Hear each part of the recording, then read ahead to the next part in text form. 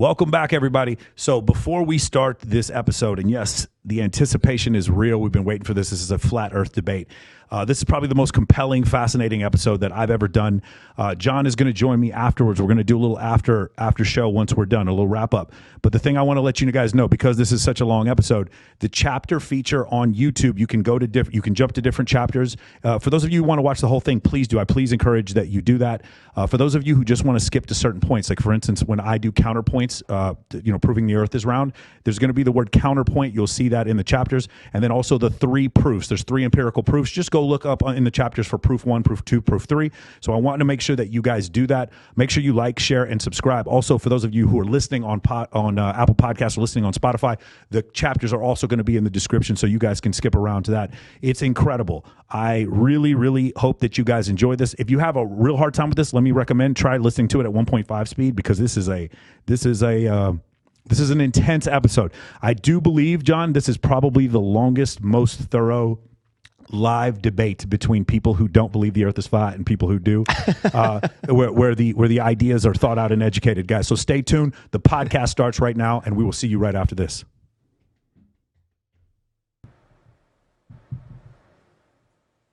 All right, guys, we are back, and I have promised you, I've said for several times that I wanted to have flat earthers on here, so we did it. I'm really excited. We got 5 people on the podcast today, so I want to hurry up and introduce them all. First, I'm going to introduce my co-host from the United States Navy, a former U.S. Marine. He is Lieutenant Adam Butel. He is an F-18 instructor fighter pilot. There he is. You can smile at him. It's good. We're going to have a good time today. There we go. I got Adam on here. He has a PhD in theoretical physics from Cornell University. He is formerly of Cambridge and currently on the staff at the University of Virginia. It is Sergey Dida. Dr. Dida, are you there? Thanks for having me back. Beautiful, beautiful. And our guest today, we're super excited to have him from the Flat Earth Podcast. It is Mr. Flat Earth Dave Weiss. How you doing, Dave? Doing great. Glad to be here. Looking forward to the conversation, guys. I'm excited, too. And then also his partner, Jaron himself. Jaron, are you there, brother? What's up, guys? Thanks for having me. Awesome. So I just want to say this real quick. I've seen a ton of these interviews. I'm sure I've gotten a bunch of responses when I told my friends that I was going to do this, like, oh, don't do this, or ask them this question. I'm just going to let you guys know this is going to be a very cordial conversation. Dave, I've listened to maybe a dozen of your podcasts. You're very compelling. You're a charming guy. Like I totally get where the whole thing comes from. The 3 of us do not believe the Earth is flat, but we want to have a discussion here, a full, thorough discussion where you describe your model, we describe ours, and then at the end we can just sort of rectify. And I think this whole thing will work. The other thing is I've done a lot of, I'd say in the last 6 months I've watched 5 or 6 documentaries and I've listened, like I said, to several dozen podcasts. I was briefly dating a flat earther, very briefly, and we had the discussion about this for a while. So that's why I wanted to do this podcast. But she couldn't convert you, so she broke up with you? That is not inaccurate. That is not inaccurate, actually. That is not too far from being inaccurate. If she's listening to right now, she's laughing her ass off. Yeah. All right, so let's go ahead and start with a couple of things. Let's try to get this in because there's so much we're going to talk about, and we will go as long as you want, okay? So the first thing is for those in my audience. I don't have a flat Earth audience, and we're going to discuss both sides of this, is the dimensions of the flat Earth and the characteristics of the sun and the moon. This is going to be the original question. So what I would like is the quote-unquote physics of how the flat Earth model works, and it just be as specific as you want to be here. Well, let me just start real quick for those of you that are new to flat Earth. This is not the flat Earth. No flat earther thinks that we're a disk floating in space with other spherical planets or even other flat planets. You got to take that entire universal solar system out of your thinking, because that's not what the flat Earth is. We're not a bunch of disks floating in space. You Google flat Earth, you can end up at the Flat Earth Society. You can end up with images like this. No flat earther thinks this is what flat Earth is. So if it's not a disk floating in space with other disk planets, what is flat Earth? Flat Earth is like a pond. A pond is where water is at rest in its basin, and the edge of the pond is where the land is higher than the water. Lower the edge of the pond, the water will flow out. So large bodies of water at rest need a container. Here is our pond, right? All of the continents and islands are surrounded by water, but the water is surrounded by land. That land is Antarctica. Antarctica is not a continent at the bottom of a ball. They tell us Antarctica is the highest land on Earth, which is kind of weird. It's, this continent is the bottom of a ball. Why is it higher than everywhere else? It's higher because it is the basin of our world. So large bodies of water at rest are testably, measurably, scientifically, provably flat. Nowhere in nature does water, the surface of water, mirror the contour of its base? Right. So if the Earth is, just real quick, and I'll toss it back. If the Earth is 24,901 miles around, like they tell us, there's a curvature formula that dictates if a 6-foot tall person is standing at the edge of calm water, he should see a physical horizon no farther than 3 miles away. And with our naked eyes, without the assistance of super zoom lenses, we can see that that's not true. Okay, so there's a couple of issues here. So if it is 24,900 miles, then that, if we multiply that times 3.14, then that means the area, the surface area, or rather the coast of Antarctica is over 75,000 miles around. Empirically, have you seen a 75,000 mile coast around Antarctica?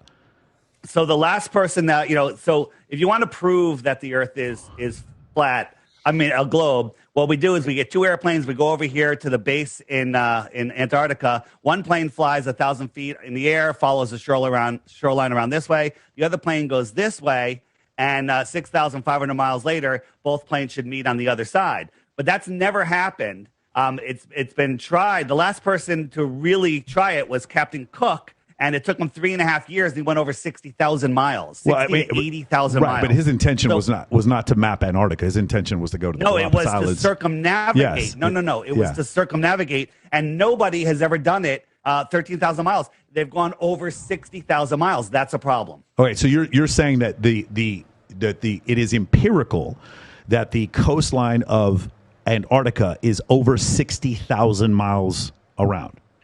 So there's go ahead. Oh, go ahead.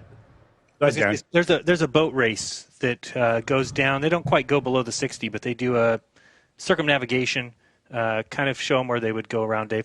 So they have this boat race, and the guy who has the record did it in 100 days going around the Earth. The weird thing about that is if you look up the type of boat that he has, that boat maxes at 40 knots. And if you look at the speed that he went around the world, he went 3 knots.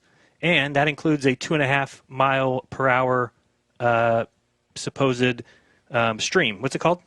The current. Okay, right. Got it. Okay. So that tells us there's a problem. Got it. Okay. Yeah, so and the way he determined his speed was what GPS was telling him he was traveling and the time. And so the boat's going 3 miles an hour. That boat goes 10 miles an hour when there's no wind. Okay. Got it. I understand. The problem is empirically I can't prove whether or not that did or did not happen. I'm going to take your word for it right now. But you guys don't believe in GPS to begin with, right? There's no global positioning system with 21 satellites going. There is, but what is it? It's balloons? Go ahead, Jaron. I think it's mostly ground towers. There's probably some balloons out over ocean areas, but it's mostly ground towers. Okay, so that was another thing. We're skipping around here, but real quick, just to let you know, we're both military aviators. I'm a KC-135 instructor navigator, and he's an instructor pilot in an F-18. I can tell you unequivocally that GPS does work quite well over the Pacific because I had to do a rescue mission for a child that was from Anderson Air Force Base in Guam all the way back to Hickam Air Force Base in Honolulu, Hawaii. We had to fly the entire way at 10,000 feet because of the air pressure. Obviously, we can't go up too high because there's not enough air pressure.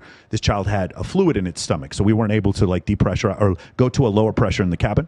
And in order to do that, I had to fly, and I had to use a great circle route in order to make my way back to Hickam. I am a navigator. I have to draw some of these on my own, some of these pathways on my own, and we got back there. So I will tell you, GPS does work over the Pacific. So you're saying it's balloons that make up the coverage loss whenever we're not? Well, there's a lot of things could be. Go ahead, Dave. Okay. Yeah, no, I was just reiterating what Jaron was about to say. There could be balloons. There could be AWACS planes. There could be some sort of bounce off of what they call the ionosphere. We call it the dome. There's all sorts of different things. But what we have noticed that there's many spots in the Southern Oceans that don't have GPS. When you're going from California to Hawaii, you drop off the GPS. So just when you go over the Amazon, you go over the center of the Amazon, there's no GPS there. Okay, so I'm gonna tell you my empirical experience. But not all of the time. Right. Okay. This changes. Right. This changes because they have balloons, they have airplanes, all sorts of stuff. So, are they getting better with their GPS? Absolutely. Okay, so I'm going to tell you just my empirical experience leaving Travis Air Force Base, which is in Northern California, and then flying to Hickam Air Force Base in Honolulu, Hawaii. I actually put a TomTom in the window, and I was actually able to track ground speed, which is about 520 knots. Actually, it was slower than that, 420 knots. And then we did not lose GPS coverage. So I'm saying that the military GPS worked. We have 2 of them in the KC-135, and also my civilian GPS worked. This was in 06, so we didn't didn't have an iPhone back then. I would have done it with my iPhone at that time. So I'll tell you that GPS does seem to be very, very robust for something that seems to be kind of patchwork together, balloons and towers. The other issue that I'm having is, so when I did air refueling over Iraq and Afghanistan, we had to have two aircraft meet together in the air, and those two aircraft had to be at the same bearing, the same altitude, the same airspeed, in the same location at the same time. And I was able to make those calculations using GPS, and once again, great circle routes that I use for navigation. And somehow I was able to make those air refuelings happen over Balad and over Jalalabad and all those other different places, Karachi, those places. So the thing is, one of the problems that I'm having, I guess, a little bit is that what our globist model seems to be able to predict things like my ability to make it to Iraq or Afghanistan, or my ability to predict every single eclipse with 100% accuracy. How is it that my model is able to do those things? So the eclipses were predicted with accuracy thousands of years before your model. So that's certainly has nothing to do with that. But also thousands of years ago, we also believed the Earth was round. That's no, not true. Necessarily. Well, there are absolutely, the Greeks did believe that the Earth was round. I'm not going to deny that there may have been some civilization somewhere thousands of years ago that thought the Earth was flat, but we had a pretty clear understanding. Greek civilization did, that the Earth was round. So did the Egyptians. What year are you talking? Well, I mean, I'm not going to go specific, but 3,000 years ago, we were pretty apparent that, well, definitely 2,000 years ago during the Greek civilization, we certainly did. So 2,500 years ago, 3,000 years ago, most likely we also did. Okay. So what do you think the oldest globe is? Because if they knew that for that long, there should be a globe 2,000 years old, right? Well, yeah, but globe. So we're talking about what? During the agricultural revolution, we're actually putting putty together and making globes? No, probably not. Really? No. Have you seen some of the buildings they built? You're telling me they wouldn't have built a globe? At the beginning of the agricultural revolution, there were no buildings that we built. I'm talking about 11,000 years ago. Huh? How about the year 600? The beginning of the agricultural revolution was 11,000 years ago. So you're saying that but they didn't believe the Earth was around then? Some people probably did, based on what they saw with eclipses. They did believe the Earth was round. I can't. So neither can you, because until the Sumerians put stuff down on paper, we did not have a written language. So we're going to go ahead and speculate about what people did thousands of years ago, and whatever they believed thousands of years ago does not change whether or not the Earth is flat or round. Let us get a little couple words in here. Yeah. So you say that the Greeks figured it out 2,000, 3,000 years ago, whatever. Are you talking, how did they figure it out? Was it the sticks and shadows? What are we talking about? I mean, it's whichever one you want, but the conventional Greek wisdom was that the Earth was round. We can talk about Episthenes. You know, I have a hard time saying Aristophanes. Yeah, sorry, I apologize. Right. And as well, we could talk about that, but there were other ones. There were other civilizations that believed the Earth was round based on what they saw with eclipses. Again, you're going back into things that the history is telling you. History. The victors dictate our history. Aristophanes said that this was a story that they teach all of us, that since sun rays come in parallel, even though no one's ever seen parallel sun rays. But I've heard this argument before. It's not that sun rays come in parallel. It's that when you were standing in the well, if you looked up, you could see the sun. When you were standing in a different well that was in Alexandria, you looked up, you could not see the sun. It had nothing to do with parallel rays. Let me finish my point. Okay. Let me finish my point. So you can. Hold on. That has nothing. Okay, but that has nothing to do with him being able to figure out the shape of the Earth. Just because you could see the sun in one and not in the other, how would you measure any angles? What you would measure is the angle that the sun was outside. Like, so, for instance, when I'm in, is it Syria? What was the I forgot the city where he takes the first measurement. No, the first one starts with a C. I forgot. Said. Yeah, Said, and then the other one I believe is in Alexandria. I can't remember exactly the places. Correct. But in one of them, he looks up and he can see directly up into the sun. In the other one, there is an angle, a different angle, but it's the same time of day. And through those two measurements and trigonometry, he is able to calculate, again, globist view here, that the Earth was around 25,000 miles. He's wrong by about a couple hundred miles. But all right, Michael. Go ahead. Michael, let me, without interrupting, let me explain. Go ahead. So here's Aristophanes sitting here. He has a sun ray going directly to the bottom of his well, or a stick not making any shadow. Here's his buddy 500 miles away, and you could measure the length of the shadow and the angle. You could do some perfectly good math to figure out the sphericity of this, all right? So you have to assume that the rays are coming in parallel for this to work. If they're corpuscular rays, well, then that entire thing's wrong. But that doesn't even matter, because on a flat Earth with a small local sun, we have the sun here, right? No shadow here. Here you can measure the shadow, you can measure the angle, and you can do the same exact math and figure out the sphericity of this flat plane. This does not prove that the Earth is flat or round because it works on both models. It doesn't work the same on both. Yeah, go ahead. Sorry. Yes, it works perfectly the same on both models because there's no shadow here. Just get a just get 2 beer bottles, put a light above one of them. There's no shadow here. There's a shadow here. So according to your belief that this floor is spherical, so that doesn't work, right? It works on how close does the sun have to be for Yeah, this is my next question. How close would the sun have to be? You believe it's 3,000 miles away, the sun is? No, I don't believe that. How far away do you think the sun is? I don't know how you far. You should be able to calculate it. Yeah, well, exactly. you should be able to calculate how far your sun is. Yeah, it's 94 million miles on average. It goes because between. That's the point. The point is like with if you assume the world is round, right? Then this entire experiment is predicated on the fact that the light rays come in parallel, right? Now there is a way of getting around that, like Dave just explained. Is that okay? You can assume that you're on a plane, and now you have a point source. So instead of having rays coming in parallel, they're coming in from a point source. That is exactly my point. The trade-off is that now the sun's going to have to be hella close, and so you should be able to just calculate how close it is, and you can just calculate it. So you it's 3,000 miles. Well, when they do calculate it, that's what they come up with is 3,000 miles. Right. Well, the problem is with the situation is you guys keep talking about parallel. Take that and just run with it, right? All right. So now we have this point source 3,000 miles away. Okay, and now let's see what other consequences that has. Right. So you should be able to call your buddies and you'll agree that the sun's not in the right place in the sky. Why not? Because it's so close.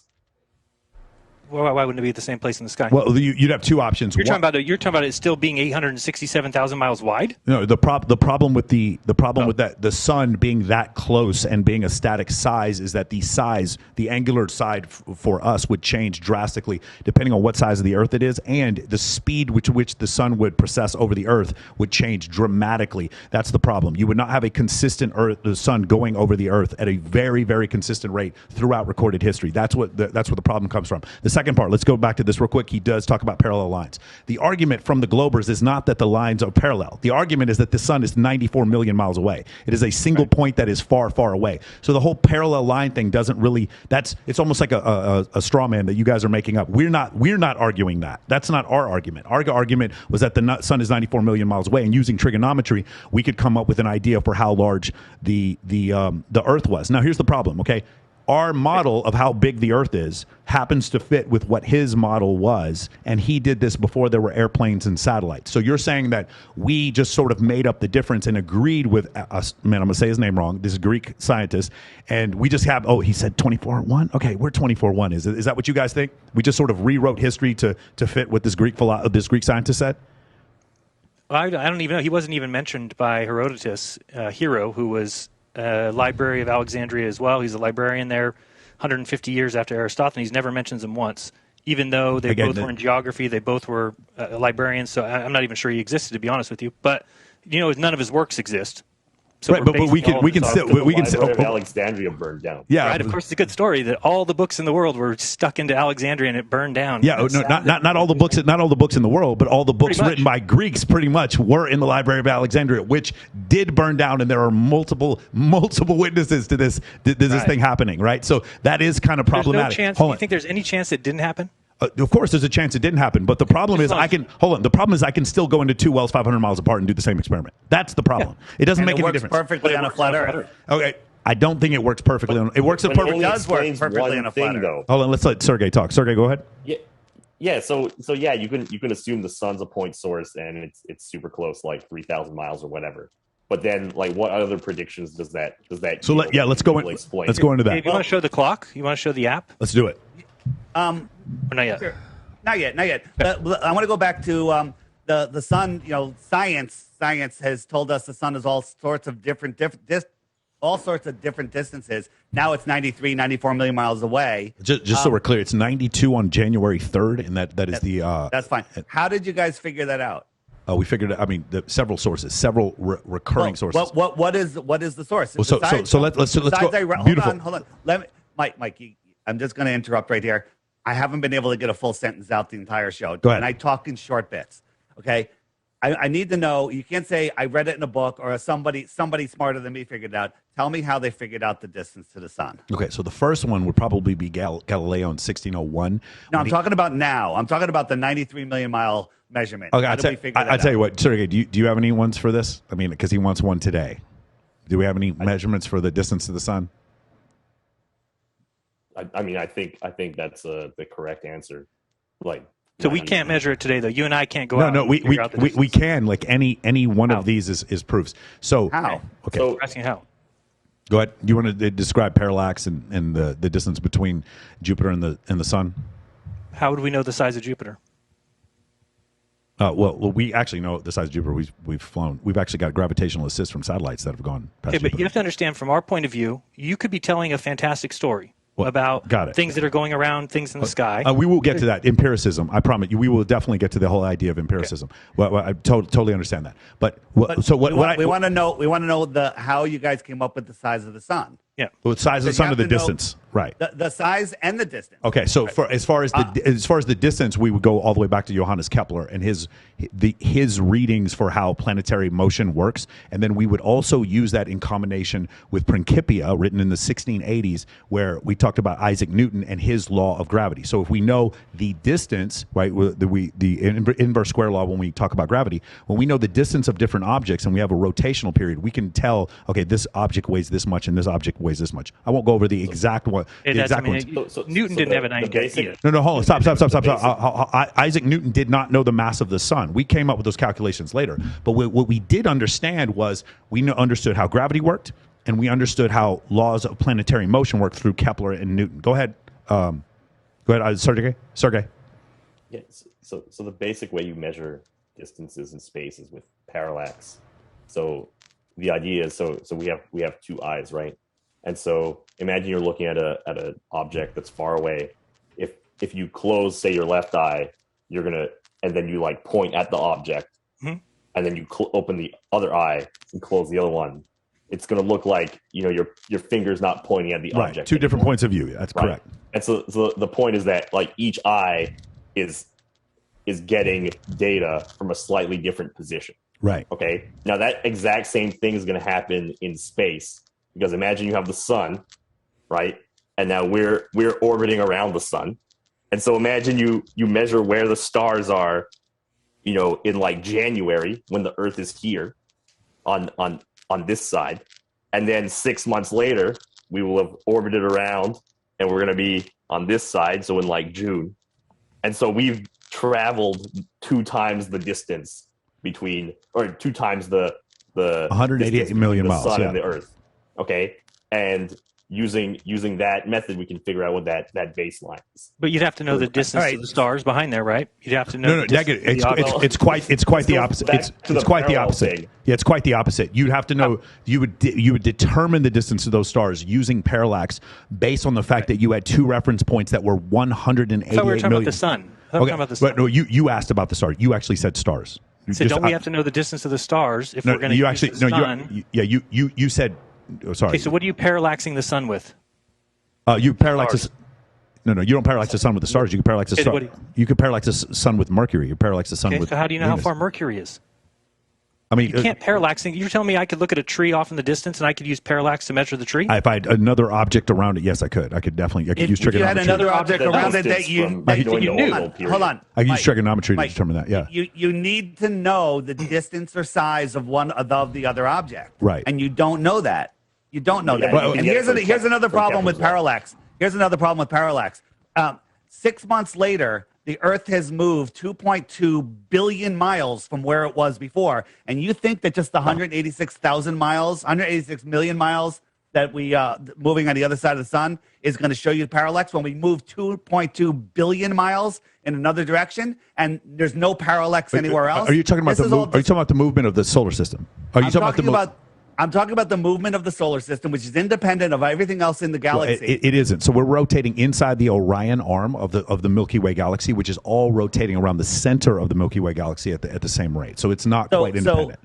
So none of those, everything's moving together. So there's no parallax there, but just moving 6 months apart, 186 million miles, we can see parallax. You're saying that you can know the size or distance of the sun by measuring the parallax on an object that you don't know how far it is. Sorry. Hold on, I'm finishing. Yep. You don't know how far it is or how big it is. That doesn't work, and you have to admit that. Okay, so one of the issues is, I heard Jaron wrong because I thought he was asking for the distance to stars, and that's what I was using. You would need to know it in order to do parallax, because if I'm measuring the parallax of something, and the second thing is 10 feet behind it, or 10 miles, or 10 million miles, I'm going to get a different amount of parallax on each one of those. So I need to know where it is in order to use parallax to measure it. Okay, so I will tell you when it comes to Venus and when it comes to, we've sent probes to Venus and landed. Now, okay, empiricism. You guys don't believe there were any probes. You don't believe that the Russians landed the probes on Venus. You think all that is fake. I get it. But from our belief as Globers, by the way, I didn't want to make this a debate. I wanted to present our side and your side, and then people can sort of decide. We've actually landed probes on the surface of Venus, and they melted very quickly because Venus is 900 degrees Fahrenheit on the surface. And so that in that way, we do know that Venus is about 98% the Earth's mass. The moon is about 2% the Earth's mass. And from those things, now we can use parallax in order to determine the size of the sun in modern times. But before that, we had a pretty solid understanding of the size of the sun many thousands of years ago. Hundreds of years ago, we definitely Newton didn't know 400 years ago. But that's okay. Hold on. Newton was not an astronomer trying to determine the size of the sun. That wasn't his intention. Neither was anybody else. Nobody else came up with it. So that doesn't make the sun not have a mass. Like, I understand what you're saying, but that doesn't make the sun. It doesn't have mass. I'm going to say that doesn't make the sun 32 miles across and 3,000 miles up. He certainly would. Isaac Newton certainly would not have said the sun was 3,000 miles up. You just said in passing that we've known it for thousands of years. But if Newton didn't know it, so we didn't know it thousands of years, or else Newton would know it. Again, it is not one contiguous. It is not one. Okay, first of all, because Newton didn't write it in Principia does not mean he didn't know it. No, he says flat out the sun could be anywhere from 3 million. No, Copernicus thought it was 3 million. He said it could be anywhere from 10 to 50 to 90 million, and it will do us no matter what. We'll do fine with it no matter what. 90 million miles away. 90 million miles away. Yeah. Okay, got Correct. it. What, that's 90 million miles is still kind of close to 94. Your point that we've known for thousands of years has just been negated. Okay, well, my point is it's not 3,000 miles away. Did we have exact measurements? Copernicus thought it was 3 million. So how did he think it was 3 million? That's way off. I don't know. I wasn't there with Copernicus. You think it's 3,000 kilometers? We don't know. We don't know where it is. We don't know how big it is. We don't closer to us than he is to you. Anyway. Go ahead. Keep going, guys. No, and then you make the claim. You know, we've landed on Venus. Yeah. What proof do you have of that? Yeah, absolutely. I mean, if you look at it empirically, I have no proof. Okay, empirically, there's no proof of any of these landings. And I'm just trying to show you you guys believe we landed a rover on Mars recently, right? Yes. And it had a helicopter that can fly in 1% atmosphere. You guys are pilots. How come we can't fly a helicopter to the top of Mount Everest, but we can fly a helicopter on Mars that has 1% atmosphere? We can also It's a great question. open a parachute. We can open a parachute in 1% atmosphere when we do a high jump like Felix Baumgarten, whatever his name is. His parachute wouldn't open until he got to like 50,000 feet. Sergey, do you want to take this or me? But here's the thing. What I'm showing you here is the only proof that we landed on Mars. This is what NASA showed us live. Okay, I didn't edit this. Actually, I cut out a couple sections just to make it a little faster because this is what they showed us. You guys can't honestly say that this is proof of anything. You know, Cartman, Kyle, and Kenny are laughing at this because it's ridiculous. Okay, so this is the only proof that we landed on Mars. Because it is a digital rendering, because there's no cameras on Phobos and Deimos to take pictures of the landing. You're correct, but because that doesn't mean it's not real. And so for you to use the word ridiculous is not exactly scientific. You're just throwing stones at people. So here's the first thing. Second of all, let's go over the other part about the helicopters and the landing. For as far as the parachute thing was concerned, in 1% atmosphere, if you're going fast enough, and they were traveling at a tremendous speed downwards. When they landed, the entire crate where the rover was completely covered in like protection. I can't remember, balloon type packaging. And when it hit the ground, one of their concerns was it was going to destroy the vehicle. It wasn't a soft landing. This thing hit. The other thing is, hey, Sergey, what is the gravity on Mars compared to the Earth? 38%. It's 38% the Earth's gravity. That's the other reason why this whole thing happened. So yes, you're right. It is 1% the Earth's atmosphere, but that's the reason why. As far as the helicopter thing is concerned, when you only have 38% the Earth's gravity, and you can create enough force for an object that is light enough, you can get off the ground, i.e., drones. Michael, so it is possible to do this.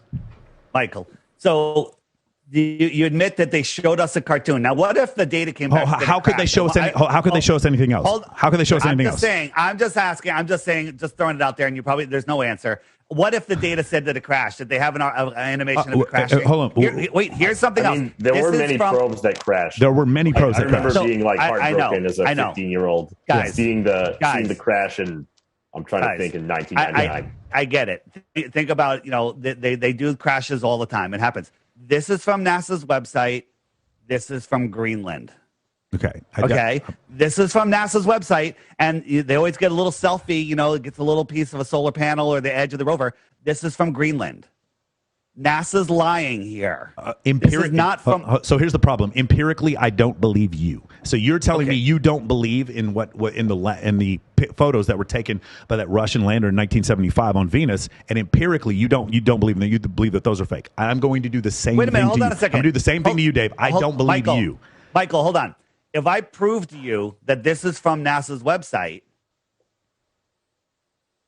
do you think that this is a faked picture of Mars? But you'd have to also prove to me that the other one's from Greenland, and that is not a rendered picture where you change the color of the landscape to green in the background. You use like a very simple procedure to do in Photoshop. It's the other way around. They took out the clouds and made it a sepia tone. Empirically, you were saying that, so I'm going to use the same method with you. Empirically, I do not believe that what you're showing me is that NASA did both. Okay, and by the way, even if they did, it doesn't make the Earth flat. It doesn't. So that's the issue with that. Like the empiricism argument works both ways. I'm just trying to disprove NASA. Once we discredit NASA, once I show you that if NASA's faking things in space, you can unwind it all the way to, they never went to space. Once you understand that, then you can't use NASA as a source because you said we landed crafts on Venus. Well, who told you that? NASA told you that. The Russian Space Administration told me that. It was not NASA. Also, it was the Indian Space Administration that was able to film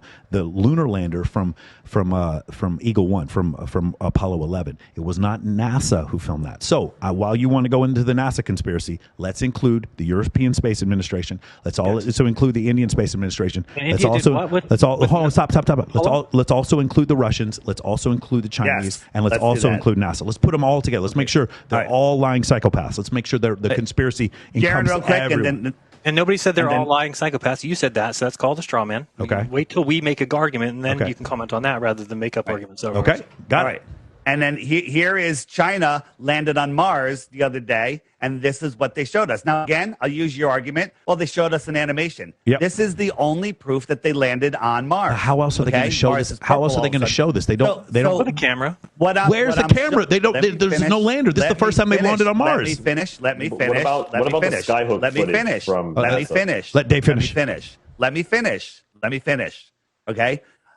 You guys are talking over us a lot, and it's very difficult to make points, and we don't talk that long. So what I'm showing you is you believe in all these other space agencies. What if they're all run by the same group? What if the division of countries, our entire history, is all made up to divide us? Because this is something we will agree on. They're dividing us. They divide us by countries. They divide us by religions, by sexes, by political parties, by sports teams, by genders. They're dividing. Sure. They don't want us coming together. So again, when you look at all of the logos from all of the space agencies, they all have the same symbolism in them. They're all made with the vector symbolism, okay? And when you look at it like, that's interesting. I'm not saying it's proof of anything. I'm just saying it's very, very interesting. Honestly, this is the most optimistic thing that you've said. We're hunter-gatherers. This is the most optimistic thing you've said. So, like, according to you guys, the Cold War was the Russians and the Americans working together to both convince us. Like, honestly, this is like world peace that was created from this lie that you guys believe is round Earth. The Russians, Nikita Khrushchev and John F. Kennedy were buddies this whole time, and this whole thing was made up. Like, this is actually, if what you're saying is true, this is probably the most positive thing I could ever imagine. We avoided thermonuclear disaster because we all needed to be on the same page to create this round Earth. Man, this is incredible. This is like, honestly, this is incredible. Like honestly, I'm like utter optimism for this. Go ahead, guys. I was going to say though, when the America won the space race, right? Do you think that that's the story that's told in Russian schools? No, it absolutely isn't. In fact, most Russian people do not think we landed on the moon. About 70% of people in Russia do not think we landed on the moon. Right. So both nation gets to tell their people what the story that they want, right? Correct. So absolutely. Russia gets to say we were first in space, we had the first woman in space, the first dog in space, we did the first orbit. Yep. But the Americans decided to go to the moon, and they're idiots because they didn't find anything there and wasted a bunch of money, right? So it is weird that no shots were fired during the entire war. So, I mean, you're making it sound like it was some crazy battle, but there was 0 bullets ever fired between Russia and during World War II, I believe the Ford Motor Company made equipment for both sides of the war. They fund the people that rule this world fund these wars. They use them to depopulate the world. They use them to get us to kill each other. They use them to build the military-industrial complex, which is coming in very handy right now. Got it. Okay. So all of this is all made up. Can I add a little bit of context to the whole Ford thing? So actually, yes, the guy, President of Ford, I can't remember his name at the time. He actually was a supporter of Adolf Hitler at the time. So yes, some of the equipment did go over there, but it wasn't because the United States was trying to support the Nazis beforehand. So let's put a little context to there. The guy was a fascist, and then he did help both sides. I totally agree with that. But that doesn't mean. And by the way, I'm with you on the military-industrial complex and all this kind of stuff, and us wanting to spend money for this. I'm with you, but that doesn't mean that all wars were sitting there that were completely fake. And to your point, there are a couple of Russians in Afghanistan that were supplied U.S. weapons that will disagree with you about this whole idea that there were no shots fired. And there are several U.S. service members. No, I'm not saying there's no shots fired. I'm saying in the Cold War. He said in the show. He said in the show. I'm talking about Afghanistan in 1983, and then I'm also talking about I'm also talking about in Vietnam in 1965 to 1975. There were plenty of shots fired that where we had Soviet weapons that were supplied to the Viet Cong. So yes, these were proxy wars, but this was a Cold War. Why it's called cold instead of hot is because we're sort of passive aggressively attacking each other in different places. So what about the fact that they brought the Project Paperclip, which is a story, I believe, and we brought over Wernher von Braun as to run NASA. You're aware of that, right? Of course, yeah, I am aware. But okay. So here's the part where you start talking about Wernher von Braun was a Nazi, and yes, technically he was a Nazi. No one held any sort of voting or political power or was able to eat or live a normal life in the late 1930s in Germany without being a Nazi. Okay, that does not mean he hated Jews. It just means that that's the point I'm going at. Okay, not what I was saying. Okay. Karen, you want to say something? Well, I mean, he did supervise killings of slave labor, right? Got it. He every day saw people hanging. I'm not saying he was a great guy, but I also am saying that the alternative for him was to become the slave labor. Yeah.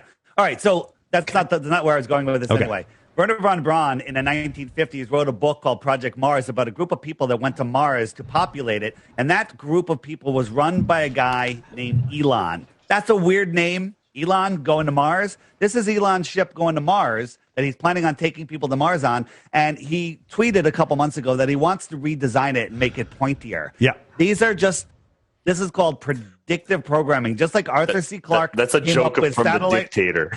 Yeah, that's a joke. That's a joke from the movie The Dictator with Simon Baron. Yeah, whatever. But the fact that he wrote a book about an Elon running, taking people to Mars is a little bit too much of a coincidence for me. Doesn't prove anything. Right. Just a coincidence. But it's even more wild because think about what was the original prediction for who would go to the moon first, right? This was written like 100 years before they actually went to the moon. I think in the 1800s. And it was predicted that the Americans would do it, and they would launch from Florida, and they would land in the ocean. There would be 3 people.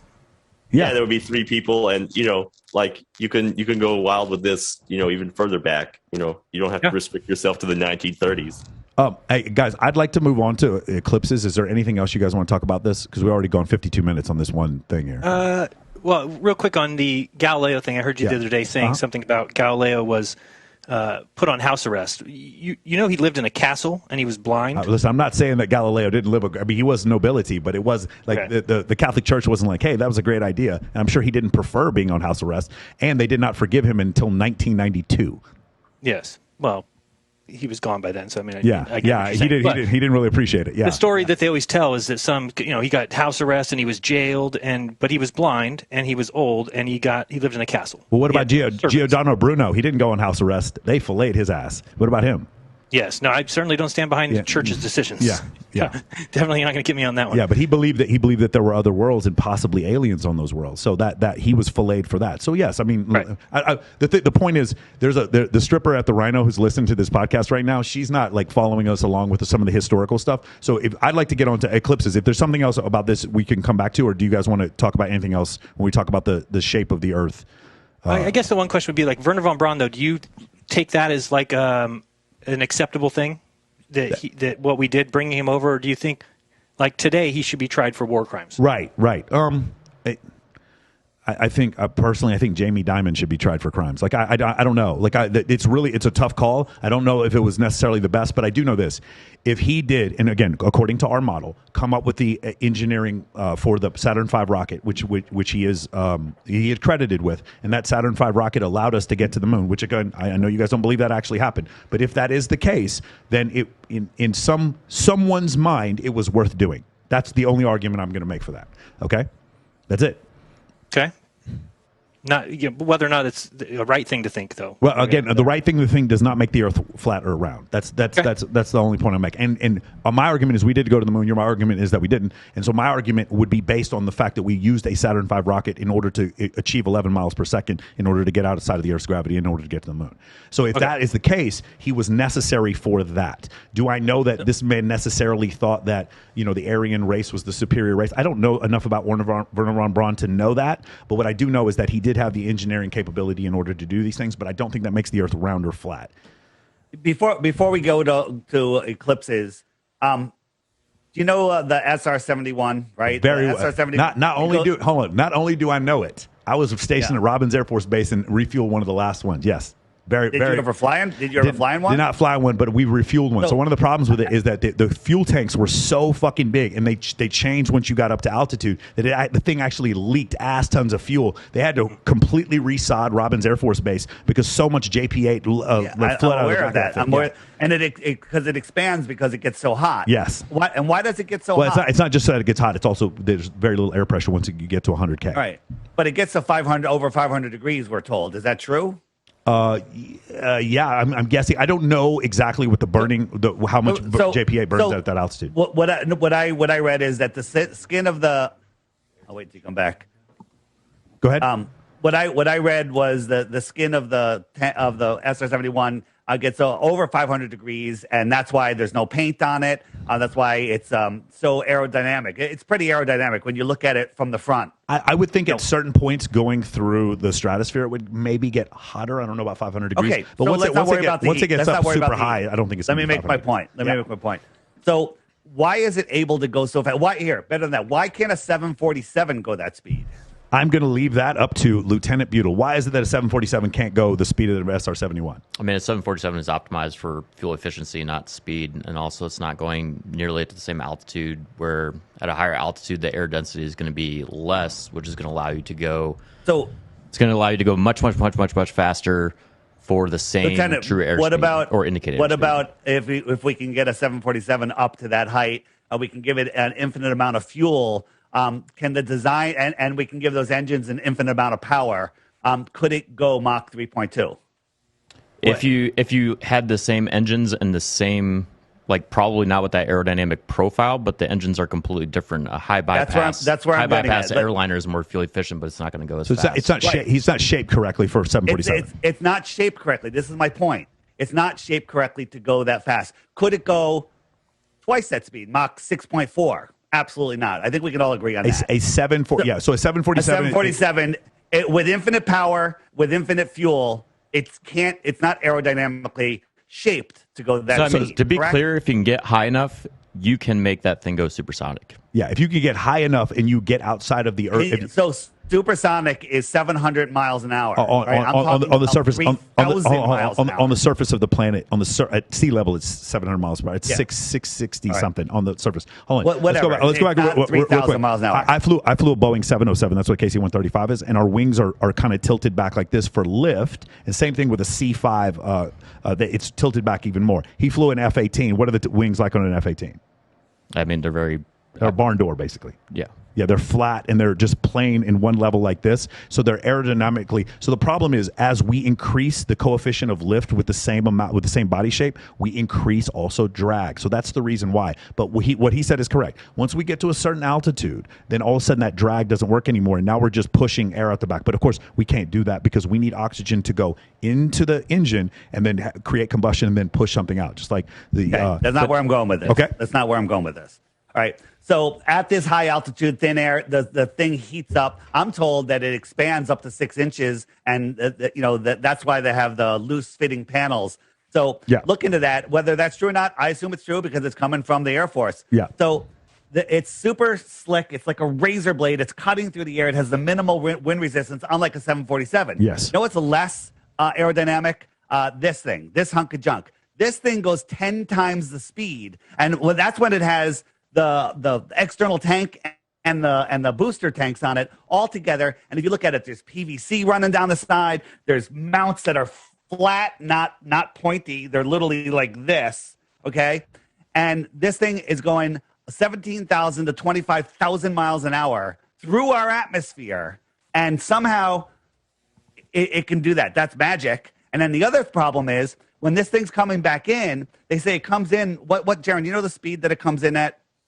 It's like 10,000 miles an hour or something. Sure. Whatever speed it comes in at, the panels on the bottom have to, they're like, oh my God, one of them exploded because one panel is missing. Absorb the heat. Yeah, correct. Yeah. Absorb the heat. But on the way out, when it's going 25,000 miles an hour, it doesn't need to worry about the panels. Okay, so this is all nonsense. Right, so let's talk about that. That's a great thing. So I'm going to let Sergey Dida go to this first part. Dr. Dida, we talked about this. The escape velocity for the planet Earth is 11 miles per second. And why is that number false? Do you remember we talked about this on our interview?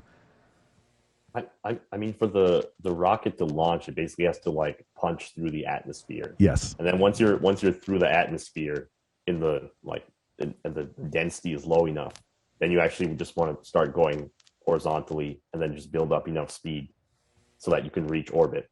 Yeah, the way to think of orbit is 17.5. So these are two different things. Orbit is 17,500 miles an hour. You don't even go anywhere near that speed inside the atmosphere. That's number one. Number two, the atmosphere of dense air is 60 miles going up. Going up, you are receiving less friction as you increase altitude because you have less air, less air density. So your answer about the panels, that's the reason why you're getting, as you increase speed, you incur less resistance. On the way down, as you decrease speed or you decrease altitude, you incur more resistance, and that's the reason why you need those panels. But as far as the speeds are concerned, you don't get to 25,000. 25,000 is like you're leaving the leaving the low Earth orbit at that point. Once we get up into space, and then once we get rid of the two fuel tanks or whatever, and it's just the shuttle by itself, then we're going to the second one, we're going to increase to 17.5, and then that's when we're gonna find orbit at that point. I hope that answers your question. That is our as an amateur astronomer, that's our answer for that question. Yeah. So the acceleration going from 0 to 200 miles an hour in 5 seconds is pretty good. I don't know what the exact G-forces is, but it's pretty pounding on the body. And with the amount of time that the shuttle has engines burning to get up to 17,500 miles an hour, I believe it has to go faster than that to get out. Of course. That would be No, it doesn't have to go faster than that to get out. It just has to keep going up. Whatever it is. Yeah. At 17,500 miles an hour, for the burn time on some of these rockets, I believe the shuttle, it has to increase 200 miles an hour every 5 seconds. Okay, 200 miles an hour every 5 seconds. And when we watch a shuttle go up, it goes up, it rolls on its back, and then it goes parallel with the ground. And they say that's because it has to gain speed to get out of the Earth's orbit. Yes. I get it, but if you count, okay, let's say the first 20 seconds doesn't count because it starts off really slow. But after that, now it has to make up that time. So it's going 200 miles an hour faster every 5 seconds. We are going to hit that maximum airspeed in no time. Okay, long before we get out of the atmosphere, and if you watch this thing, there's so many problems with it. And if you just Google launch of the space shuttle, this actual video will come up. And there's so many problems. One thing I want to point out here is this thing is 4 million pounds shooting out superheated thrust. Now, superheated thrust, 4 million pounds, and that fence doesn't get mangled. I've seen tornadoes tie fences in knots, 300-mile-an-hour winds, not superheated. But that's 4 million pounds of superheated thrust. I'm going to just talk for another minute, and then I'll throw it back to you. Right? And nothing is getting affected. This is just smoke coming out of the ground. Now, here's the problem. This thing, I thought jet fuel didn't burn that hot.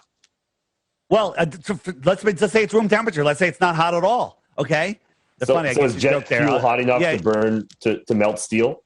I'm not talking about. I'm talking about the sorry, wind. Hey, don't do that to him right now. Don't do that to him. I saw where he was going there. I'm talking about a tornado will splinter a tree. Will splinter a telephone pole. Will tie a signpost in knots, and nothing happens there with. It's way faster than 3,000 miles an hour, or 300 miles an hour. Thrust coming out of there. So wait, hold on. Let me just point something out here. So if you watch just there, that's the release of these external rockets. One, they're still have thrust. They should shoot away, and they shouldn't be able to go sideways at that speed, non-aerodynamic. But the problem with this is it's 30 miles downstream. If it was only 20 miles down, you wouldn't hear that sound for 90 seconds after you saw it. But we hear it and see it at the exact same second, okay? That shows you that NASA's lying again, right? This is what they show you, and you hear it and see it. And the only explanation that you guys can come up with, well, they edited the sound in there to make it seem more realistic. And they need to do that because it's not very realistic at all. Yeah, I mean, I honestly don't. Go ahead, Dad. Sorry, go ahead. I think as like a broader point, this just completely illustrates like Arthur C. Clarke's famous quote that like technology, when it's sufficiently developed, just appears like magic. And I think that kind of like summarizes it. It's like you're just like, how the hell is this possible? How is this like rocket burning this super hot fuel? How's it going so fast? This must be like magic. I'm interrupting you because we see it and hear it at the same time. That's not wow, magic. Magic doesn't answer that. Magic is the only answer for it, actually. But we see it and hear it at the same time. Video that editing. Means it's not 20 miles downstream. Video editing. Yeah, so video editing. Could be. Right, how about seeing and hearing it at the same time is on video, though. How about this? This is being filmed by the guys on the shuttle on their way into orbit. They're going up at 17,000 miles an hour, and this 40,000-pound steel tank is falling back to Earth, and it's going to burn up before it gets to the clouds. So it's not falling at that point. Oh, it's just going sideways with that little handkerchief. Did you watch that handkerchief go by? It's barely moving. So let's do the math on this one, all right? So now let's say we are moving at 17,000 miles an hour at this point, going this way. That's 17,000 miles of lateral momentum that we have, and then all of a sudden we release it to gravity. Gravity is 9.81 meters per second squared, and we're moving laterally at 17,000 miles an hour, which means it's going to take a little bit of time, a few minutes, and we can film it while it drops off. And slowly goes back towards the Earth. But in the meantime, it's still that 17,000 miles. And by the way, almost no air friction at this point. Hey, Mike, go ahead.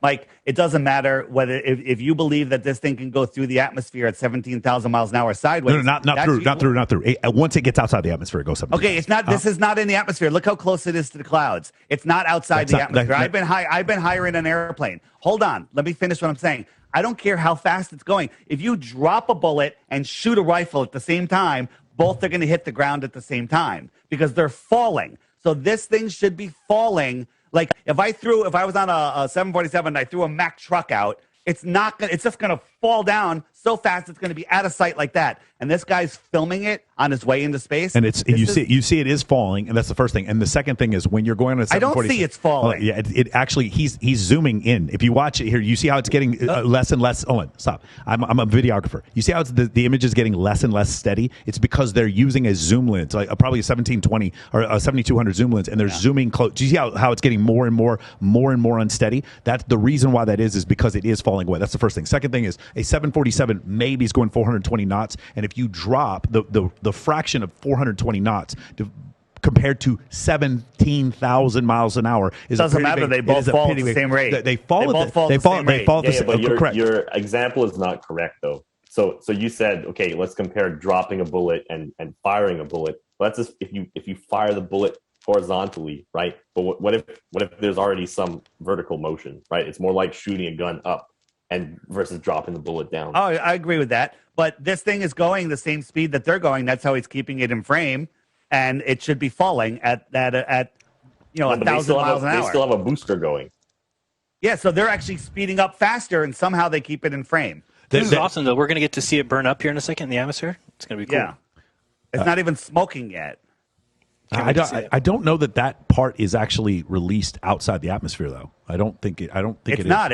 But the story is it burns up before it hits the ground. I think the last piece burns up. I think those are the original boosters that don't burn up. I think the last piece, the large part that's attached to the actual SDS, I think that's the part that burns up. I don't think the part that you're showing me is what's supposed to burn up. Yeah, I thought I've seen video before of that thing on some barge or something, but I'll have to check that. Yeah, so I think you're actually showing me a video of the original launcher. The other thing, Dave, I'm going to tell you is that as a videographer, once an object gets further away from me and I start using zoom, you're going to start seeing less steady focus on it, and that's what I see there. That to me looks like they're zooming in on an object that's falling away. But that's my interpretation as a videographer. Disagree on that. Okay, cool.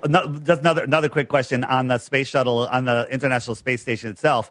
Don't you think they should have built it on Earth and tested it first? No, they can't. And don't you think it would be the most filmed construction project in history? Because Mission Control would need to see what's going on. Hey, and there's not a single photo or video of it being built. Sergey, do you want to take this one? Why is it that you can't build the ISS on Earth? Well, forget that. I'll go with you. You can't build it on Earth because the structure doesn't work with gravity. Fine. What about? No. It's too heavy.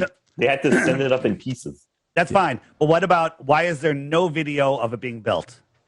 Because it was built in you space. mean like building the individual modules? Like putting them together?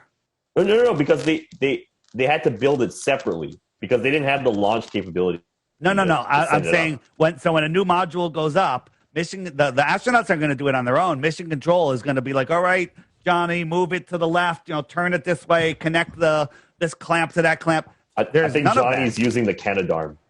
There's nothing. There's no video. You're saying there's no video of them attaching. You're saying there's no videos of the modules attaching. Is that what you're saying? Or the very first thing. What did they do first? They must have set something in space first. Instead there's nothing. Again, going back to the Mars rover thing, because the Mars rover is dropping, and that's the first thing. There's nothing to film the Mars rover. So the first module in space has no. I don't think it has the capability of filming itself. Maybe it didn't. I don't know. The ISS. What dropped it off? Why couldn't it film itself? I can go outside and film myself. But I have seen video of the Hubble coming out of the SDS. So I don't know that that's necessarily proof of anything. I don't know. Again, guys, I can't tell you because I'd have to go Google it whether or not there's any video of attachment of the ISS. I'm having a real hard time believing there is no ISS. I know you guys are going to come up with some reasons why because I know it's very inconvenient for flat Earth. But go ahead.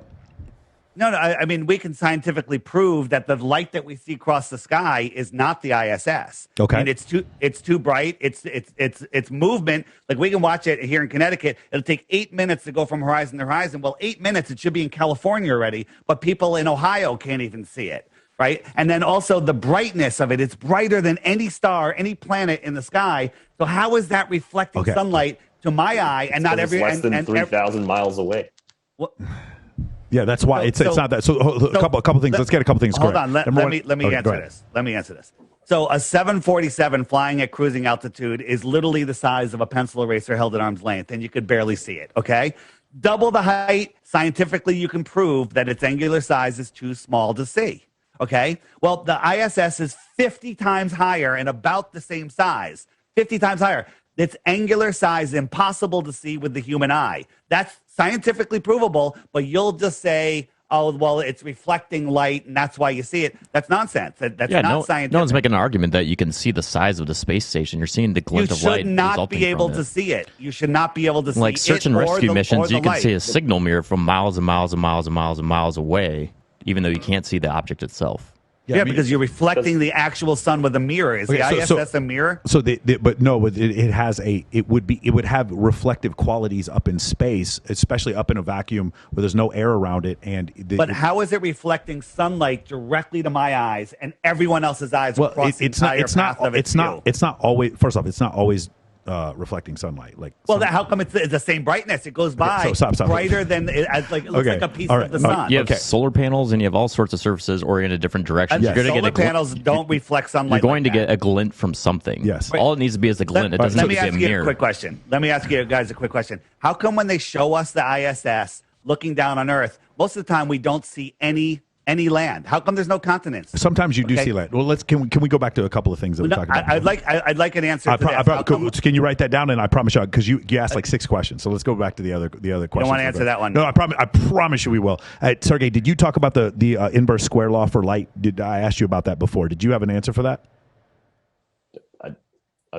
Go ahead. No, it's fine. It's fine. Don't worry about that. Okay, so the situation when you are up there in atmosphere, you are getting direct light without the ozone. So the light that you're receiving is very much greater than a 747 inside the atmosphere. That it has much of the light that is being broken up by ozone O3, which breaks up. I'm talking about the light coming off of 747. I'm talking about the angular size. Yeah, but you did mention we can't see the 747, but we can see. No, I'm talking about the angular size of the 747. Double its height. Have to resolve it, though. Then I apologize. I misunderstood. But the point I'm trying to make is like the idea. What was the other thing you asked? You asked something and I had an answer for it, and I can't remember. Right now. But I don't know. We keep going, man. I promise you, when I remember here in a second. I mean, go back to the thing you asked. You're making the point of like what on the space station reflects light, and it's literally made of all sorts of different metals and everything. And when you're going to make the claim like why can we see the moon reflecting light when that's basically rock? Like a space station made of metal, you're going to get glints of light from it. Well, actually, that is kind of my point. Also, I'll agree with that. We get glints of light, but when we see it, I remember what I was going to say. It's not brighter than Venus, and it's not brighter than Jupiter. That's what I was going to say. I saw it. It was brighter than anything in the sky. The sky was still lit. It was the sun that just. Almost just set, or maybe it just set. Okay. The sky was still blue, and I saw this thing go by, and it looked like a piece of the sun. It was that bright. Yeah, and so glints is the right word because you get a glint, right? As it reflected the sun. You wouldn't get a steady reflection. Like you can't drive down the road in a car and use a mirror to reflect in someone's eyes unless you have a really steady hand. Right, but then you can only reflect it in the one person's eyes, not all of the other people on both sides. Those are rounded surfaces, and they are white, and they are exposed to pure sunlight without the atmosphere. And have you watched any spacewalks that are done in daylight? They're not. It's not bright like that. It's not reflecting light. And then you have to remember the inverse square law of light. No, it's not. You watch these spacewalks, they're absolutely ridiculous. The ISS is the brightest thing in the sky. Well, I mean, the third. After the sun and moon. Well, no, it's not brighter than Venus. Guys, I'm not gonna. No, I'm gonna win this one tonight. Okay, tonight when you guys, if you want to go see sunset or sunrise and you see the planet Venus, you will not see the ISS anywhere near the luminosity of Venus, and it's not even close to Jupiter. It is not brighter than Jupiter or Venus, and it's not brighter than the moon either. So I'll look it up. Okay, we will. No, it's not look it up. I'm an amateur astronomer. I look at it every night, and I try to look at the ISS. To be honest with you, I can't really see it with the naked eye. The ISS is kind of maybe where you guys live. I live in Las Vegas. Obviously, it's the brightest fucking city in the world, but I can't see the ISS. I can see Jupiter and Venus every single night. Oh, you'd be able to see it. Okay, well, I'll try to. I've tried a few times and I can't really see it. Maybe if I go up to Mount Charleston, but I disagree with you. Now, here's the thing: I don't care. Like it's fine. I understand that you guys. The problem is the empiricism, right? You guys don't even want to start with the existence of the ISS even being there. So us having this argument, where like I'm doing Brazilian jiu-jitsu and you guys are doing kickboxing. We're not even like arguing on the same plane of existence at this point. I do believe the ISS exists. I think there's plenty of proof for it, but I also believe we landed on the moon in '69. So we can go into that. Keep going. Did you know that there was 5 shuttles launched at the same time? There's proof right here. Amateur. These are amateur videos. That doesn't necessarily mean that those are shuttles. No, these are 5 shuttles at the same time. And they're letting go of their tanks right here. I mean, this is absolute proof because I believe those are missiles out of Vandenberg Air Force Base. No, there's not. These are 5. These are people. These are ISSs. 5 of them at the same time with people on them looking down at the Earth. Aren't you having your cake and eating it too, though, when you're telling us that these videos are proof, but then discounting our videos? Well, what I'm telling you is you're totally missing the point. Look, there, you can see there's one, there's another one, and there's a third one, and there's 2 more. What I'm showing you is this is stuff that you guys believe. We don't believe this. This is fake as fuck. Okay, so before we go into this, Dave, because you got Mr. Kelly up there, and you're going to show the video where. But notice that he started to show you something that completely is fake, and you started to make excuses for why it's real. No, I'm not making excuses for why it's real. It's just I've heard. You said, "Oh, I think those are missiles. I think that they're this. I think that you just wouldn't even take the step of, oh, maybe that's just a fake video."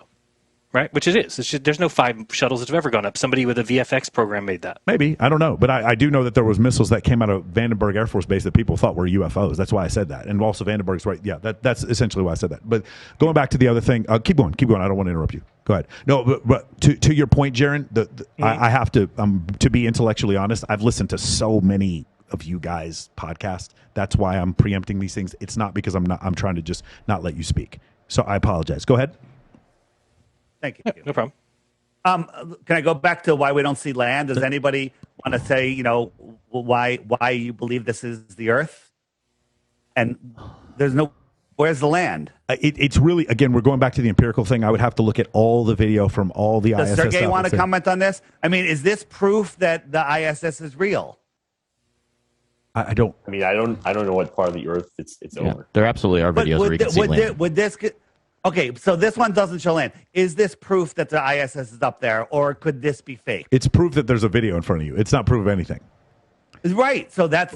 Thank you for pointing that out. So this is not proof. This is as good as what the ISS shows us, but this isn't real because we filmed this. Now, how did we film this? How did we get up that high? Right. The answer is it's so easy to fake things. We're filming up, and you can't even tell that it's up. This is filmed from our front yard. Flat Earth, like what does it help you understand the world? That's what I'm most curious about. So much. Okay. Yeah, Jaron, you go first. Oh, I wouldn't even know where to start. I mean, it's just. I think. Can I talk about a quote that I heard? Because I know you guys are big into science, so I'll just tell you what got me on this path. Sure. First of all, Edwin Hubble. If you read his quote about the expanding universe. All his observations showed him that we're the center of the universe. That's what he saw. What he said is, we can't disprove that. Sergey, you're already shaking your head. I'll show you the quote. He said, we cannot disprove that the Earth's the center of the universe. However, he says, we have to avoid it at all costs. We must avoid it at all costs. It is the absolute horror of a unique position. So these scientists back then thought that being the center of the Earth or center of the universe was so abhorrent, was so disgusting, that they would do anything they could to make sure that wasn't true. And he quoted as saying that. That's one. The second thing is George Ellis, who's a mainstream physicist, said that he can construct a physically symmetrical universe with the Earth at its center, and it'd be impossible to disprove with observations. And he says, what we're doing in cosmology is we're choosing our models based on philosophical grounds, and he says a lot of cosmology tries to hide that. That's a quote. That's correct. Okay. Now, when I hear that, when you hear that a lot of cosmology tries to hide that, how do you not have a question about your science that you've obviously given your life to or you believe in fully, yet you've just had a physicist tell you that a lot of cosmology, which is a science, is trying to hide something from you? How are you okay with that? No. So here's the point, right? Okay. So imagine we are on there's Edwin Hubble here on Earth taking his measurements. Okay. And then there's alien Edwin Hubble across the galaxy taking his own measurements. Okay. Here's the point. They would have essentially the same quote, basically saying, based on my measurements, I can't, Right, but we don't know anybody else exists. We don't know anything else exists. Just us. So you're taking a pretty big leap, right? Those two scientists, those two observers, okay, as they would perceive, they just see all the universe expanding out away from them. No, but you're basing that off of what Edwin Hubble said. So you're making his statement true before you're going to the next statement. So, okay. How do we know there's? How do we know? Imagine the following. Imagine the following. Okay. So we're living in a raisin bread. Okay. You're sitting on one of the raisins. Okay. And now David is sitting on another of the raisins. Okay. Mm-hmm. And we put you in the oven and we start cooking the bread. Okay. And so the bread starts rising. Right. Okay. From your perspective. Hold on, let him go, Dave. Let him go. Let him finish. Yeah. From your perspective, you're going to see all the raisins going away from you, right? Because you see all that dough rising and it expands. Right. From David's perspective, he's going to see all the raisins receding away from him because all that dough is expanding. And so if you guys like, if you call each other on the phone, you're like, hey, what do you see? You'd say, oh, I see all the other raisins expanding away from me. Okay. Okay. So then we're left with a philosophical quandary. Okay. We can basically say, okay, the raisin that I'm sitting on is special, right? My raisin's at the center of the bread. Correct. Because I see all these other raisins expanding away from me. Okay. That would be a philosophical choice. Okay. It's actually a deep philosophical choice, right? Okay. That's kind of like what the religious perspective was in with the Catholic Church. Correct. The ancient conception of a central Earth. Yes. Now, the other philosophical point you can have, okay, is you can say, well, in fact, there's nothing special about our position. And in fact, the universe should be, and these are the two operative terms, homogeneous and isotropic. Okay. Right? Homogeneous means basically things are spread out, uniformly, like homogenized milk. And isotropic, meaning whichever direction I look, the universe on large enough scales looks the same. Okay. And that's a philosophical choice, right? So when you write down your cosmology model, right, you're making that choice. You're saying, do I want to study a homogeneous and isotropic cosmology? And that's the choice that Hubble made, even though he couldn't empirically prove that, it is homogeneous and isotropic, Right. We could be in a privileged position. Right. Right. Or alternatively, you could take the Christian church position and say, no, the Earth is special. Okay. And in fact, we should have a cosmology based on it. So now let's imagine that you and I live back then, and we hate the church. We see the problems with the church. The church is terrible. They're doing crusades. They are on a tear. They're sending people over to the United States to basically subject these people to slavery. Okay, so we don't like them. Just because we don't like them does not allow us to then not choose that viewpoint, because that's not science. You can't just make the decision that, well, we don't like the church, and this is what science did. Science hated the church so much that they constructed their own scientific idea, and they pushed everybody away from the church. I agree with that. I don't want the church in charge either, but it doesn't make it true, right? So just showing you this, I don't know if you can see my screen, but I'm just showing you here where this is the quote from Edwin Hubble, but he's talking about, such a condition would imply that we occupy a unique position in the universe, analogous in a sense to a central Earth, right? But he says this hypothesis cannot be disproved, but it is unwelcomed and would be accepted only as a last resort in order to save the phenomenon. Therefore, we disregard the possibility. So this is your science when these guys are going out there and they're making decisions not based on any evidence. They're making decisions based on their worldview. Their worldview is religion sucks. We don't think we're special. We think we're we're just out in the middle of nowhere, just flying around space. And so they basically, and then he comes back and says this, but the unwelcome supposition of a favored location, meaning the idea that we're at the center, must be avoided at all costs. This is not science, my friends. Right. This is not science. This is a worldview. So let's talk about two different things. Go ahead. Hold on. Let me just finish this up. So such a favored position, of course, is intolerable. It's intolerable. That's great science. Therefore, in order to restore homogeneity and to escape the horror of a unique position. So just because these guys hated God and hated religion doesn't make them correct in their suppositions of just saying, you know what, how else would this work? And somebody said, what about if we live on a raisin bread? And they're like, you know what, that's it, that'll work. Let's live on a raisin bread. That's what they did. Well, here's the point, right? When you're constructing your model, right, of the universe, you do have to make these philosophical choices, right? And often why not study both? Well, hold on. Wait, that's what you do, right? Well, you do study. Sergey, before you go on, there's his observations, and then there's his interpretation of those observations. Those are two different things. His observation shows that these galaxies were receding away from us. His then interpretation that means he could not. It doesn't mean he proved we were the center of the universe. He said we could not disprove. He could not prove or disprove because, like he said before, with the raisin perspective, where we're sitting on different raisins in the raisin bread, I cannot prove or disprove that I am the center.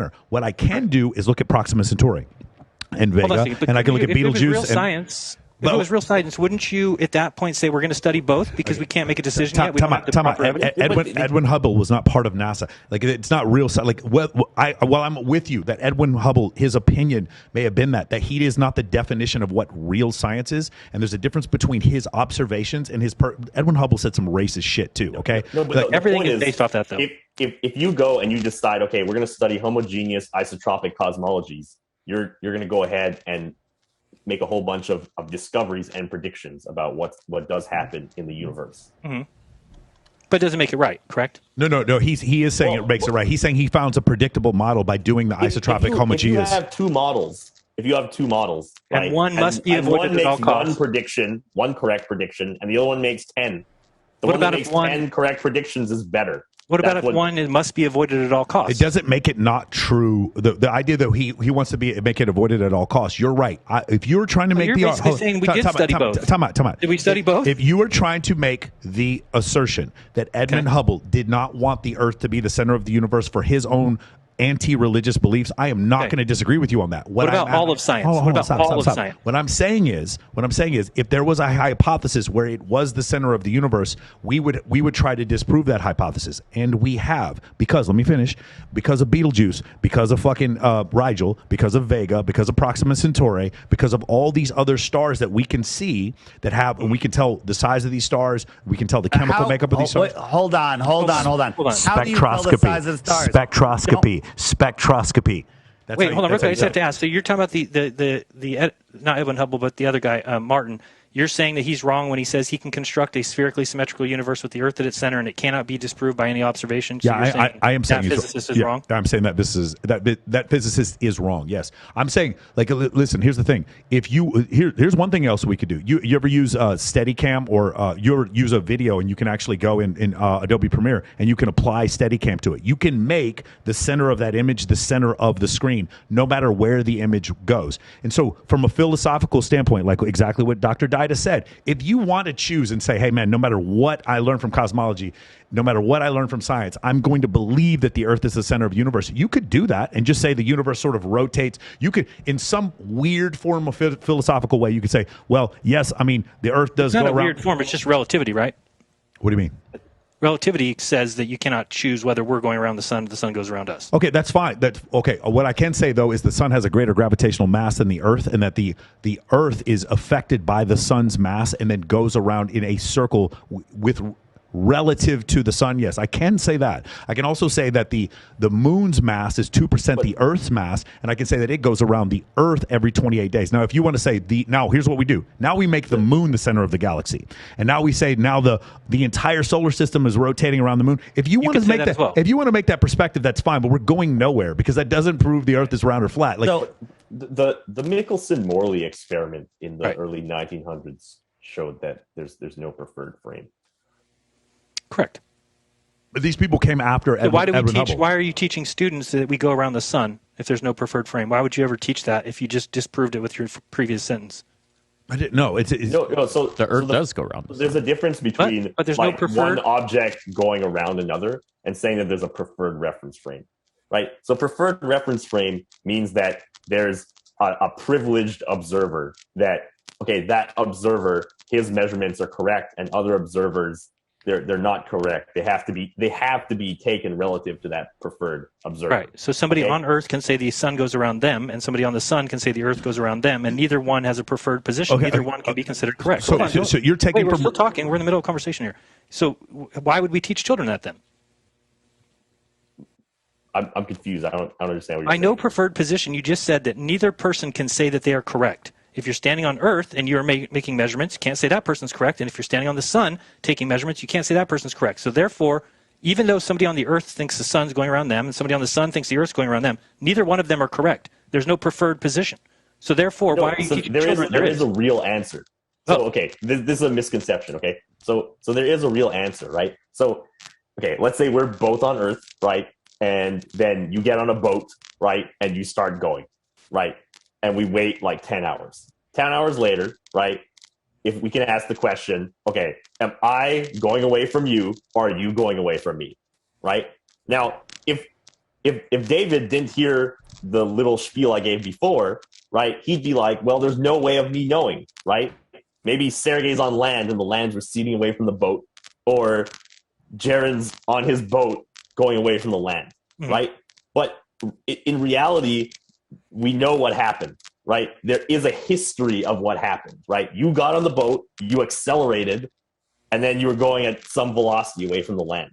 And so objectively, the boat is moving away from the land, not the other way around. Okay? So what I'm trying to say is that the universe is consistent. Okay? There is a correct answer. the philosophical point I was making earlier is that there are no preferred observers, right? What that means is that if you go and you write down your physics equations while you're on the boat, and I go and I write my physics equations while I'm on the land, okay, those two are going to tell a consistent story. And we can't say like objectively, Sergey's right, Jaren's wrong. Both those descriptions are correct. And they in fact have to agree. That's the whole point of physics. Okay. The point of there not being any preferred observers means that there isn't a preferred frame of reference. You can't just say, oh, like, my measurements are right and yours are wrong. They both why are they teaching that we go around the sun? No. So yeah, you're missing Because the point. objectively we are. So here's the point, right? The reason why How can you say How do you that? mean objectively we are? Time out. The Can we reason. keep talking to Sergey? Okay, hold on. So here's the reason why. So going back to what he said, because he said it twice, and you guys didn't really hear what he's trying to say. He's trying to say there is no preferred, there is no privileged. What is it? Reference or privilege? What did you say before? There is no privileged observer. So like you guys are like, well, there is no privileged observer. Therefore, I can say that the sun goes around the earth. Wait a second. No, that's not what we're saying. We never said that. That's not what we're saying. Actually, why are you teaching? Actually, Jaren, you did say that a few minutes He did ago. not say that. Okay. He said, "Why are you teaching the Earth goes around the sun? Why is science teaching a preferred reference frame?" Well, in this case, no. So that's different. It's not saying that there's a preferred reference frame. Okay, what that's saying is that objectively, the Earth is going around the center of mass of the Earth and the Sun, and the Sun's much more massive, and so it's much closer to the Sun. So the Sun. How do you know what size the Sun is? Again, you're assuming the Sun is more massive than the Earth when it doesn't appear to be. I mean, when we look at the you sun, can measure it by measuring what the orbital period is and Kepler's law. No, you can't, because you don't know whether You're the sun taking is Kepler's circling laws. around us. Right. When the sun being 93 million miles away is just a made up story on an assumption that we live on a ball with a radius just under 4,000 miles. But how did you get R? Where did R come from? Okay. Nobody knows. The way we got the radius of the Earth was, or because we think we're the same size as Venus and it transited the sun. It's all nonsense. They got lucky though. Then it was the same size as Earth. well, then we got unlucky. It's 98% the size of the Earth. One, and number two, we got unlucky. Well, how do you know that? Because How do Mars you is know much that? smaller, and because the Moon is 2% the size of. How do you know that Venus is almost the same size as Earth? I mean, we know that from. You can resolve it. No, you can't resolve it.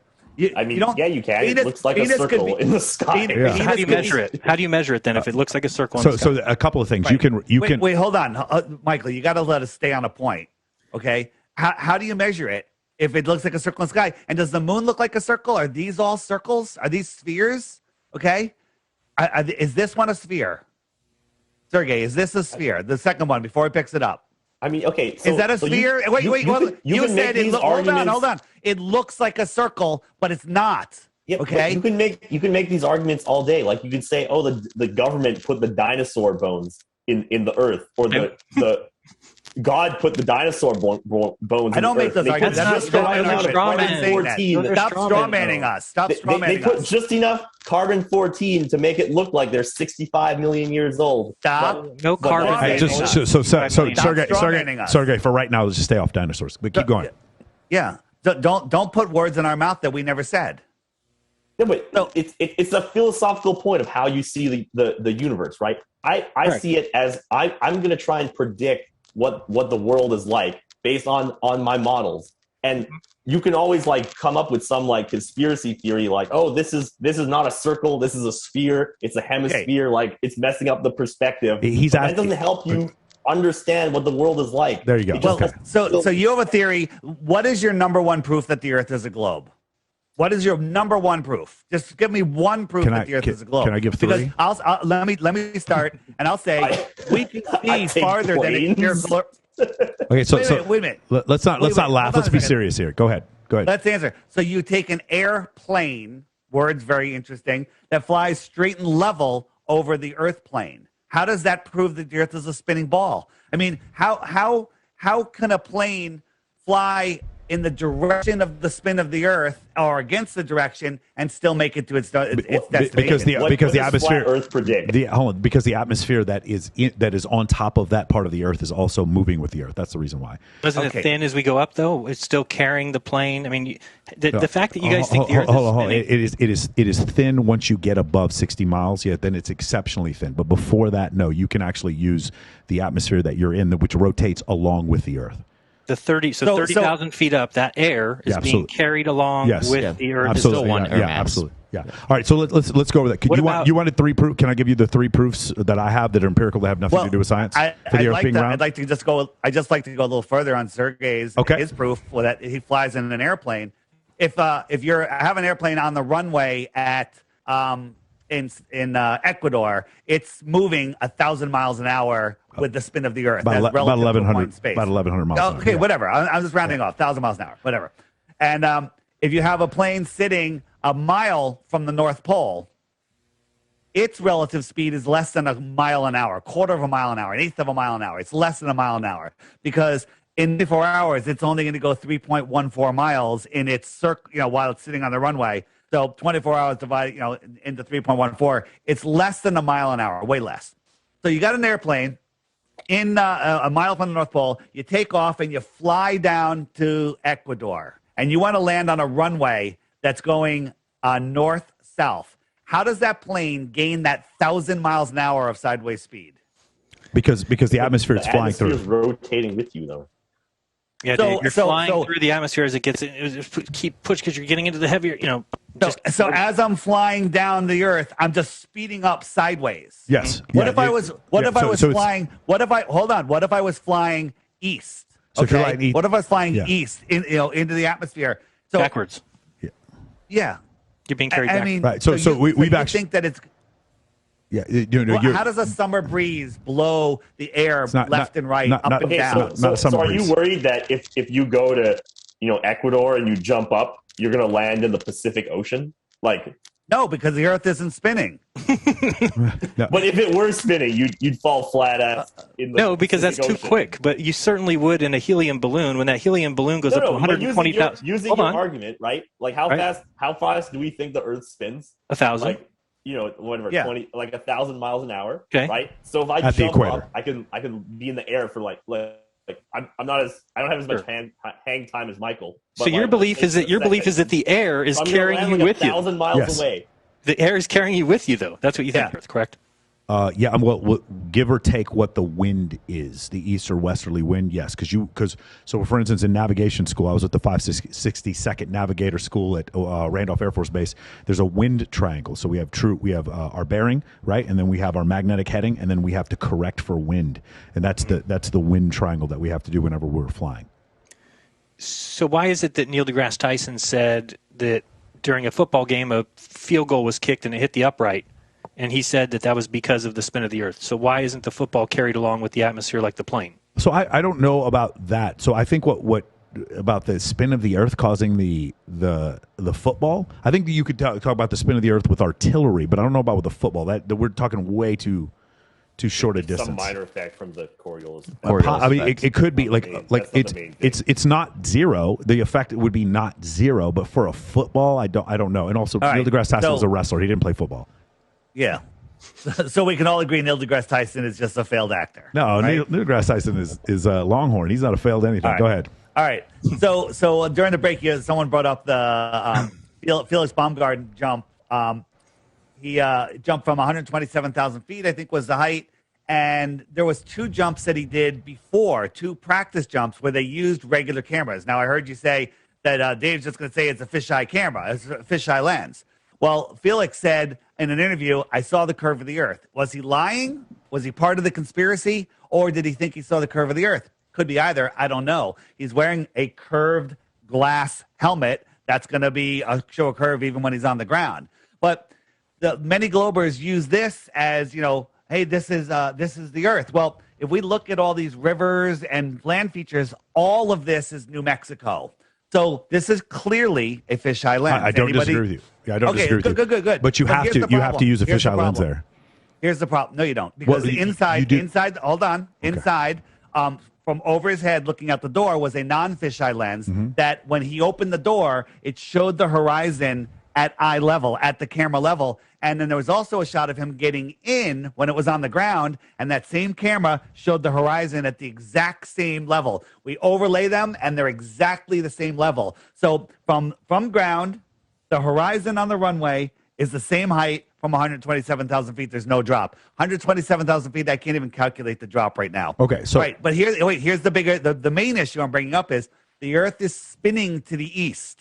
He went up in New Mexico, up there for 3.5 hours.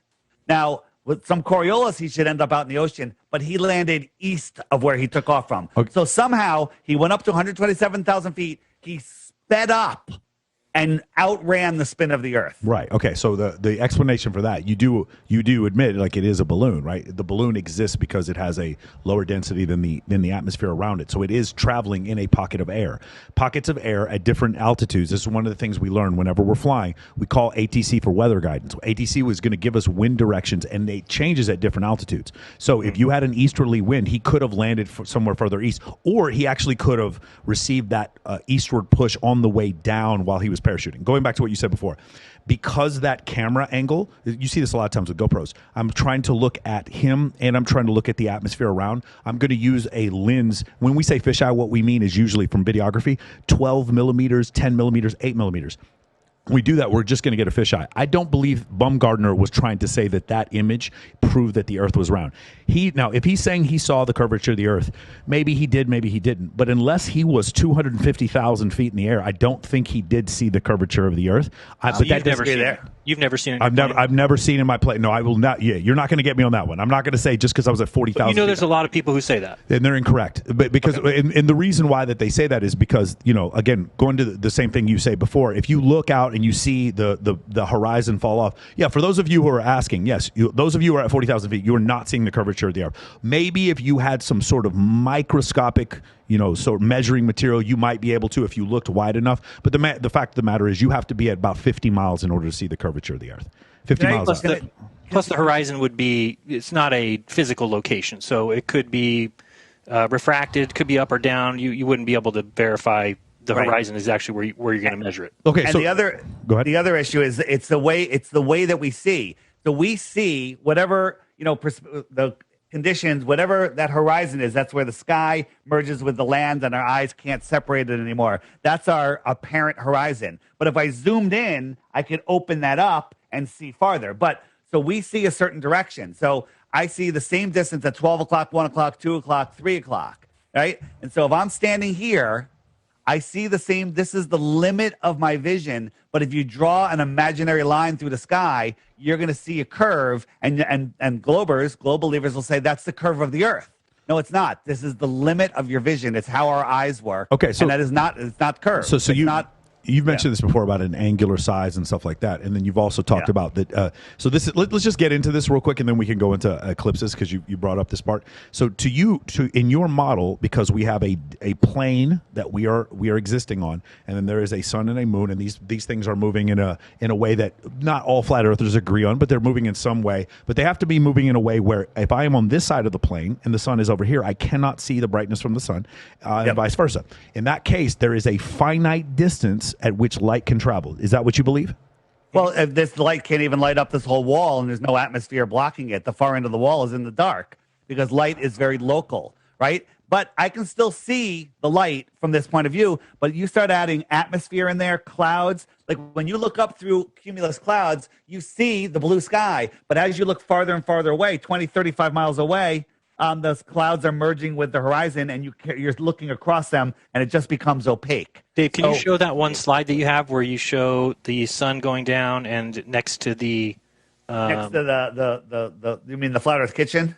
Yeah, just because it's good to show. So guys, let me show. This takes 60 seconds uninterrupted. Sure. Okay. So this line, you have to pay attention. This line is a level line, and we're watching it from a celestial point of view, from the height of the line. So here's the sun moving along this line. Now, this is either mountaintops, city skyline, or it could just be the atmosphere cloud deck.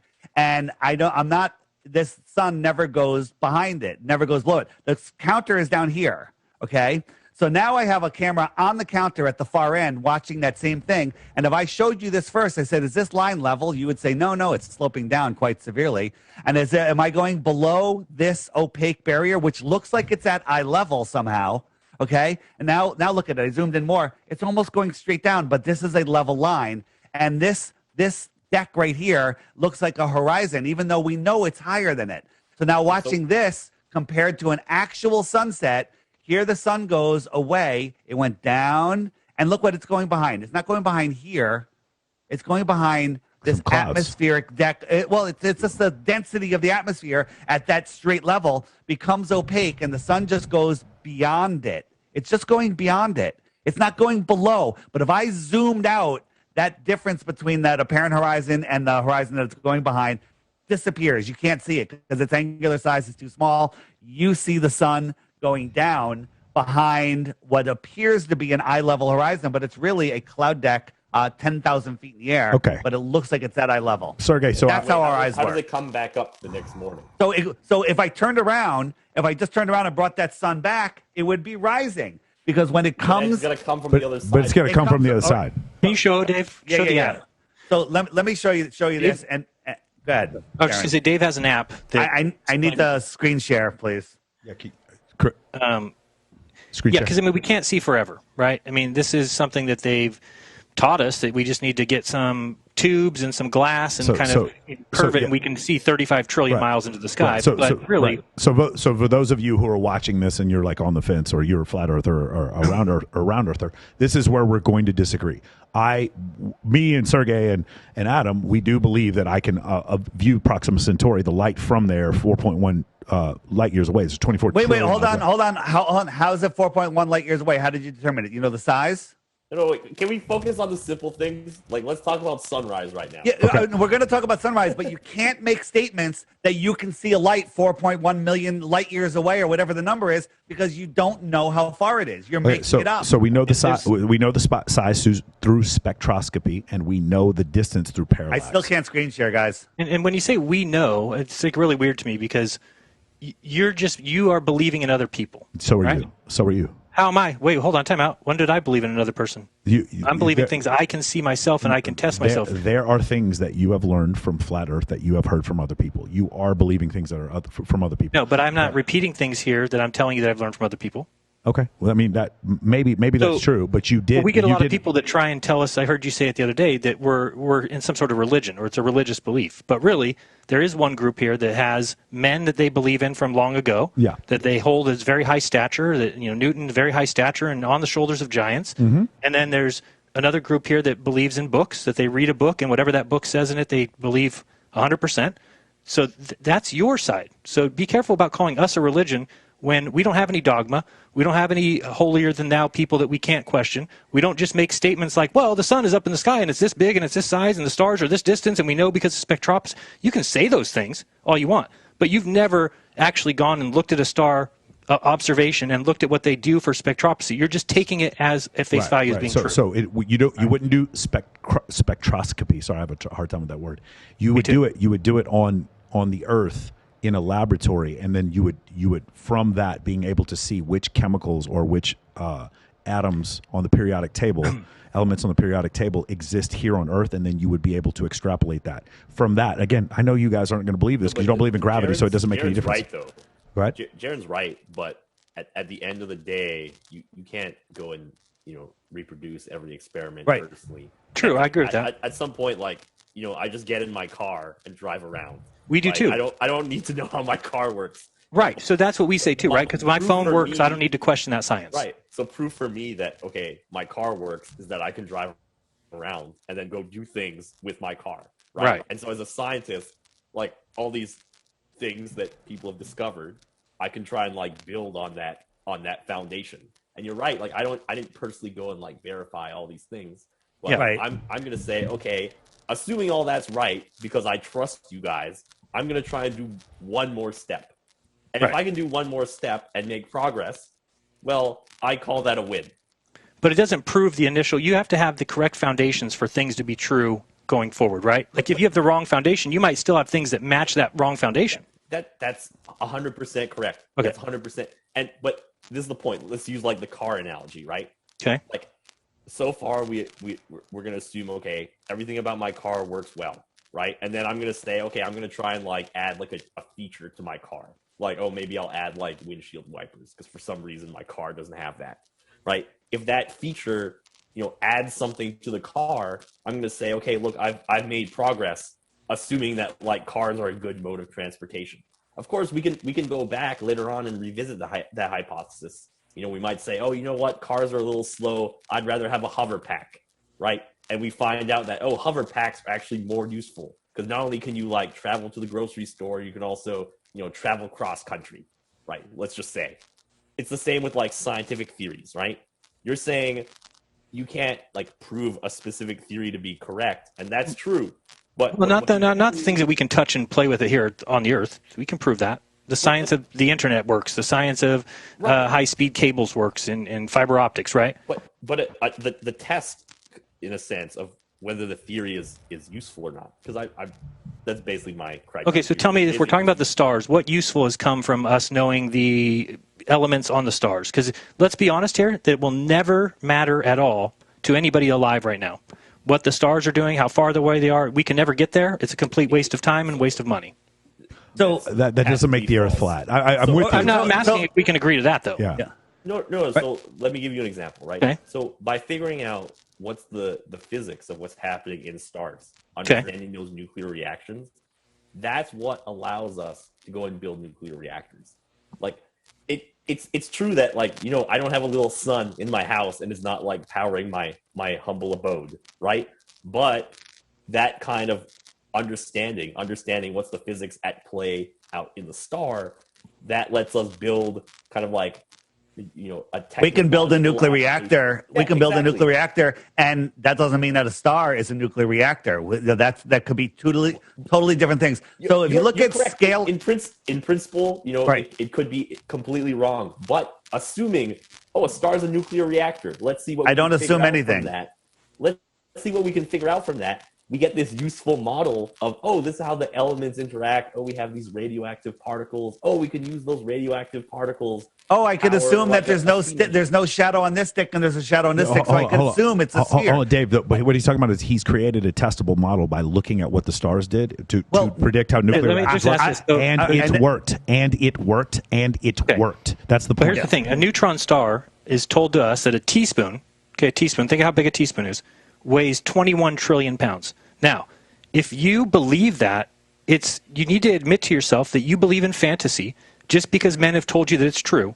And you have to recognize why I'm going to say don't believe that. Hold on a second. I recognize why you say you don't believe that, but when you say it's fantasy and I shouldn't believe that, if I understand the standard model of particle physics, then it does make sense to me. I know for you it doesn't make sense. That a teaspoon of something weighs 20? Absolutely makes sense to me because we've burned off all the electrons and all we're left is the neutrons, and there's not enough pressure from the what you call it, the thing is the electron pressure from before. We understand how atoms work, and because there's not, the neutrons all collapse in on each other. Yes, that would make sense because what happens now in our standard model of particle physics, the reason why there's so much space between these particles that we have right now has to do with quantum mechanics. In a case where we took all these neutrons and there wasn't all this empty space and we put them all together, yes, there's no reason why you can't have neutrons that close together that create that much density. There's no reason why that happens. Just because you don't see this. Hold on, guys, it's my turn. This is something that we're never going to be able to prove. It's theoretical, and we'll just let that go. But let's talk about scaling, sizes and scaling and variance, whatever. What do you call it, Jaron? Scaling and variance? Yeah.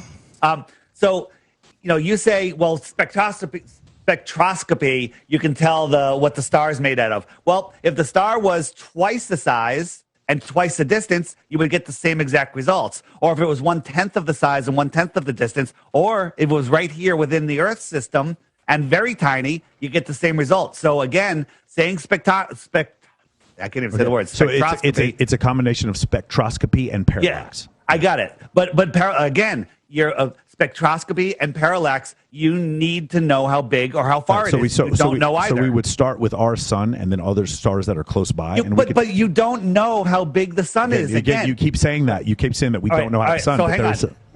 how do you know the distance of the sun? Because you know the size, No, or you know we can use parallax, and we can also see because of the orbital speed of Jupiter, we can tell how far away the sun is by doing that. Jupiter, we can actually use the other planets too. We could also use Mercury and Venus. Again, scaling and variance. Size? All of them could be right here within the Earth system.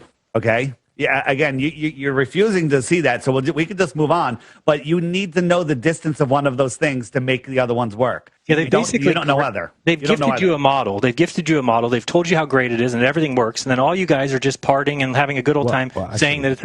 To be fair, Isaac Newton gifted us the original model for the formula for gravity, and parallax came before that. I believe it was the Persians who came out with that idea. So this model that was gifted to us has been tested and proved. Can I ask a question about starlight? Does the inverse square law of light work in space?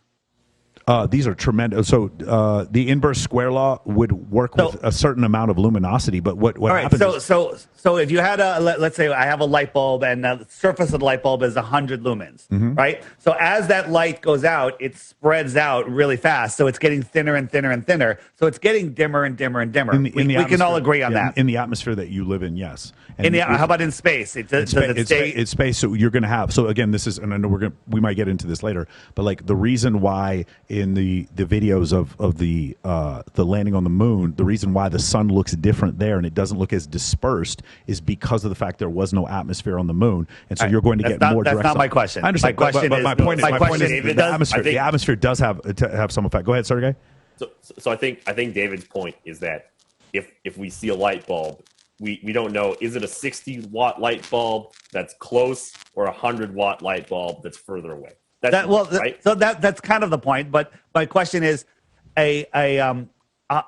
as you're seeing it farther away, it's getting smaller and smaller. Its light is spreading out, so it is getting dimmer and it is getting smaller. We could agree to that on some scale, right? To a point. At some point, there's no more angular size, and so all the stars will look the same size. Michael, I'll let you interrupt me, but you only get one sentence per interruption, okay? All right? I'm just trying to make a point, and I don't want it to take forever. So if our sun, that the size that they tell us was just a mile over our heads, and you looked up, what would you see? You would see the sun filling the sky from horizon to horizon. Does everybody agree with that? If the current theoretical size from that you're saying from our model. Okay, got it. Yeah. Yes. Okay. So it would fill the entire sky. So then we move the sun from right here, and we move it away 93 million miles, and it gets really small. It gets so small that it's the size of a coin held at arm's length. We could all agree with that, right? Agree. Just like we see it. So it has shrunk in 93 million miles that much. If I doubled the distance, do you know what its angular size would be? It would be really small. But I think the number is 3 times the distance. Its angular size would be too small for the eye to see. But let's just be safe. Let's make it 24 times the distance. Its angular size is magnitudes too small for our eye to see. Okay, we can all agree on that. So now let's look at Polaris. They tell us Polaris is like 46 times bigger than the sun. Let's make it 48 times bigger than the sun, right? So 48 times, so the sun being 24 times farther away is 3 light hours because it's 8 light minutes times 24, 3 light hours. Polaris is 48 times bigger. That's 2 days. 6 light days away. It is scientifically provable that Polaris would be magnitudes too small to see. But they tell us Polaris is 433 light years away, and I can see it with my naked eyes on a cloudy night. Okay? That's impossible. This is science. This is actual science that I don't know.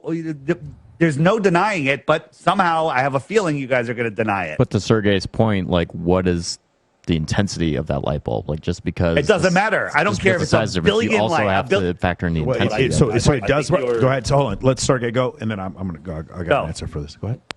So to be able to like see the light doesn't mean that you're actually resolving it, right? So resolving, what that means is if there's like 2 light sources, you can tell them apart. So you look across the street and you're like, oh, there's 2 street lamps, right? But if you walk far enough down the street, you just see the light, right? You see, oh, there's light on that street, but you can't tell that there's 2 street lamps or 1. You see the difference? Well, no, the light gets dimmer and dimmer, and there's a point where I can look over, like you can see, I think a candle flame. I think it's a mile or 2 miles, whatever the distance is, but then it just gets too small and too dim to see. Okay, But it's the same thing. It's the same thing with what we're looking at stars. At 6 light days away, you could not see Polaris, but we're supposed to see it at 433 light years. That is a completely different. I mean, there's no. It's such a big number that most people just short circuit and don't process the information. 2.6 quadrillion miles. Got it. But the point is, what you guys are saying, that the angular size is so small that we wouldn't be able to see it. That is not the point. That's for us to resolve it. The reality of the situation is we would still see the light, and that's the reason why we see all the different stars that we see, from Betelgeuse to Rigel, those other massive stars. So the reason we see them is because we still see. We can't tell the shape of it. We can't see the planets around it. We could just see the how come if you use the inverse square law of light, at 6 light days you wouldn't be able to see it, No, but that's somehow not true. we can see it at That's not true. 433 light That's years not true. away? We wouldn't be able to resolve it. We would not be able to tell the features of it. We would be able to give some idea of the color, and from the color, and using spectroscopy, we could tell from that. Say, okay, well, this star is probably this old, and we can tell from those things because we can see other stars. We say, well, these are other stars in different periods of their life and death cycle, and we can predict from those things. We can predict from those things, and when we take that model and we use that model to predict other things, it tends to work out. It works out every time. That's the reason why we use it. So going back to what you said, no, we cannot resolve detail from Polaris, but we can resolve the light. That's the reason why you can still see it. And going back to like search and rescue, that's the same reason why a signal mirror you can see from miles and miles and miles away, even though you would never be able to break out and resolve. Would you be able to see Would you be able to see a signal mirror if it had any obstruction at all? If that mirror had any obstruction, could you see the flash? Or do you have to have a direct line of sight to the mirror? Direct line of sight. Okay, so we've done mirror tests where we go 25 miles, where there should be hundreds of feet of curvature. Somebody sits on the beach with a mirror. When the sun's setting behind the person observing, he zooms in with a camera, and we pick up the mirror flash. There's supposed to be hundreds of feet of curvature there. There is a clear obstruction. So there's not hundreds of feet of curvature. You guys refer to this something over 8 squared. I forgot what it is. 8 inches per mile squared. Right, we don't refer to that. That is the mathematics of the curvature of the Earth. Absolutely not. There is no 8 inches per mile squared. Is not used anywhere in astronomy. It's not used anywhere in geology. It's not. That is number. Because the Earth is flat. Hold on, guys, time out. Everybody who's can you? I'll bring up the number and I'll put a link in the description. What that mathematical formula describes a parabola, not the curvature of the Earth. We don't need to go. Yeah, but hold on here. We use that because you're talking about once you get 1/3 of the sphere, it starts wrapping underneath itself. So if you kept using that formula, you'd be incorrect. But we're only measuring as far as we can see, which is really a couple hundred miles at most. So it's way too much, and that is not accurate. You should not be using it. It is absolutely accurate. Up to 3,000 miles, it's a perfectly accurate. I'll bet you anything. It is not. Bet me money. Mike, we can bet that. But there's also Globers. Most of them agree. But there's one site. I think it's Nick West, whatever. He says no. You have to cut that number in half. That's false. But let's cut the number in half. We can still see it. Yeah, even if you cut the curvature in half, we can still see it. A parabola with incorrect numbers is still a parabola, and you live on a sphere. Hold on a second. It's not. I'm telling you that if we do 10 miles, 100 miles, or 1,000 miles, 8 inches. You're starting the curve of a parabola, which is a parabola. It is not. So what is the curvature at 25 miles? We'd have to look it up, but I don't know. But that number you guys time out. That number you guys came up with. No, we didn't. No, we didn't. We're using your. That's AutoCAD. I'll show you the AutoCAD for it. I'll give you the exact links. You can go look at the AutoCAD, which gives you a sphere of 24,901 and then predicts the amount of curvature for every location from 12 o'clock. Now, you can't go past 3 o'clock on the clock because now you're coming underneath yourself. You would have negative curvature. But we don't need to go that far. We can only see 300 miles. Think about what you're saying, guys. You're measuring through curvature. You're saying there's no curvature, right? No, I'm not saying there's no curvature. I'm saying you would have a different equation that would be closer to measuring a circle than a parabola. That's what Michael, we're only talking 10, 20, 50 doesn't matter. miles, 100 miles. But you're still wrong. Doesn't matter. You begin wrong. You're not wrong because our number matches exactly whatever you come up with. You go figure out what your curvature on any mathematics that you want. At 250 miles, I guarantee you it's less than 1% different than 8 inches per mile squared. And then you'll have to admit that you were wrong. No, I won't have to because it's still wrong. You're starting by using something in order to come up with these equations. You can use anything you want And with it, if you do it with 250 miles or less, it'll come up within 1% of our number. You said if you predict something and if it comes close and it's useful, that means it's true. So there's 8 inches per mile squared. You're using a formula that did not come from astronomy. So what is the formula? So again, I don't have the astronomy, but I do know that we're gonna have to move over. We're gonna have to move on. That's fine with me. That's fine. But here's the thing. Go ahead. This is your challenge. Go show us what the curvature is at 250 miles, and then you'll see. So yeah, and I'll do the 8 inches times mile squared, and we'll see if it comes out the same. So you're asking about the sunset. We're going to go back to that a little bit, but before I share the screen, can one of you explain to me how seasons work on your globe? Go ahead, Sergey. You want to do this?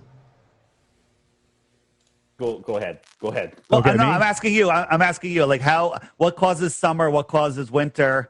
Let's talk about here. I'm in the north. You guys are in the north. Let's do it. All right. Ready? How do I get? So we have a planet that's about 25,000 miles around, oblate spheroid, and it is rotating at once every 24 hours, and it is 94 million miles away from a light source, the sun. It is angled at 23.5 degrees, and on June 21st, it is the North Pole is facing as much as it ever will towards the sun, and direct angle. And on December 21st, the South Pole is the I'm sorry. The Tropic of Capricorn is facing the sun. I get it. Not the magnetic North Pole, but the actual pole that the pole of axis is facing as close as it will directly on December 21st towards the sun in the South Pole. That's how we would get seasons. So that means on September 21st and on forgive me if it's March 21st, that would be the solstice. Equinox. Sorry. Yeah. No, those will be the equinoxes. So June 21st and December 21st are the solstices. Yep. So June 21st is the height of our summer, yep. and that's because we're angled towards the sun. So the sun rays are coming parallel to the Earth for 94 million miles, and then that little bit of tilt causes them to hit a wider area, and it's less intense, right? It would be more intense. Right? You said June. Or are you saying December? No, I'm talking about December. Yeah, December. Right. We're tilted away. Correct. So it spreads out because we're tilted away. And from just like if I put a spotlight on my hand, it covers a certain area, but if I tilt it, it spreads over a wider area, which has to spread out that heat. That's what you're saying. And the difference the difference between summer and winter from an astronomical standpoint is not a great temperature difference. But yes, that is what we're saying. The difference between summer and winter. So summer in Las Vegas. Let's just say let's talk about a more temperate zone. My Connecticut. Okay, so Connecticut, Massachusetts. Do you guys get up 100 degrees in the summer? We get 100 degrees in the summer, and everything freezes in the winter. So below 32 at winter. Okay, from an astronomical standpoint, like for instance, like temperature changes on different planets, that is not a great change, but for here it is a great change. And I guess we could get into human evolution, but evolution would state we exist on this planet because to like for instance, Mike, you're going way off track. Got it. Way Go ahead. off track. Go ahead. Okay, so you're saying because that little tilt, the sun goes farther away. The sun spreads out, and that's why my lakes here freeze in the winter. Energy dissipation. Yes. Right. Okay. So. Is in the northern winter, are we close? In your model, are we closer, farther, or the same distance from the sun than in our summer? On January 3rd, we are nominally closer, but it has no effect on the very little effect on the amount of light that actually gets to the Earth. So 3.5 million miles closer is the actual answer, but over 94 million miles, it's only a couple percent. Makes Correct. No difference because the light it's just going and that heat. Is heat going through through the solar system and hitting the Earth? So it's heat. It's radiation from ultraviolet. Yes, okay. radiation. All right. I got it. I just want to see where you're coming from. So can you tilt a ball in one direction or any direction? A ball can tilt in any direction. Okay. So here's the thing. On June 21st, here in Connecticut, I can go down to the water, and when the sun appears on the horizon, I can feel the heat on my face. Okay, that is the most severe tilt, way more than the seasonal tilt of the Earth. That's an 89-degree tilt. So I'm seeing the sun at an 89-degree tilt, and I can feel the heat on my face. I don't understand what you're saying. You're talking about at the sunrise, the sun is 89 degrees from the zenith? Hold on. Yeah, 89 degrees. 1 degree, Dave. 1 degree. It's 1 degree. It's 1 degree. So 89 degrees from the zenith or 1 degree from the horizon. Correct. Okay, got it. Okay. Right. So that would be the Earth would be tilted. It should be That's like with the poles. I mean, that's worse. So the sun is right there on the horizon, and I can feel the heat on my face. I can get a tan within 10 minutes. I'm getting sun. I can get a sunburn. I can feel the heat. We're 3.5 million miles farther away, but you say that doesn't make a difference. No. Then 6 months later, in December, when we're closer to the sun, but that doesn't make a difference, at solar noon, when the sun is at its highest point for the day, maybe 50 degrees up in the sky, a much more direct angle, I could look at the sun and I can't even feel the heat on my face. That completely 100% negates your tilted ball season model. No, it doesn't. And then, yes, it does. 100%. The environment around you is colder. You are in a pocket of air that is colder. That's the reason why you don't feel that heat. That is not true. Why is it colder? That is incorrect. There we go. NASA's after me. Go ahead. So, What was that fell? I'm interested in symbology. Something fell that's like you need to pay attention to whatever fell. Right. Hell yes, man. The Selfish Gene by Richard Dawkins. 3 hours on evolution coming up later. There you go. All right. So wait, this is just I'm getting to my screen share real quick. So this is the heat map of the Earth. We got the equator right here, tilted. Yeah. We have our tropics. But the red area is the tropical zone mostly. How can these sun rays? Why is it heating it at this angle? You look at it on a flat Earth. The sun circles around here, migrating in between the two tropics. This heat map, which is the same as this heat map, makes perfect sense. So now let me share my screen, and I'm going to show you how seasons work, right? And then we're going to go from there. So this is the Flat Earth Sun, Moon, and Zodiac Clock app. You guys can see that? Is that on everyone's screen? Sure can. Yep. All right. So the sky is a perfect clock. The sun goes around once every 24 hours. And it laps the moon. If I speed it up, you'll see that it's catching up to the moon. The moon's getting more full. And after 28 times around, the sun will lap the moon. So the moon, its phases and its position dictate, keep track of the weeks and the months. The sun keeps track of the hours and the days. And you'll see the moon is waning right now. And that gets into a whole nother thing. When the moon goes new, how come no one ever sees it for like 60 hours? That's another insane thing.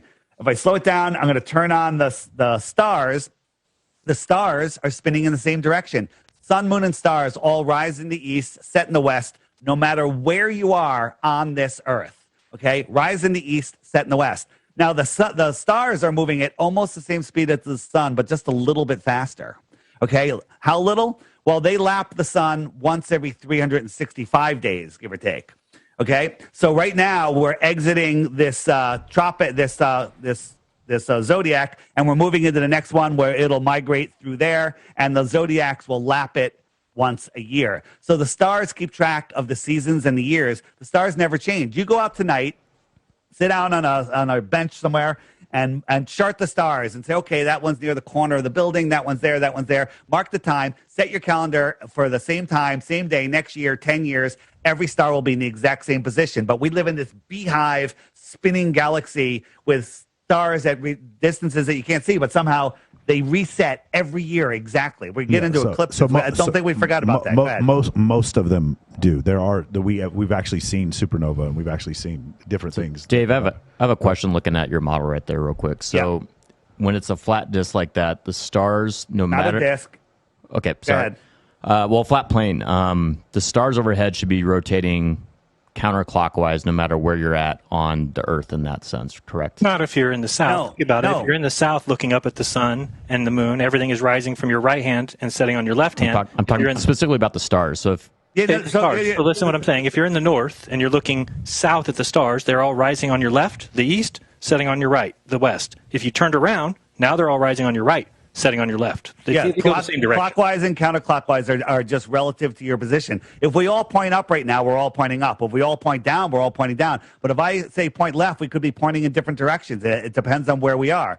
So if so then why didn't at the equator do the stars go directly overhead from one spot to the other? Whereas if I'm in the north, the stars are apparent to be counterclockwise, and in the south they go clockwise. Okay, so let me turn the stars back on. Go ahead. Whoops. I'm just trying to understand. Mm-hmm. Yeah. So, and this is something that they don't teach you in school. So, you see my mouse? I'm inside the Tropic of Cancer, which is this line right here. So, I'm looking outwards. and the stars are coming from my left shoulder to my right shoulder. Can you all see that? Can you visualize that?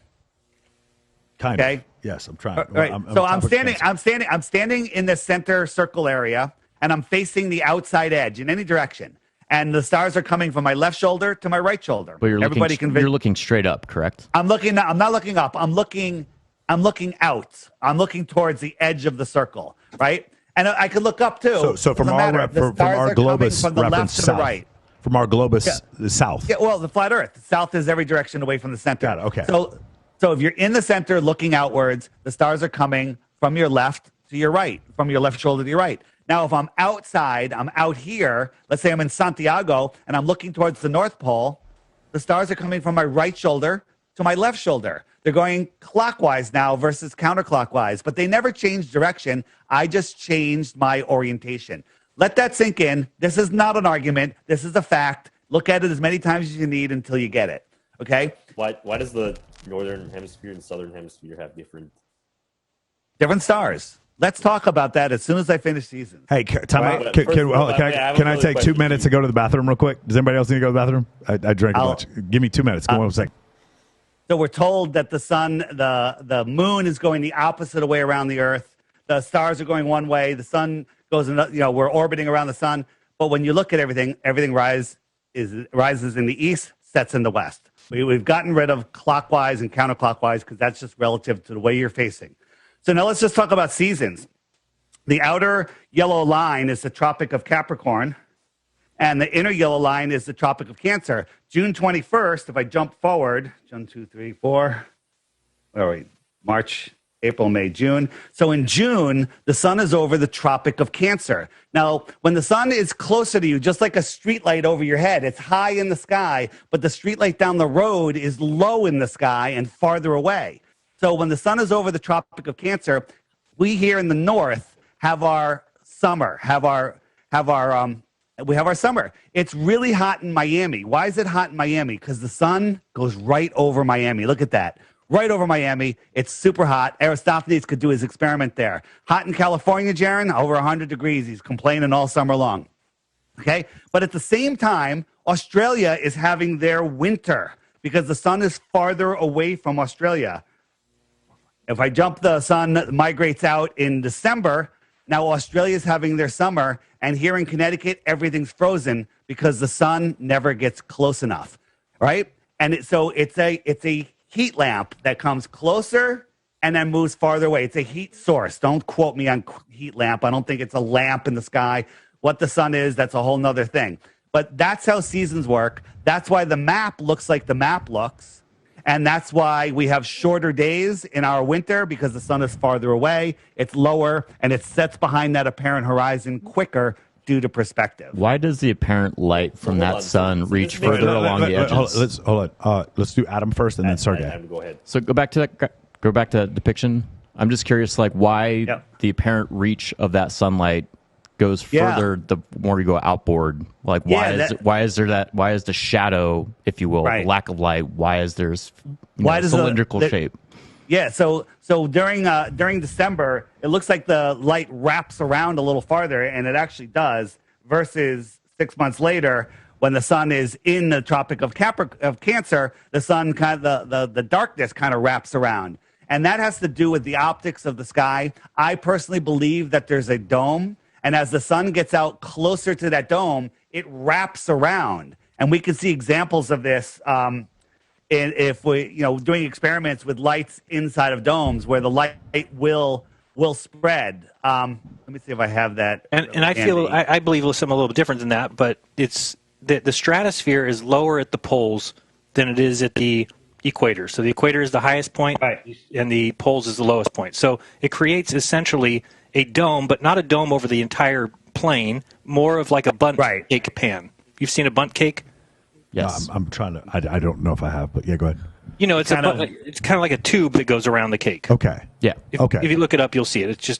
It's basically like a dome, but a dome that goes around everything. And that's what the atmosphere tells us. I mean, so good. So let's talk about the angular speed of the sun is the same, but when it's December, the sun is going faster because it has to make a bigger circle in the same amount of time, right? We can agree with that. And so Globers were like, well, how is that possible? And it's just where that focus point of energy that we call the sun is. It's still going at the same speed, the same angular speed.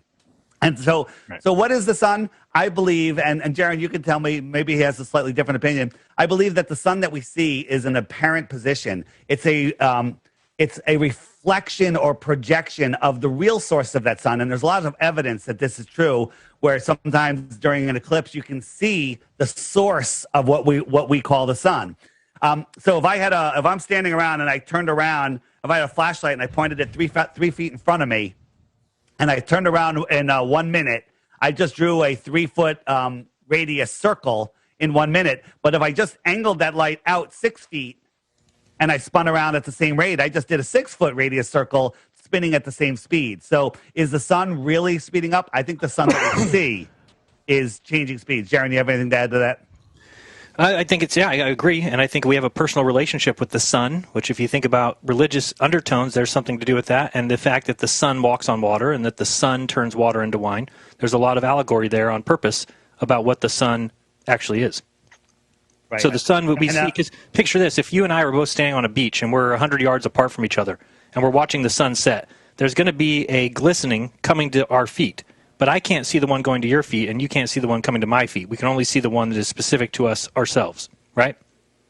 Got it. Okay, yeah. Awesome. So, and then also, like if people say, well, how do we see it in different positions? This is the reason you can't triangulate the sun.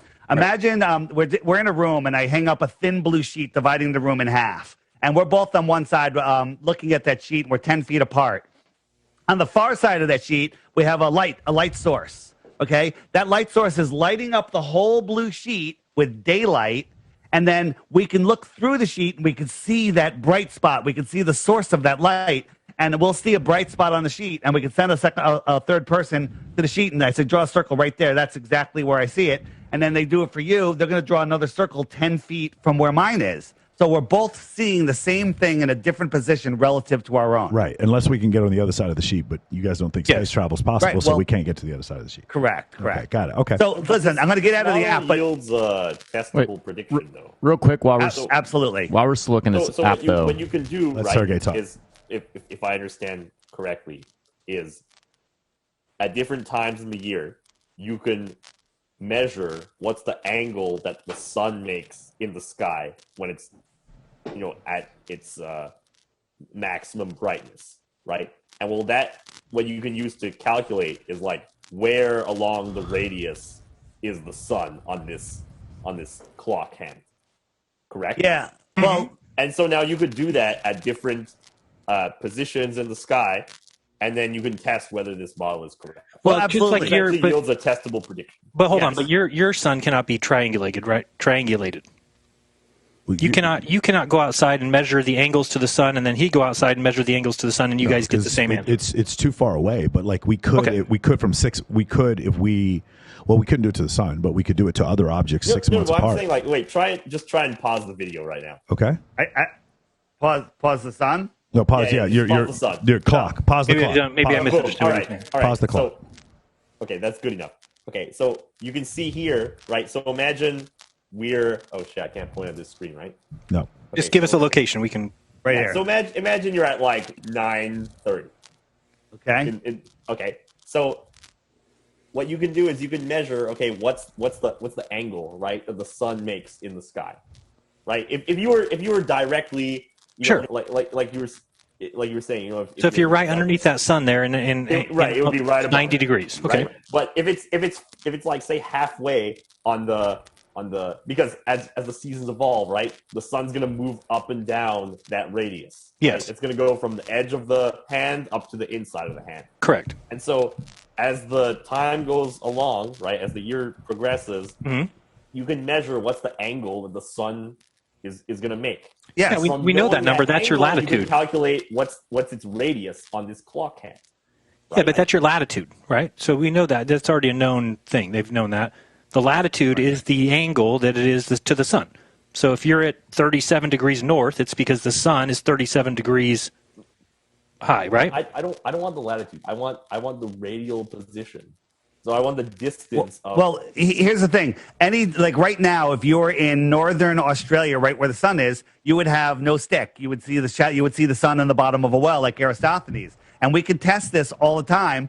On June 21st, every place underneath that yellow line at solar noon will have no shadows on anything that's vertical. So yeah, this is testable and it works. But guess what? It doesn't prove the flat Earth because at different times in the year you can measure the angle, and from the angle you can get what's the distance along the clock hand.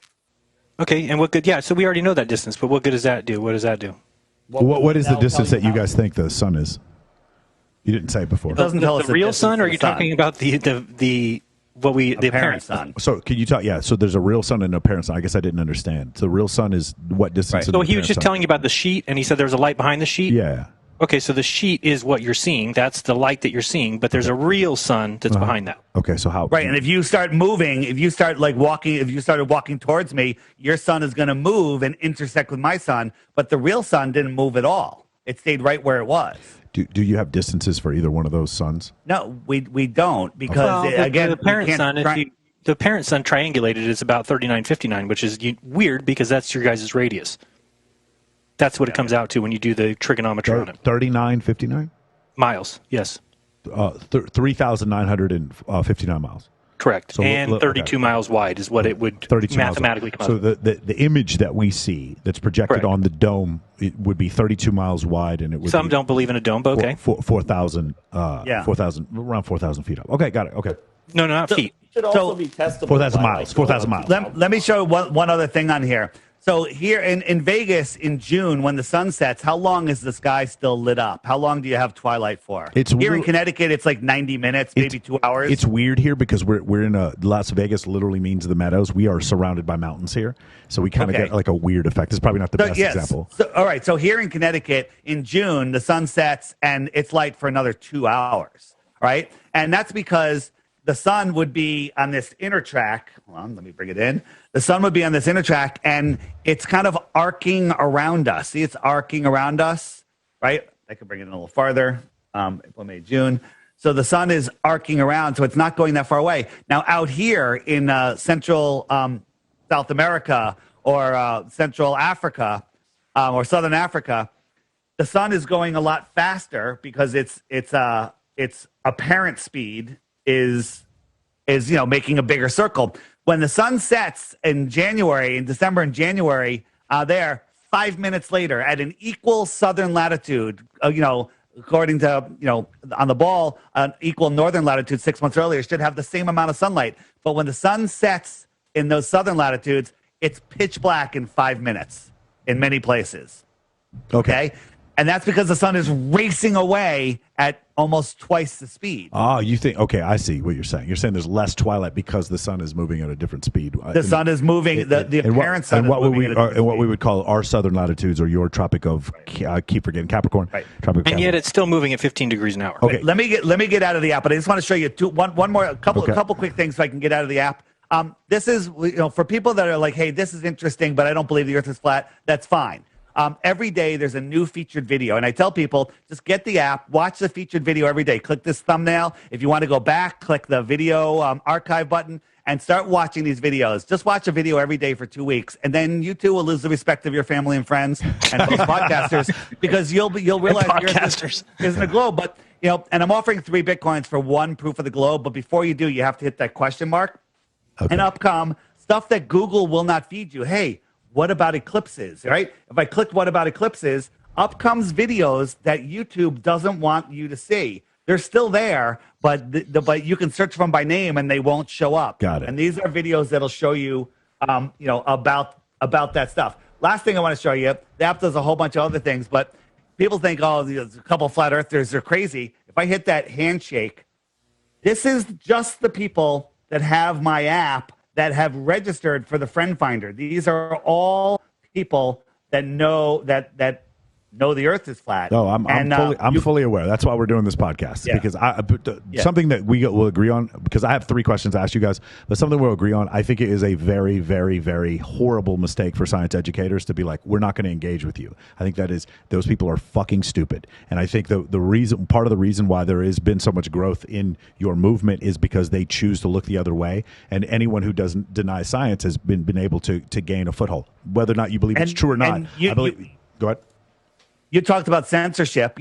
Why are they sitting there? They're allowing Bigfoot. They're allowing, all sorts of crazy stuff on the internet. But, they're censoring Flat Earth. During the Senate hearings about fake news, they use Flat Earth as their example on how they're going to hide it and replace it with authoritative comments, authoritative, wiki links and whatnot.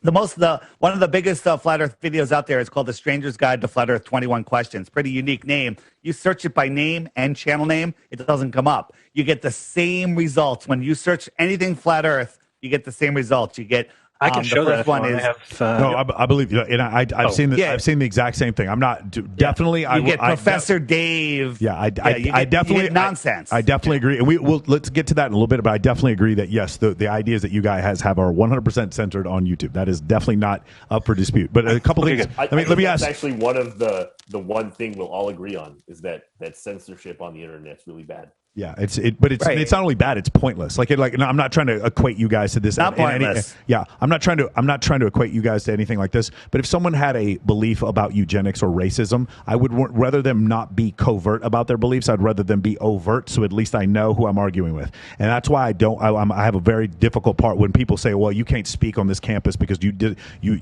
because of gender studies or because of whatever." I have a very serious problem with that, even if I agree or disagree with you, because I want to know where everyone stands. And if you ever read the book Homo Deus by Yuval Noah Harari, at the end he talks about dataism. Anything that speeds up the bandwidth is good. Anything that slows the bandwidth down is bad. Even if it's something that you don't believe in, it's still better that more people know.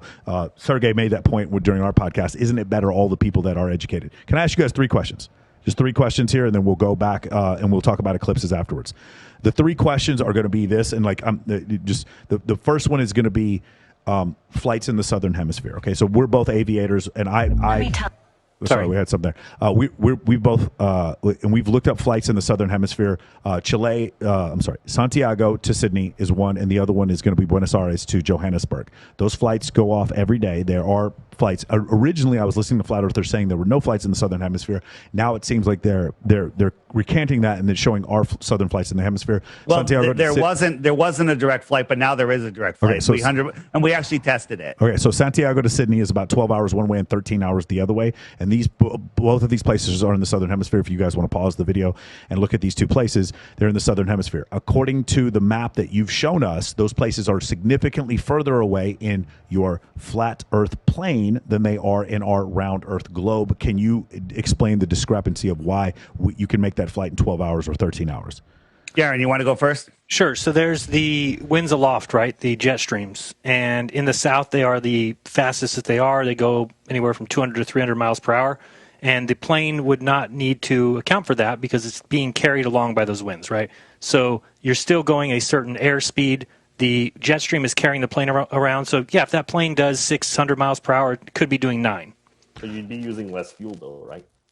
Because you have they only think they're going 6,000 miles when they're actually going 10. The problem is they don't think anything. So we have what's called a ground. We have a ground radar, and that whole ground radar tells us our ground speed at all times whenever we're flying. So we would be able to see that we're going. Run by NASA. No, no, it's not a GPS thing. It is literal a radar on the bottom of the plane. NASA. Well, okay, so this is the radar. The radar goes to the ground and tells it how far it is from the ground. Negative. It does not. That's an AGL radar. No, I was asking you. I'm sorry, I wasn't saying that. Yeah, it's not an AG. So that's how you get AGL. You can get ground speed based on a radar that goes over the ground. Okay, that's ground additional. Radar. Now there's another radar that works with the GPS. That's separate. So we know that when we're making that flight, we're not going at 900, 1100 miles an hour. And by the way, those numbers, 900 miles an hour, still does not make up the difference in distance difference between the globe Earth and the flat Earth. In the flat Earth, there is a tremendous amount of difference that goes on, and also the flight plan would go up through South America, down through North America to get to that place. And in the globe Earth model, it just goes west from San Diego to Sydney. So that discrepancy doesn't really seem to be described in your model. Well, they have to fly in the south to keep the jet stream, so they wouldn't go north. That would make then they're crossing the jet streams and getting crossed. I'm with you, but there is no evidence of a jet stream that goes that high. And by the way, you're saying there's an opposite jet stream. What do you mean? There's no. What do you mean? There's no, I'm sorry, higher speed, velocity. There's no evidence of a jet stream with that high of velocity that would go in both directions. That's the problem. So there is. There just is. You can just look at the different levels. Like sometimes the level at 32,000 feet has the wind going 200 miles per hour this way. At 36,000 feet, you might have the wind going 100 miles per hour the other way. Yeah, but it's still not enough to make up. I agree with you about 100 mile an hour winds, but we're talking 100 mile an hour, 200 mile an hour winds. I have 700 hours, 500 combat hours. Okay, but, I can tell you. But Michael, you haven't flown that flight. There's only one plane that does it, run by a small handful of military pilots. And that plane, we found information that it has 7 layers of heat-resistant paint on it. Okay, so it must be doing something a little bit faster. And also, you said there's a 1 hour difference. Sometimes there's a 5 hour difference from their scheduled. We actually looked it up. Their scheduled time and their actual time. So now, hold on a second. No, that's me. Sometimes they go around the outside and they follow these winds. And I could show you. We have a live chart that shows you these winds. But other times they go all the way up across America and down, crossing the equator twice. On a flat Earth, it makes perfect sense right here, which is pretty much a straight line. So here's what we did. We didn't just look at flight plans and believe flight routes. We actually tracked somebody. We did I think it was 14-hour live stream where Max Egan was going from Santiago to Australia, and he flew, and we did a live stream where we never turned the live stream off, so no one can accuse us of anything. And he got him on the plane all the way to the plane taking off, and then he took measurements. But he wasn't on the whole time, just so they know that, because that sounds. No, because we lost. Yeah, so we tracked the plane. We had professional tracking, right. And then when he landed, he logged back onto the Hangout while he was still on the plane. Proved that he made this flight. So there was a lot of flat earthers that thought that flight did not exist. It's fake, yeah. Yeah. So we proved the flight was real, but the problem was his compass readings, when he gave them to us, we laid them out. I'm just trying to find it because I don't have OBS, Jaron. You wouldn't have learned it that fast anyway. Here it is. So he showed us that his plane was going northwest, and then right here is west, and then right here is southwest, south, pretty much south, right? The yellow ones are south, the purple one is west, and these are northwest. And so we plotted it, and this is the route he went. He crossed the equator twice. If the Earth was a globe, I'm not really sure. I'm not really sure his magnetic heading is going to determine his route. You're not going to be able to, unless you have a stopwatch and you were able to look at his ground speed. I don't know necessarily that's evidence that was the route he took. Well, he took headings and they weren't matching what the seat back was showing. Okay, they weren't matching. He was in the cockpit when he did this? No. He was a passenger, and and somehow coincidentally, if you're saying that the headings are all wrong, no, I'm not saying it matched the flat Earth map. It matched the flat Earth map, right? The plane went, and the compass has to turn because the North Pole's here. Mm-hmm. So there's west only for a second. No, you can't point west. When you point west, you're pointing south. Just so you know that, okay? And this is the direction that his plane went according to the compass readings, right? There's no need to cross the equator twice if you're going from any two southern locations or any two northern locations. For example. But then there's no jet stream either, right? So you're saying now there's no jet stream because... Oh, no. There's also a jet stream in here also. So now there's north and south jet streams along with east and west. There's counter-rotating jet streams. There's counter-rotating jet streams. I'm aware that there's jet streams that go at different speeds at different places. They're rarely are they north and south, though. No, they're not north and south. They circles. So here's a route from Sydney to Peru, and it crosses the equator twice, right? But on a globe, it goes all the way up here and all the way down. Why didn't they just cut across here? It's almost the same distance, okay? Why on your globe? So here's the thing. When you're going from Sydney to Peru, that's different. What I would like for you to see is Sydney to Santiago. The reason why it goes from Sydney to Peru is because you have two third world countries. I'm sorry, not Sydney to Peru. The reason why you're doing that is because the likelihood of you needing to go to Lima, Peru from Sydney is not enough to justify the route. That's incorrect. There's plenty of people that want to go to Lima, Peru to see the pyramids. Correct. They do. Stuff. They do. So they go through Los Angeles. The problem is there's tons of places in the United States where there's no direct flights. Trust me, people tell me all the time. The idea that there is no direct flight is not a problem. There are, however, direct flights from Santiago to Sydney. And those are Sydney to Johannesburg. Why does that cross the equator? Okay. Sydney. Okay. So here's the thing. There's countless southern flights that cross the equator twice. There are 0 flights that are within this circle. Okay, that go any two northern locations, origin and destination. Never, ever, ever do they ever cross the equator. We're going to disagree on that because I believe Johannesburg to Buenos Aires does not cross the equator. And I also does when it stops when it stops here. It doesn't. I don't believe. No, you're saying it doesn't stop there. Yes, it does. Okay, you're talking about a different actual flights. Okay, these are actual flights. You're talking about. Stop, guys. Let me finish. Yeah. You're talking about an actual flight that does have a stop there. There are actual flights from Johannesburg to Buenos Aires that are nonstop that do not go to the northern hemisphere. There are actual flights from Sydney to Santiago, which you are not showing, that do not go to the northern hemisphere. Santiago to Sydney. I've got it up here, and if I go to stops and go nonstop only, there's no flights. Okay, so I'm not saying they don't exist. Hold on. Can we pull those up because we actually found several of them? All right, sure. So they do exist. Actually, we can. Didn't say they didn't exist. Okay, cool. That's what I'm saying. We can pull it up, or we can put it up in the notes later. If you have them, we can pull it up. But the fact of the matter is, yes, there are actual flights that go from Santiago to Sydney. They do not go in the northern hemisphere. They are nonstop, and the times do not match up. The times do not match up with a flat Earth. A flat Earth plane. They do not. This is 1505 for this one right here. This is what the ETA is. Okay, the headwinds are 40 knots. Now, according to you guys, all of the people. It's not just ATC. It's not just the FAA. It is the FAA for every single country is in on this because they have to be in order to lie about the distances, because the distance right there is 6,000 miles. There's not very many flights that go just in the south. It wouldn't be every flight. That happens to be because 90% of the Earth's population lives in the northern hemisphere and 15% of the Earth's land mass is in the southern hemisphere.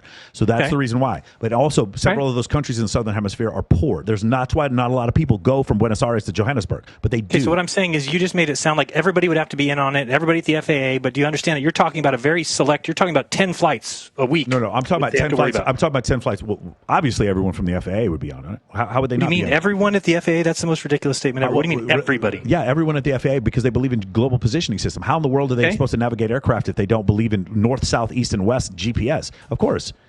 They would have to be in on what you guys are saying. Why would they not? No, they don't have to be in on it. The computer flies the plane. It's just like saying a pilot's in on it. Oh, I'm sorry. Two guys here. The computer doesn't fly the fucking plane. Yes, it does. No, a stop. passenger jet. Stop. We have maybe not a passenger jet. But they can read a book. They can read a book the whole flight.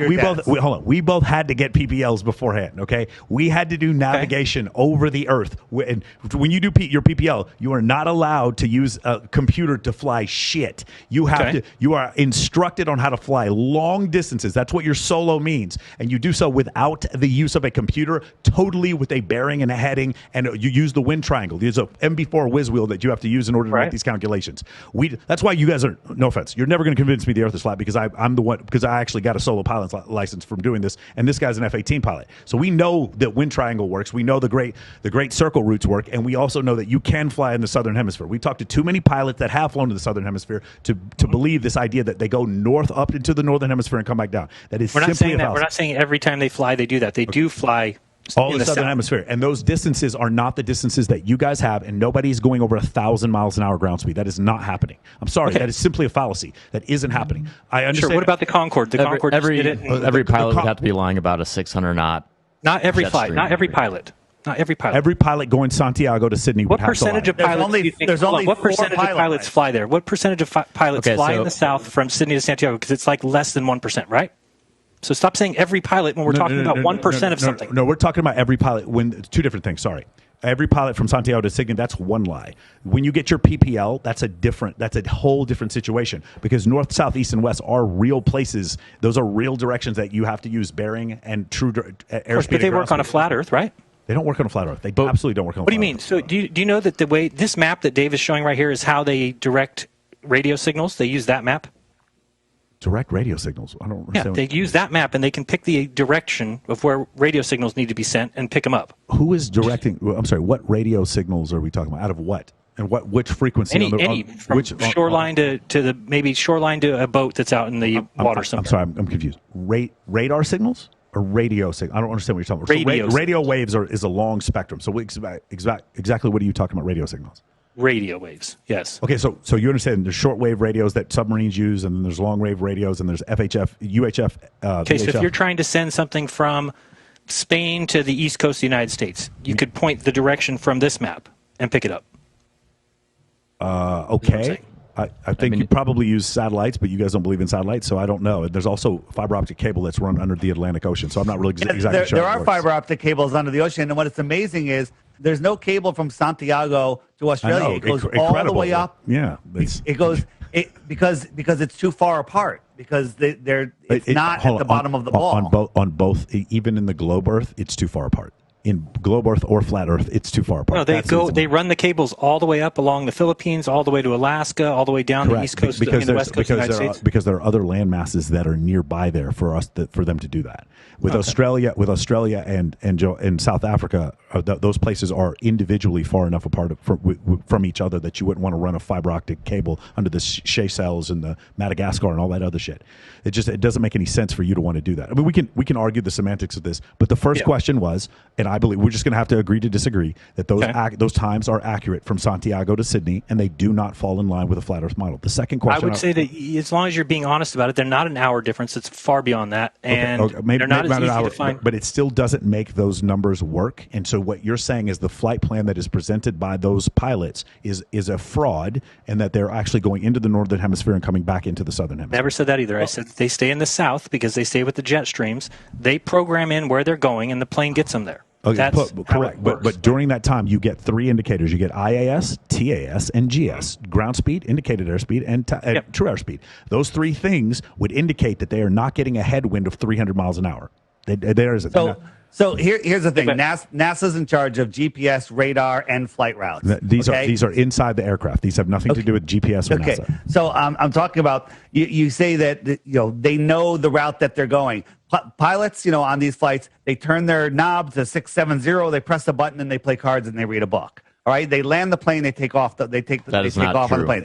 That is absolutely not true. Well, they'd probably do a couple other things, but they're not in charge we've talked of their to pilots route. who say that they constantly. We're not saying they're sleeping. You engage autopilot, but you're 100% backing up that system to make sure it's operating correctly, and you 100% know. We're not taking anything away from pilots. We're not taking anything away. So hang on. Taiwan to L.A. So here is the route that they show on flight radar. Here is the route that they showed the people on their seatback cushions. Here's Hawaii right here. Right here, there was a medical emergency. I'm not sure which one it was. Maybe it was I think a baby being born. Someone having a baby or whatever.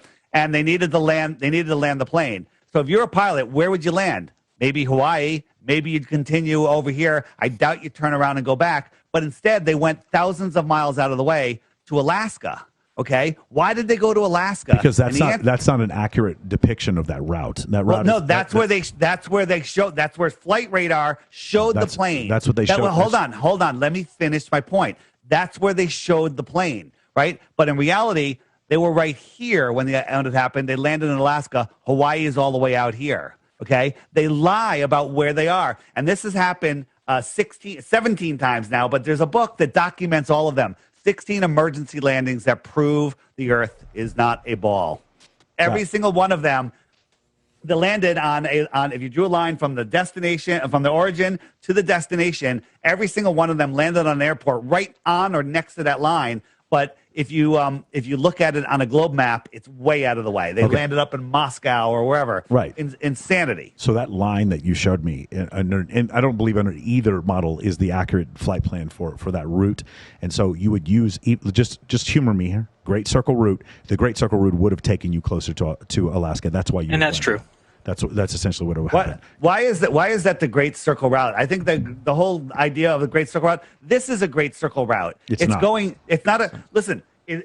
my fingers look like they're a straight line, but if I turn it, you can see that it's a curve. Correct. Right? There is no straight line. There is no straight line on a ball. Okay, all right. So here's the problem. So because you are north of the equator, then you would have a pitch up, a curve, an upward curvature on that depiction right there. If it was a great circle route, you have to, because you're looking at a two-dimensional wait. So image. why doesn't this is a great circle route? A straight line. No. Airplanes fly straight level. Again. Your assumption. I'm humoring you that the Earth is flat. In my assumption that the Earth is round, a great circle route north of the equator, when I'm looking onto a two-dimensional, I'm looking onto a three-dimensional object, but I'm only seeing a two-dimensional object because that's what I'm seeing. Then that's going to be represented by a curve, an upward curve, and in the southern hemisphere, it's going to be a southern curve. That's just geometry. That's how it works. Just humor me that the Earth is a globe. That's how a great circle route would work. In no case would you ever have a straight line like that in the northern hemisphere to describe any sort of route anywhere. And dude, listen, I know I've flown all the way from fucking Robbins, Georgia to Iraq. I'm telling you, it is a great circle route in order to get there. They did not plan this for things to be weird,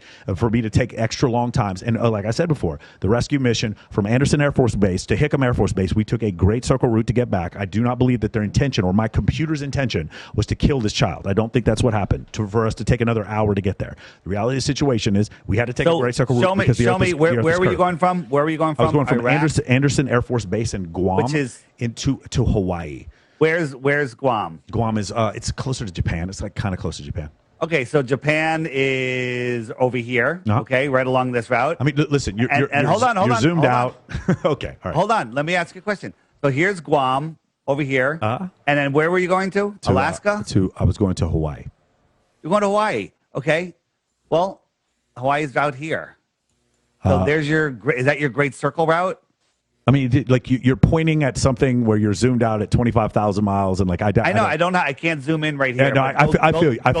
Go look at a flat Earth map. We're kind of draw your route on it, and that looks like you're then plot that on your globe, and you'll see that you're taking this great circle route, but in reality, you're taking a straight line on a flat Earth map. It's. I mean, in a perspective, if you took a small enough area, maybe that those two things equal up. But the reality of the situation is, we were flying on a round Earth, and we were flying a great circle route because that is the fastest way to get from one point to another. But if you rotate the globe towards you, it becomes a straight line. Yes, and in the photo that you showed me, the Earth is not rotated towards me. That's the reason why I'm saying that's not an accurate depiction. Hang on a second.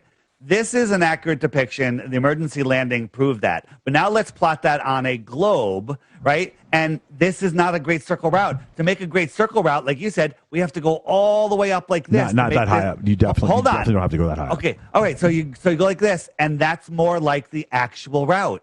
So here, a straight line on the globe, right, going around the curve, the shortest distance between 2 points is a straight line. Okay, it's not a great circle route. But in reality... On a globe, it's not a straight line. On a sphere, they say it is. Yeah. Well, no, on a sphere, it can't be a straight line because... Anyway, go ahead. In three-dimensional space, yeah. If you get two locations on a globe... You want to draw a straight line on that globe. Yes, it's a curved line. There you go. Right? There's no need to make an arc above that straight line. So there is, because you're looking at a two-dimensional object. I'm talking about a physical globe. You draw a line from Taiwan to LA. Correct. That's the shortest line possible. And if you were directly over that route, it would not look like a curve. It would look like a straight line. Of course, it would look like this. But they don't do that. They do this crazy great circle route, and they say, oh, it's a great circle route, and you just believe it, but in reality, it's a straight line. Okay, we know it's a straight line. Hold on. That great circle route is a straight line on a flat Earth map. You just think that's a coincidence. I can't help you. Actually, no. Well, let me help you. It is a straight line on a globe as well if the orientation of that line is directly over the route. But when we go look at maps, when I go to base ops and I pull out one of my charts, that orientation is not going to favor wherever the fuck I'm at. It's just going to be wherever it is, which is usually over the equator. Let me ask a question. If you got a piece of string and put it on Taiwan and stretched it over to Los Angeles, that is the shortest route on a globe. Okay, and then you arch that string up over here, you're going to fall short. It's not long enough. So you're saying that they're going to take a longer great circle route? Absolutely not. No. That's not true. Again, this is a function of perspective. If you go above the string will look straight. The reason why it's you're again I'm kickboxing. Yeah, there's no proof here because I'm kickboxing and you're doing jiu-jitsu. We're just not talking the same language here. You're saying because it happens to work in your formula, this one thing in the northern hemisphere works, that's proof. It's not. It doesn't disprove what I'm saying. On a great circle route, if you are over the great circle, it looks like a straight line. That's it. We don't have to go about this anymore. I just wanted to ask a question. I got two more questions, so let's go to the others. The second and you're going to give us your 3 globe proofs also at one point. Right. No. It's the first one was the flight in the southern hemisphere. I'm sorry. To me, that proves that the Earth is round. I've talked to enough people who've flown in the. We're going to agree to disagree. That is proof number 1. End of story. As far as I'm concerned, that's the proof number 1. You can fly in the southern hemisphere. There are not jet streams that equal these distance that you guys are claiming they do. And no, there is no proof that these flights are going back into I'm talking about the nonstop flights. Just the nonstop flights. There's no proof that Santiago to Sydney goes into the northern hemisphere. No one claimed it. None. Nobody claimed that, though. Actually, he did. I'm showing you that. Not nonstop flights. Yeah, not nonstop. Okay, cool. All right, the nonstop ones do not go into the northern hemisphere, and there's not enough. There's not enough jet stream. They might. There's not enough jet stream to make up the difference. To me, that is a proof. Sorry. Can I ask you a quick question? Do you think that airplane technology has increased since the 1970s? Probably. Aeronautics. Okay. Hold on. The laws of aeronautics have not changed since the 1920s. No, that have not changed. Now, have the laws of avionics changed? Hell yes, they've changed. Avionics have changed. Aeronautics have not. Do you think there's a possibility that they can build a plane that can go faster than the average plane? For sure, but once you break the speed of sound, it's pretty fucking noticeable. Why don't you ask this guy? Once you break the speed of sound, which is what you'd be doing, it's pretty freaking Nobody in the plane would know. Nobody in the plane would know. Absolutely. Nobody in the plane would know, and they're flying over the ocean. Nobody on the land would know because you're out over the ocean. Lieutenant, would you know if you broke the speed of sound? I mean, you're not going to know from like a sonic boom or anything in the aircraft, but like you're talking about your dials. When you approach this transonic region, like airplane design becomes completely different. And no, we do not have airliners that look in any way, shape, or form like they can go supersonic, other than the Concorde years ago.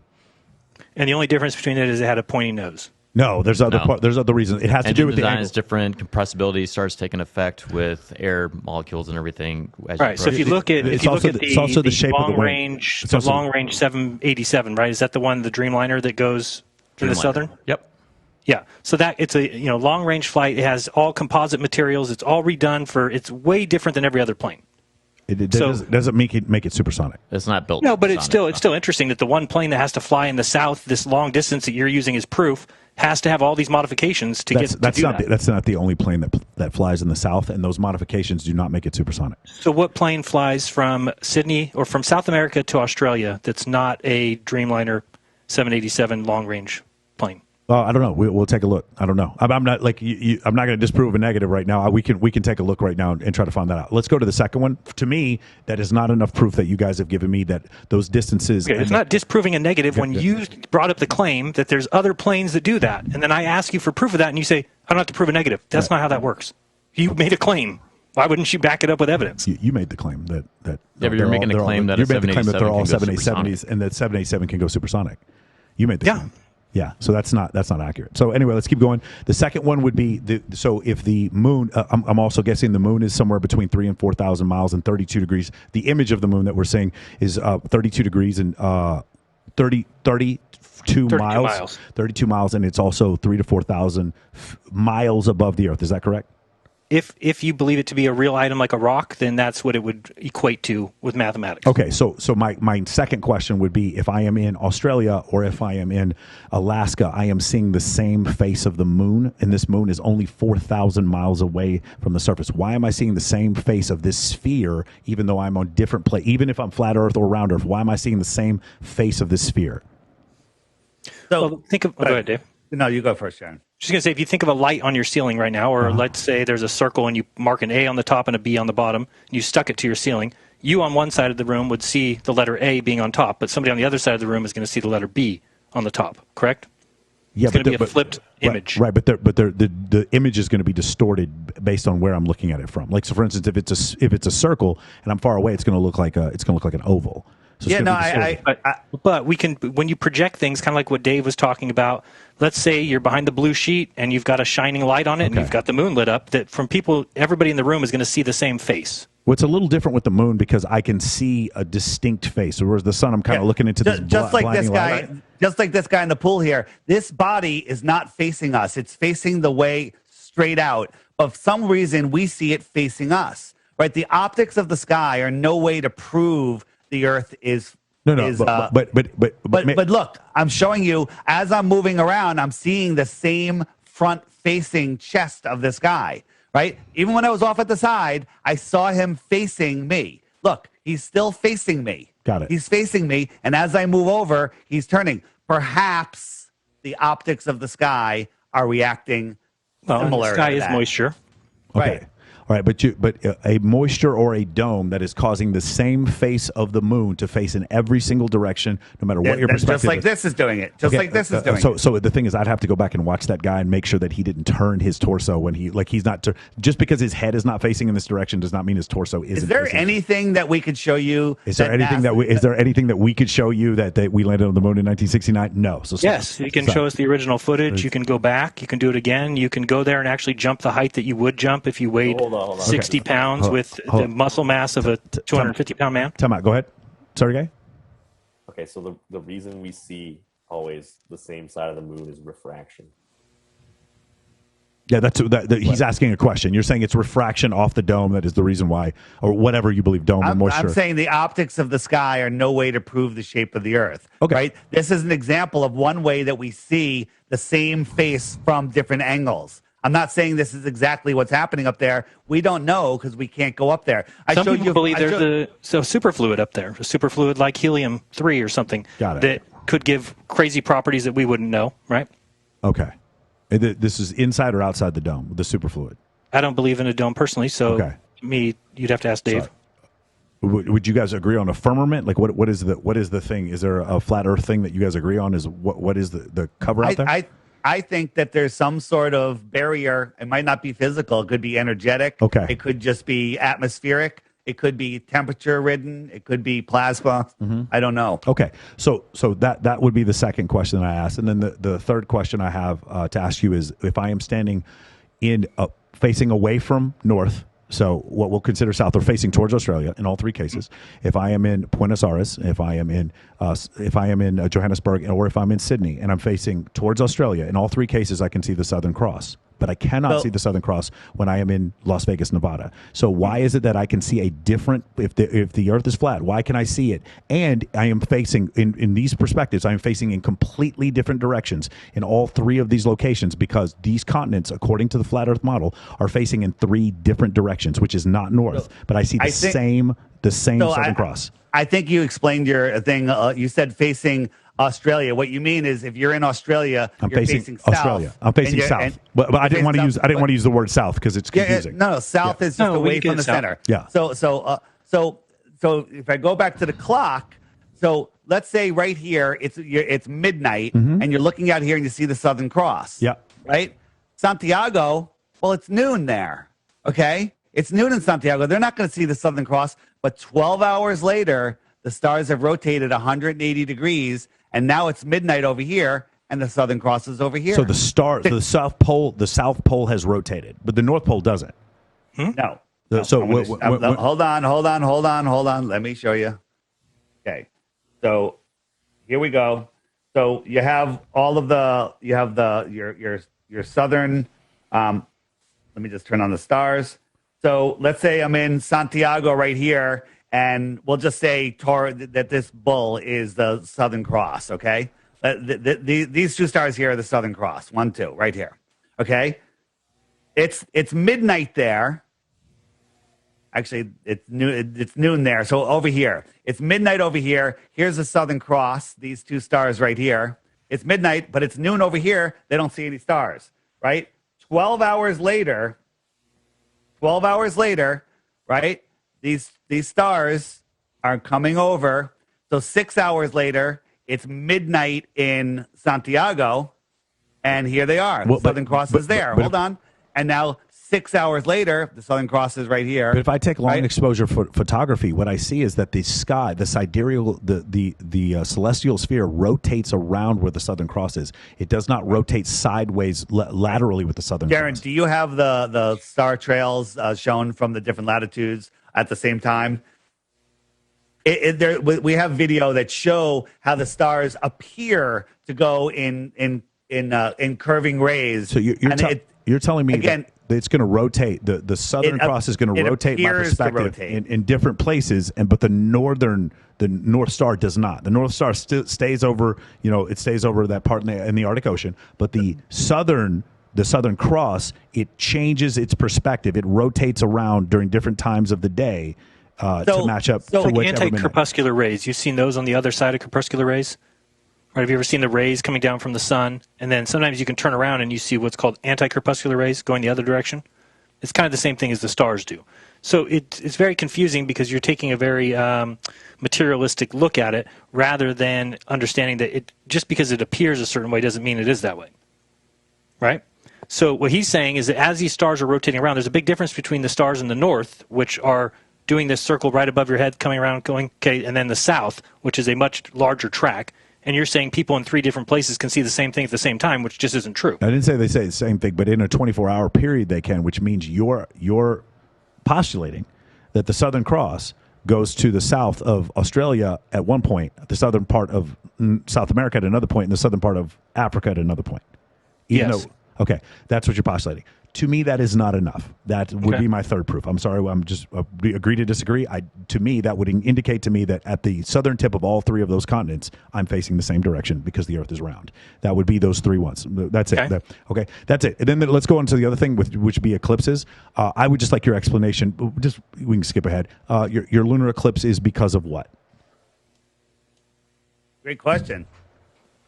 So the lunar eclipse in your model is because the Earth is in perfect alignment with the sun and the moon, and the Earth is casting a shadow on the moon. Correct? That's I can give you a little bit more detailed explanation. So the way it works is the moon travels 5 degrees north or south of the ecliptic. And during certain periods, when we get into a full moon and it is sitting directly on the ecliptic, then there's a shadow there that is cast from around the Earth onto the moon. One of the reasons why it's red, though, is because we're getting the atmospheric burn, or the light going through the Earth's atmosphere then goes and it shines on the Earth. That's when you get a blood moon or a different color eclipses because of that. Anyway, colored shadows? They're not colored shadows, but you can actually have a piece of paper. Like, so for instance, if I took a colored piece of paper and I shined a light through it, I would get a colored light that goes through it. So the outside would be a colored light. The inside would be a shadow. That's why we have a penumbra and an umbra. Those are 2 different parts of a shadow. So you would agree that you got the sun on one horizon and the moon on the other. If we're standing at sunset, we're somewhere on sunset. Is that what you're saying? Where am I standing when I see the Earth and the moon on the horizon? You're always standing from your point of view on the top of the Earth. That's just from your personal point of view. Okay. And for you to see an eclipse, one of them would have to be below the horizon. Would you agree with that? To see a lunar eclipse, the sun would have to be on the complete opposite side of the Earth as the moon. Yes, correct. Correct. Okay. So have you heard of the Seleninian eclipse? I'm not sure. Do you know what that is, Sergey? There's over 50 documented eclipses where the observer can see the sun and the moon both above the horizon, and the eclipse has already started. Sometimes the eclipse comes in from the top, where it really should be coming in from the bottom. Sometimes it comes in from the side. Sometimes it comes in from the bottom. What this proves is not what is causing it. It proves what's not causing it, and that's the Earth. Okay? Also, if you take a sphere and projecting a shadow from one sphere to another location far away, I don't think it can be done. It just fuzzes out. But we're seeing this perfect cutout. Now, this is not a real eclipse here, but we see this perfect cutout go across the moon. But if you take a sphere and move it through, with a single source light, move its shadow across another sphere, you see this long ellipse, right? This long parabola come in, and then it spreads out, and then it leaves as the parabola again, okay? And so what we're seeing is not a sphere that's causing this apparent shadow, right? Yeah. You can take a straight edge and eclipse that sunlight onto a sphere, and you get very close to what we see. Now, I'm not saying that it's a straight edge or a flat Earth that's doing it. I'm saying that a ball cannot cast a consistent shadow that crosses another ball. That's scientifically provably impossible. You'd have to go out to get some balls and get a light and get a dark room and do it, and then you'll see what I'm talking about. Yeah, I don't know. I don't know that that's scientifically impossible. If you Well, I've done it. I've tested it. You haven't. Right, but you don't. I don't think you have the same ratios. So the moon is 265,000 miles away. The sun is. How do you know that? The sun is 94. We'll just humor me, man. Humor me for my globe Earth, okay? Huh? Okay. The moon is 265,000, somewhere in that area. The sun is 94 million miles away, and if you do the experiment with those ratios, then it does seem to work.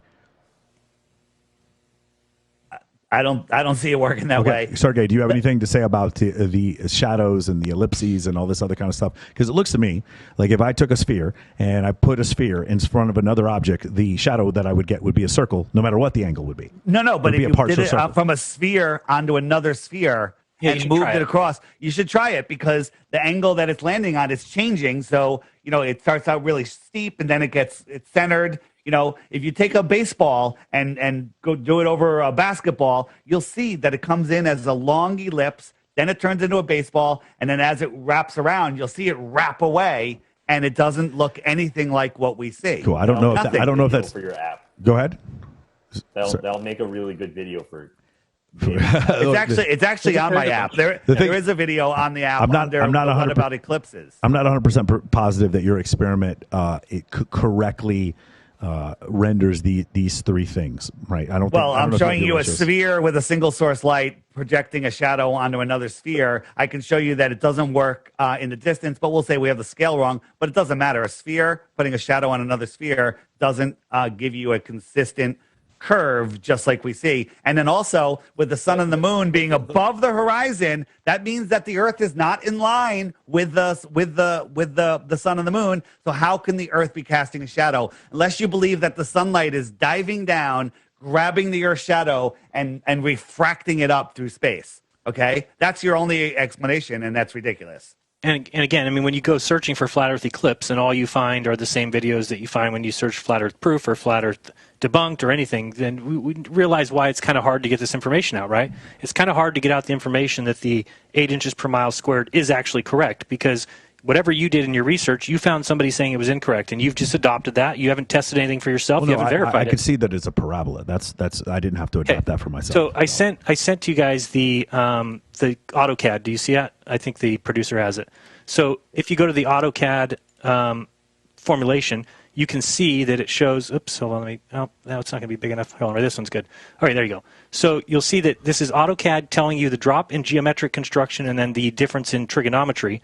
And if we go to, let's say 100 miles, so they have 1.26 miles, 669 feet. When I do 8 inches per mile squared, I come out with 6666 feet. So it is accurate up to as far as we're going to see. You can go all the way down to 3,000 miles. If we do 3,000, I could do the math real quick. It's not going to be off by enough to be saying that it's incorrect. It is correct. And so telling people that is what we have to deal with. We have to deal with debunkers going on their channels that get promoted, saying that this equation doesn't work when it does work. And then people going around saying flat Earth is dumb because the equations don't work. So what I said was that equation did not come from astronomy, and that equation measures a parabola. If you want to say that the equation is to some degree of accuracy within 300 miles, that's fine, but that's not what I said. Up to 3,000 miles, as far as we can see. So what difference does it make if you point out that it's wrong? Well, what difference does it make if we're measuring? We're never going to measure the curve of 7,000 miles. That didn't come from us, and you guys keep debunking you guys keep trying to use a formula that did not come from globe earthers in order to make your decision. What do you mean? So we can only use things to disprove the globe that comes from globe earthers? Think of how ridiculous you're sounding. No. That's what you said. You said I can only use math that comes from globers to prove the globe wrong. So once again, your hyperbole is not going to work here. So what do you mean hyperbole? Hyperbole meaning you said every time I said I'm supposed to use things that come from globers. That is not what I said. Okay, so when measuring the Earth, that's what hyperbole means. You use the hyperbole. So when measuring the Earth globe, I have to use the math provided by the Earth globe proponent. Absolutely not. But this was an example you gave about that specific formula, and so now my job is to debunk point out the fact that describes a parabola. It does not. People have been trying for the last 5 years to debunk this, and they can't. And they've given up, and they've agreed that it's correct. Let me ask you another question. If the moon is 238,000 miles away, how far are the clouds? No, I mean, I don't know how far those clouds are, but I mean, they could be. Are they 200,000 miles away? Maybe Okay, 6 miles. So 230. You get a light and make any scale model you want and shine it on something that far away. It's going to light up all of them. But I want you to go out on the next time there's spotted clouds and the moon is in the sky. You'll see that the moon only lights up the clouds that are right next to it. And that reason is because the light that we see in the sky that we call the moon is very close to those clouds, right? And as you look into the distance, there's no light on these other clouds. Okay? It's very close to those clouds. So you think we don't have the capability of flying an airplane to get to 4,000 miles? Very close. You think 4,000 miles is very close to those clouds that are 30,000 feet up? I don't think the moon that we see is 4,000 miles away. Again, the real source of the moon could be 4,000 miles away, but the light that we see is close, and as we move, it moves. As we go up, it goes up. So we could never fly to it. We would just fly up, and it would just keep moving and away it from would us keep from our moving, just like perspective. when it follows you in the car. Have you seen the Go Fast rocket? This is something that NASA doesn't do. This is taken off in Arizona, right? And NASA always cut. They would have had 7 cuts by now, but this is a steady shot looking down, and this thing went up 73 miles. Now, at 73 miles, it appears to hit something. It made this noise, kind of like it went into a thicker medium, not quite water. I don't know what that is. That's not the point of the story. It was floating very weirdly, right? Uncut video. But when it turned on its side, all of a sudden, we could see the moon. Here it comes. Boom. The moon's right there. Okay? Now, this is over Arizona. At the time of this launch, the moon was over New Zealand. Okay? New Zealand is on the bottom of the ball. If the world was a basketball and Arizona was on the top of the ball, this rocket is a fraction of a millimeter over the ball, and New Zealand is on the bottom of the ball. And all of a sudden, we can see the moon. Okay. That is impossible. Got it. Okay, cool. Got it. Love it. All right, here's a couple things I need to ask you guys about. Just a couple of things. The vastness of, and I really wish we could have got to this a lot quicker because a lot of these explanations were long, and I apologize. There's so many people on here.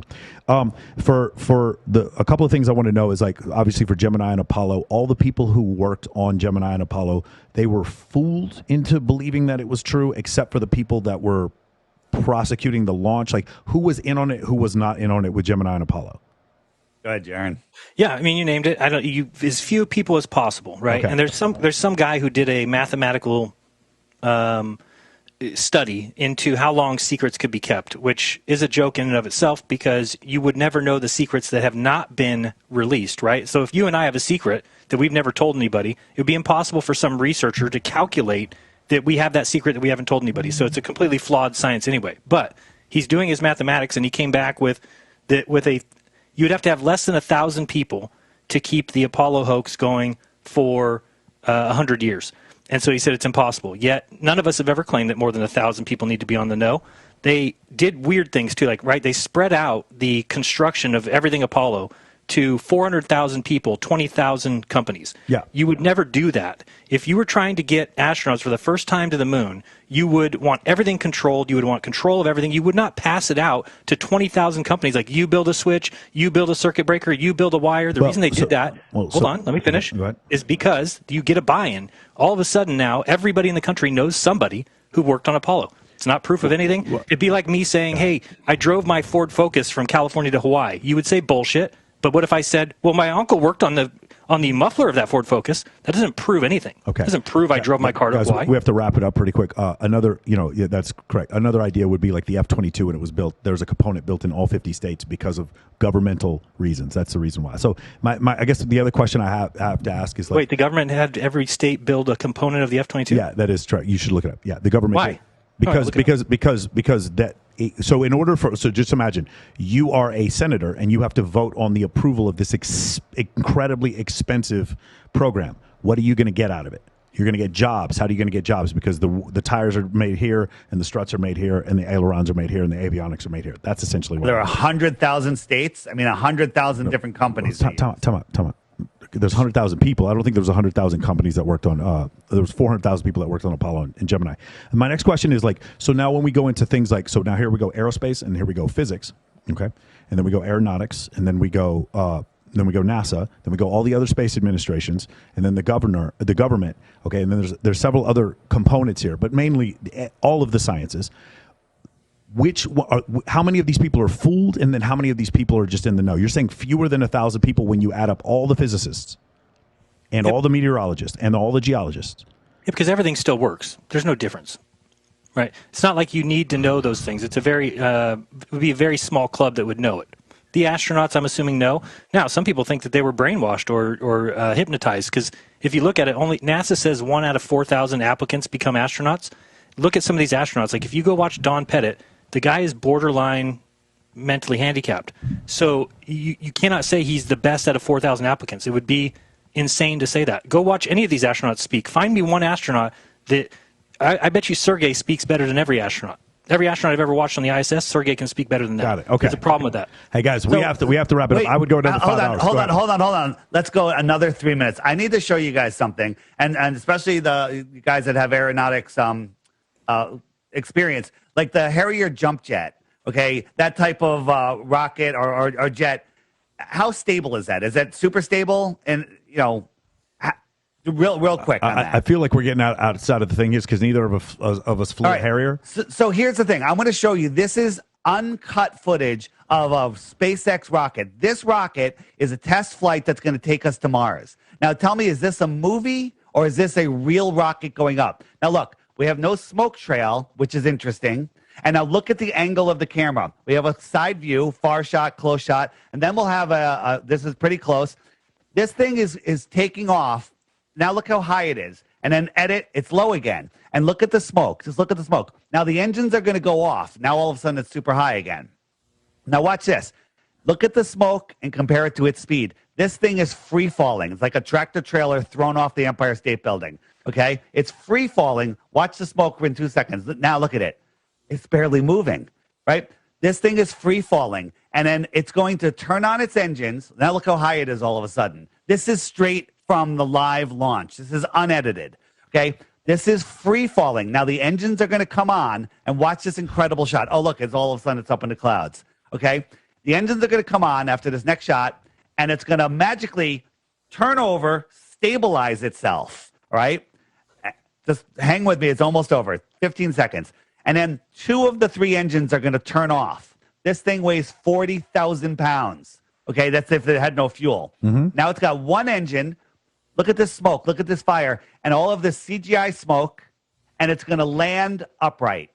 Now, I would love a yes or no answer. Is that a real rocket launch? Yes. I believe that is a real rocket launch. I do believe that. I do believe there may be they may have edited some parts in order to show it differently, but that is absolutely a real rocket launch. Yes. That is amazing. Yeah. Sorry. It's pretty amazing. All right. You can find me at flatearthdave.com. For sure. Anybody that has a show that has an audience that wants to have this discussion, flatearthdave.com. You can say book Dave right there. Check out my app, the Flat Earth Sun, Moon, and Zodiac Clock app. Blue Water Bay. Buy Blue Water Bay. Don't get the rip-off one that's on Android. Flatearthdave.com. The links to the app are there. It's going to be available on Amazon soon, App Store, Google Play. And what I say is, don't let them control your mind with cartoons, because that's what they're doing. And that's why the world is in this screwed up place that it's in right now, because people are lost in space, spinning out of control in a theoretical physics of a universe. Got it. Jaron, where can we find you? Yeah, Jaronism is the YouTube channel. I'm also at rockfin.com/Jaronism, so you can check out all my stuff there. And yeah, I'll just back Dave up that I think it's a lot of fantasy, a lot of cartoons for adults. They've placed little pieces of evidence for people to find, and then they think that they've proven something, but I don't think that's the case. And I think anybody who doesn't think for themselves and allow them to at least admit that, yeah, everything I believe about the globe Earth has been handed to me. They sat us down in desks and taught it out of school books. And if you really think about how truth should be ascertained, I mean, that's just not the way it would be done. It's not the way that the elite would ever have people learn anyway. They wouldn't want them to become great, get smart, take over their money, take over their power. They would want lemmings who are tax slaves, who do what they're told, who listen to teachers who don't talk back. If you talk back, you go to the principal's office, right?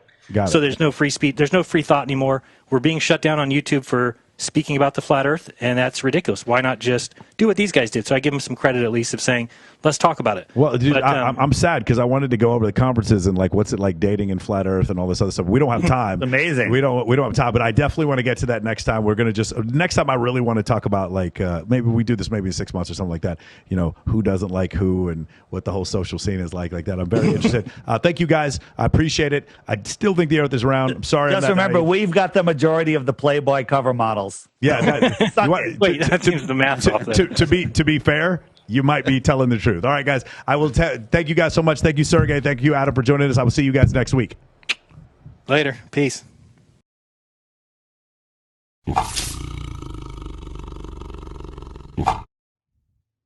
All right, guys, welcome back. This is the wrap up for the episode that you just made it through. Congratulations for those of you who made it through. John, first of all, your impressions, you got to see it live. What did you think about it? That was a marathon. That was absolutely one of the most intriguing, compelling, provoking podcasts I've ever seen. And props to you. You know, it's so hard. We all know, especially this last 3-4 years, right? On social media, we've all seen how a post on Facebook or a post on Instagram can blow up and divide families, friends, colleagues, right? And having civil conversation is almost a thing of the past. Somehow, you were able to take a very controversial subject and keep it on the rails, which I didn't think. And I'm one of your biggest fans, as I think and I remember saying to Travis and a couple other people before you did the show, I was like, man, that's a lot of people on, and it's a lot of people on Zoom, and it's really hard. When you one-on-one's easy. Yeah. 3 is great. Yeah. When you get to 4 or 5 people on a podcast and not have people talking over each other and cutting people off and, mother effing each other and whatever, it's really hard to do. And somehow, I don't know if you gave them a disclaimer before you started, like, hey, let's keep it civil. Or I don't know if you did anything like that. At the very beginning, I did, and I was also super cordial with Dave. Right. I think you have to think about it from Dave's perspective, right? So again, for those of you who are watching it, you just expected me to bash these guys for 3 hours. That's not what I did. I knew, like, for whatever reason, you get to flat Earth somehow, right? Yeah. How did we get here? Like, something happened in your life. I would imagine in Dave's life, because he makes a joke about it in the podcast, you lose the respect of your family and friends. He was joking about that or whatever. Right. But you can understand, like, these guys are, like, in a way, no disrespect to you guys, but like a little bit whipped dogs. Like, I can imagine that society just like shits on them a lot. Right. And I didn't, so I knew that they would be a little bit, I didn't want them to be defensive. I wanted to legitimately, it was almost like the Silmarillion from Lord of the Rings. I wanted to know, what is your physics? Explain to me the rules of your existence, right. Or like the World of Ice and Fire in Game of Thrones. These are books that set forth the physics of what's going on.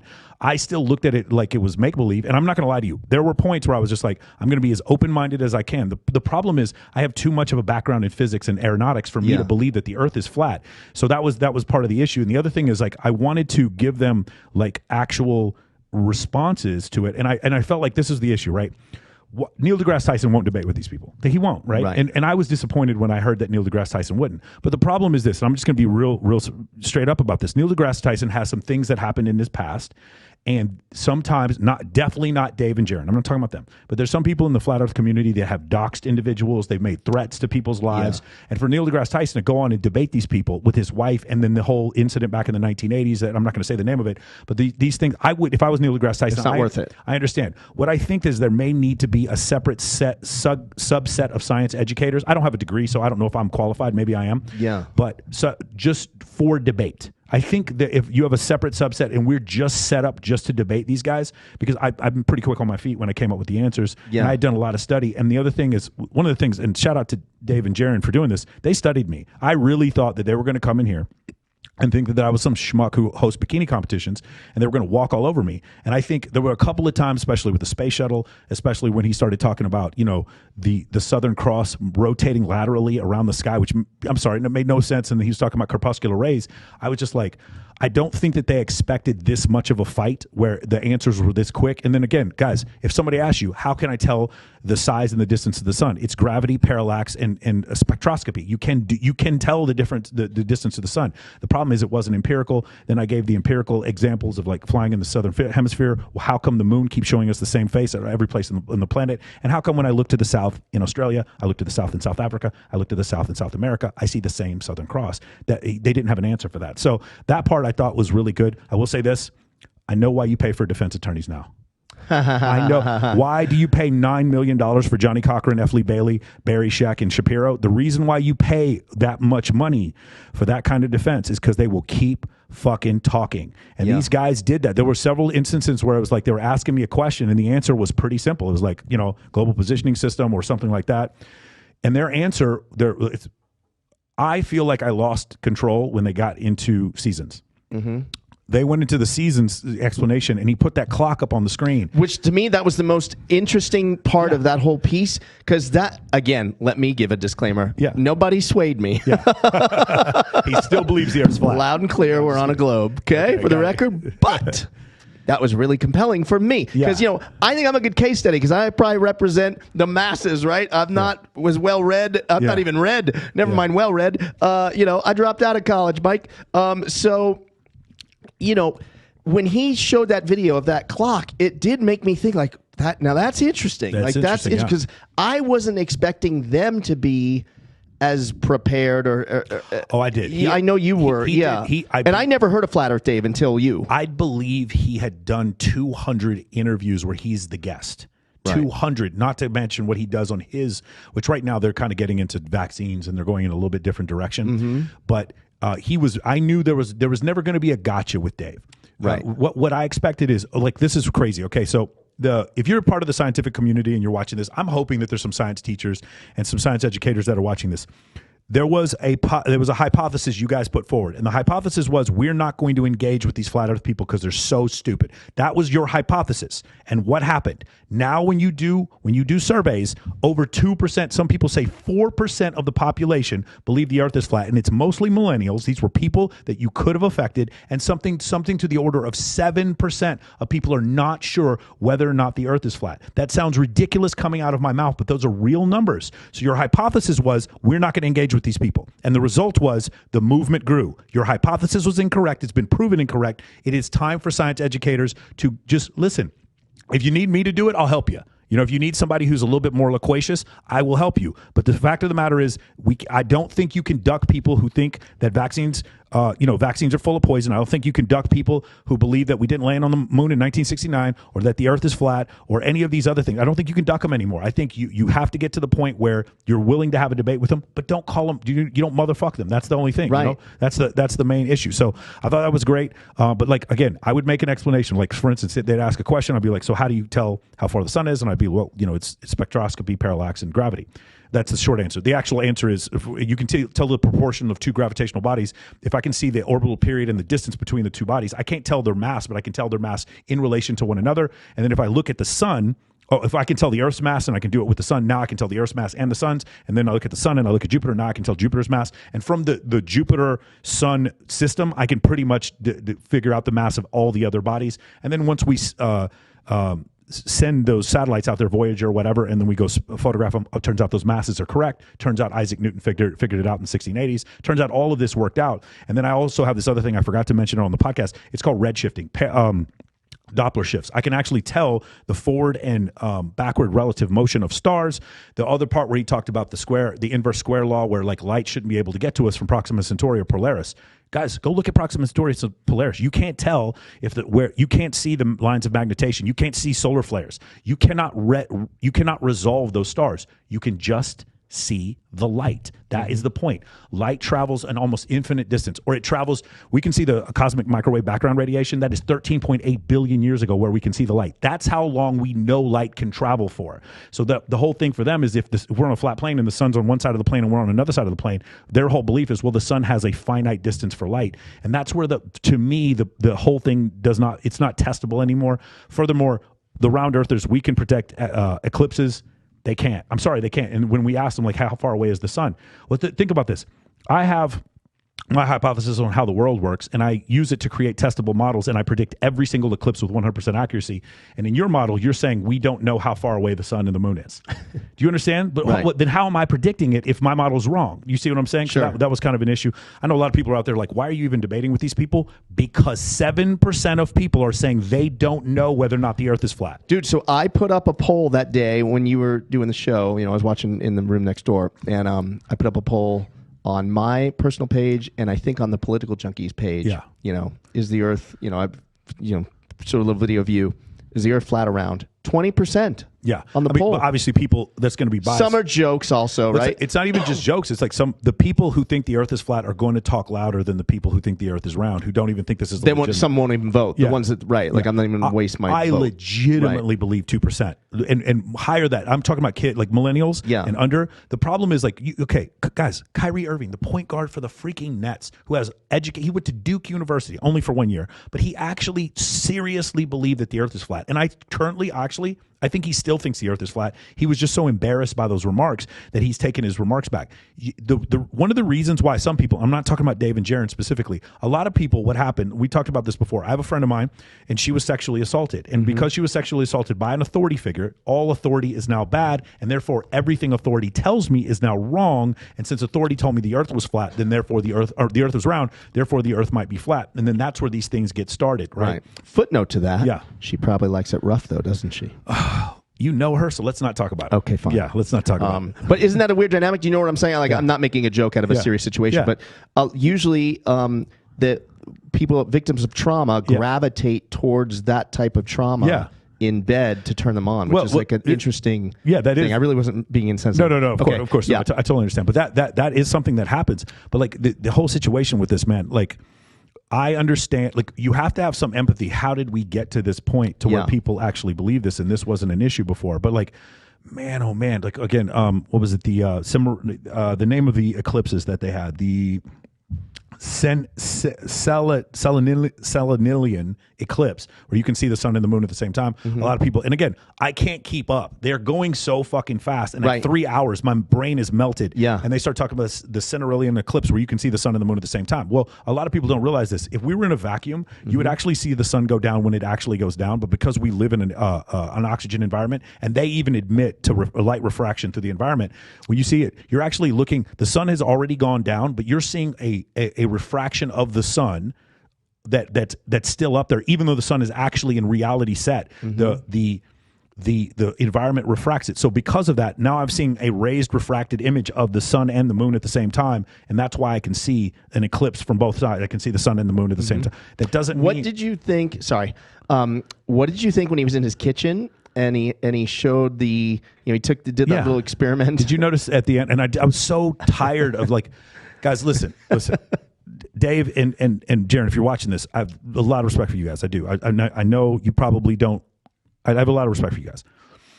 When they were doing the seasons thing, there was a point in there where I was like, I was so bamboozled, bro. And it wasn't because I felt like I was wrong. I couldn't keep up with what the fuck he was talking about when he said that when he was saying like the sun was moving faster, but it still looked the same across the sky from an angular perspective. Bro, I was just like, dude, the math is so quirky on that shit. And he doesn't go over how the sun moves from one orbit to another. He doesn't explain it. But dude, when you get into electromagnetism, how they explain why the sun and the moon are even up there in the first place, it is so... By the way, there are 4 fundamental forces in the universe: strong, weak, electromagnetism, and gravity. They only believe there's one force, electromagnetism. I think electromagnetism explains the entire universe. So that part was crazy. What was the thing you were just asking me about? The experiment kitchen thing. in the kitchen. Yeah. You guys notice, if you guys watch the kitchen experiment, you'll notice when they get to the end of the kitchen, there's this block that's right there that like sort of block, like it wasn't a flat plane. It was like there was, where you put your knives or whatever, like your cutlery stand. There was something at the end of the table because, and I'm not saying if it was far enough that it wouldn't look like that, but that does not prove anything. Also, guys, like why is it? Oh my God, there's so many questions. Light does not have a finite distance of travel. Therefore, if we're on a flat plane, we should be able to see the sun, even if it's 4,000 miles in the air, from any point on the surface of the plane. And that's the other thing. And then the other one is just so obvious, man. There are not 60 fucking thousand miles of coastline for Antarctica. There just isn't. You can map it. It's not that difficult. You don't even have to go into Antarctica to go there. So there was just certain empirical thing. Well, that's not empirical because you and I are never going to Antarctica. So that was the problem. And then the flying. the 3 point. It was so disappointing, man. I mean, it was just like, I don't want to get into the great circle, because when I went to nav school, I was like, what the fuck is this? I don't want to do a great circle route. But then when you show, like, you're looking at a 2-dimensional image of a 3-dimensional image, there's going to have to be some relief. And the relief is that the circle, it's going to look like there's a curve upward, but it's not. If you were able to look on a globe and get right over that path, it would look like a straight line across, and that's essentially what happens. Dude, I've flown too many times. Dude, when you fly from Atlanta, or Warner Robins, Georgia, to Doha, Qatar, it's this weird route that goes down like this, but when you look at it on a globe and you turn it over, it's like, oh, okay, it makes complete sense. That's exactly what we're supposed to do. And we were just like, again, there were several times where I felt like I was kickboxing and they were doing jiu-jitsu. Like, that was a great analogy too. Yeah. Because here's the problem. Like, the ultimate issue that we were debating was empiricism versus science. Empiricism is that I only believe things that I can feel and touch. And by the way, for certain things, if I'm a boxer, that's probably a really good way to live your life. If I'm a swimmer, even if I'm a carpenter, it's probably empirical data is probably the best way. Although I am going to need some mathematical stuff, right?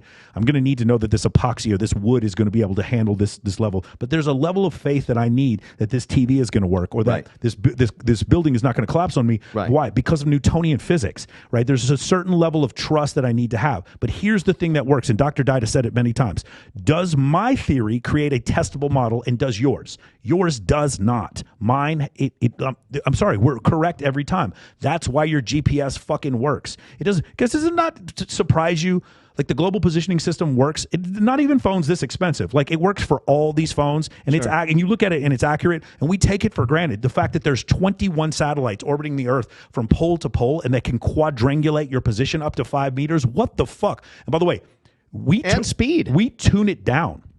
It actually could. The GPS could be way more accurate. Military GPS is, and we actually tune it down for certain, like, security reasons.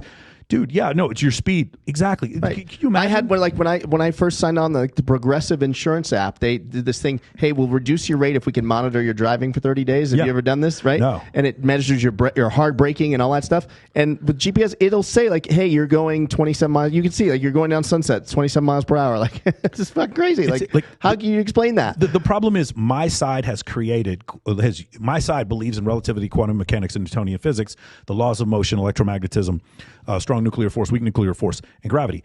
That's what my side believes. And from those things that my side believes, they're going to say, well, it's not your side. You're just believing what other people tell you. Correct, until the point where we use what I believe as a testable model, and then we get the correct answer for the eclipse, and we use quantum mechanics to create lasers, and then again eventually create transistors in 1957, and then we have we go from the cathode ray tube to an actual television. Right. Like, this, it worked. It fucking worked. And then the other one, bro, I didn't even get to this. It was like mind blowing. There are like 9 reflectors on the surface of the moon. If you go to any astronomy department and you shoot a laser up, you're going to get a laser beam down in 2.2 seconds. If the fucking distance to the moon is 4,000 miles, that means that light travels at 4,000 miles a second. Dude, do you understand the implications of that? It is so utterly absurd. And like, how is it reflecting off this moon? How is that possible? Unless Neil Armstrong landed there in 1969 and put a reflector there. That was the point. He's an engineer. For those of you who don't know, he was an engineering professor, and his project, every astronaut, when they go up there, they almost have like a PhD thesis, an experiment that they're specifically working on, right? And they go up there, and his was a reflector a beam reflector that he put up there, still up there in the Sea of Tranquility. And there's 9 of them. The Chinese have put some up there, the Indians have put some up there. Mm-hmm. And like, the other part was the Chinese Space Administration, Indian Space Administration, the Russian Space Administration, and the European Space Administration, and the Americans were all liars. And I believe the Brazilians put people up there too. All of them are in it together. And then go ahead. That's always the thing that gets me is for this to all mesh with what they're saying, so many people have to be in on it. And he's saying fewer than 1,000 people are in on it. There's no way. How, bro? And then what's the point of, okay, it's like, walk yourself through that. Okay, so you have to believe that rockets exist, because that we've seen, right? Yeah. People have seen that live. They've seen the rocket go up live in person, not just on TV, right? Yeah. So it makes sense to certain people that NASA and the government funded building these rockets, launching these rockets, just to get it to a certain point to then go into a studio and fake the rest. It doesn't make any sense. It's so expensive. And then here's the thing, man. Like, why? I mean, I didn't even get to this. Why? What's the point of Columbia and Challenger? What's the point of killing all those fucking people? And don't tell me they didn't die. They did. Now, here's the thing. We avoided this. I'm not going to say the name of it, but it was a shooting up in the Northeast. I'm not going to say it. And Dave doesn't believe that shooting is real. He thinks all the people were actors. I'm not going to say it because I don't want YouTube to flag this thing. But like, he doesn't believe that's real. I have friends that think that too for certain shootings and stuff, and the whole even Alex paid Jones trauma actors. Even Alex Jones came off that. Even Alex Jones apologized. Because again, it's like, okay, so I've been in the entertainment business my whole life, right? So worked in TV, worked in film, worked in everything, print, you name it.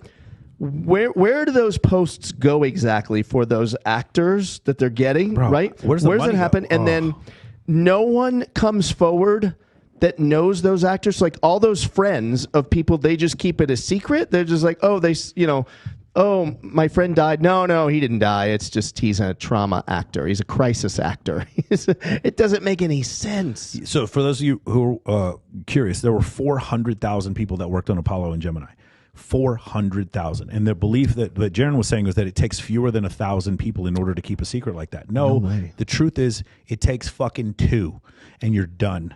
Bro, all of you use logic. How many secrets in your life have gotten out? This is a huge secret. I have what are they going to do?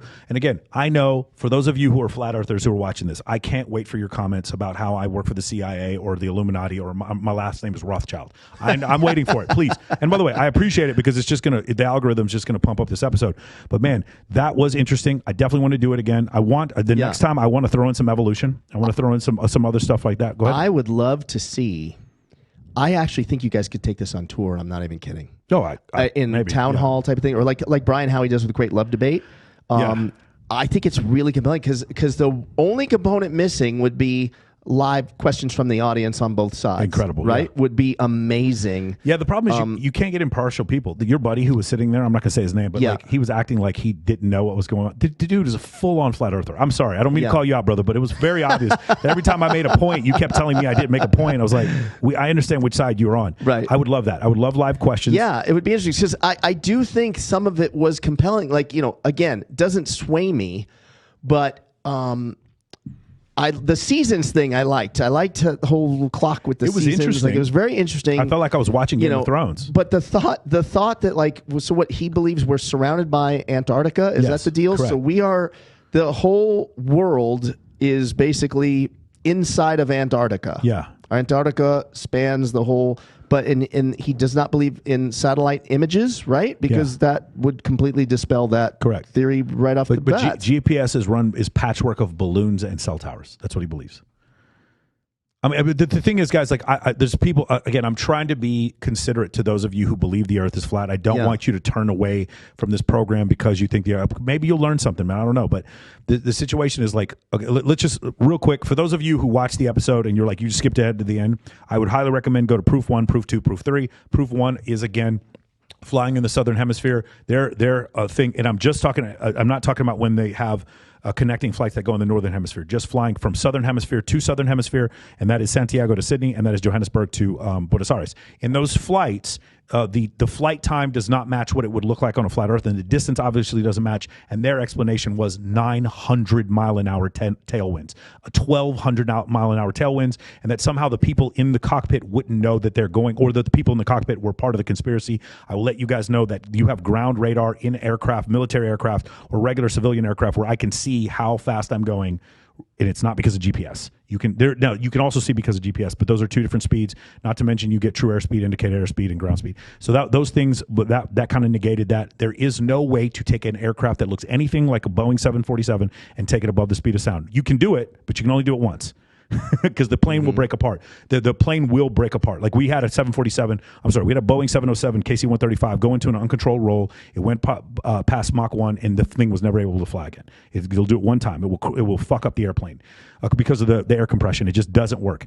And then the other part, the number 2 was the fact that we see the same face of the moon. So consider the moon is 4,000 miles ahead above us, and it's 32 miles across. If I am 24,000 miles away, so I'm at the tip of South Africa and I'm at the tip of Australia, which they would tell you are 2 different places, far away from each other. Let's say I'm 20,000 miles away. If I'm looking at an object that's 32 miles across, that's 4,000 miles up, I should see a completely different face of the sun. They're saying it's a projection on a dome or some sort of like hydrogen, whatever he said, some sort of fluid that's up there, some kind of superfluid.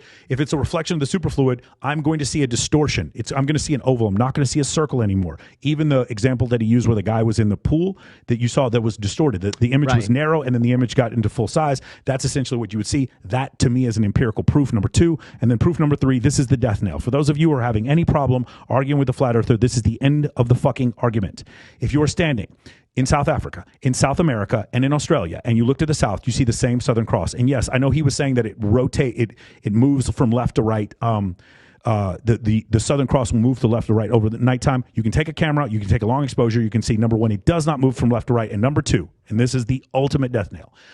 In northern hemisphere summer, southern hemisphere winter, when it is darker in the southern hemisphere, it is nighttime in South Africa and South America at the same fucking time. And you can see the Southern Cross in both places at the same time. Wait, say that again. In South Africa and South America are close enough to each other that they are in nighttime in the middle of winter. Okay.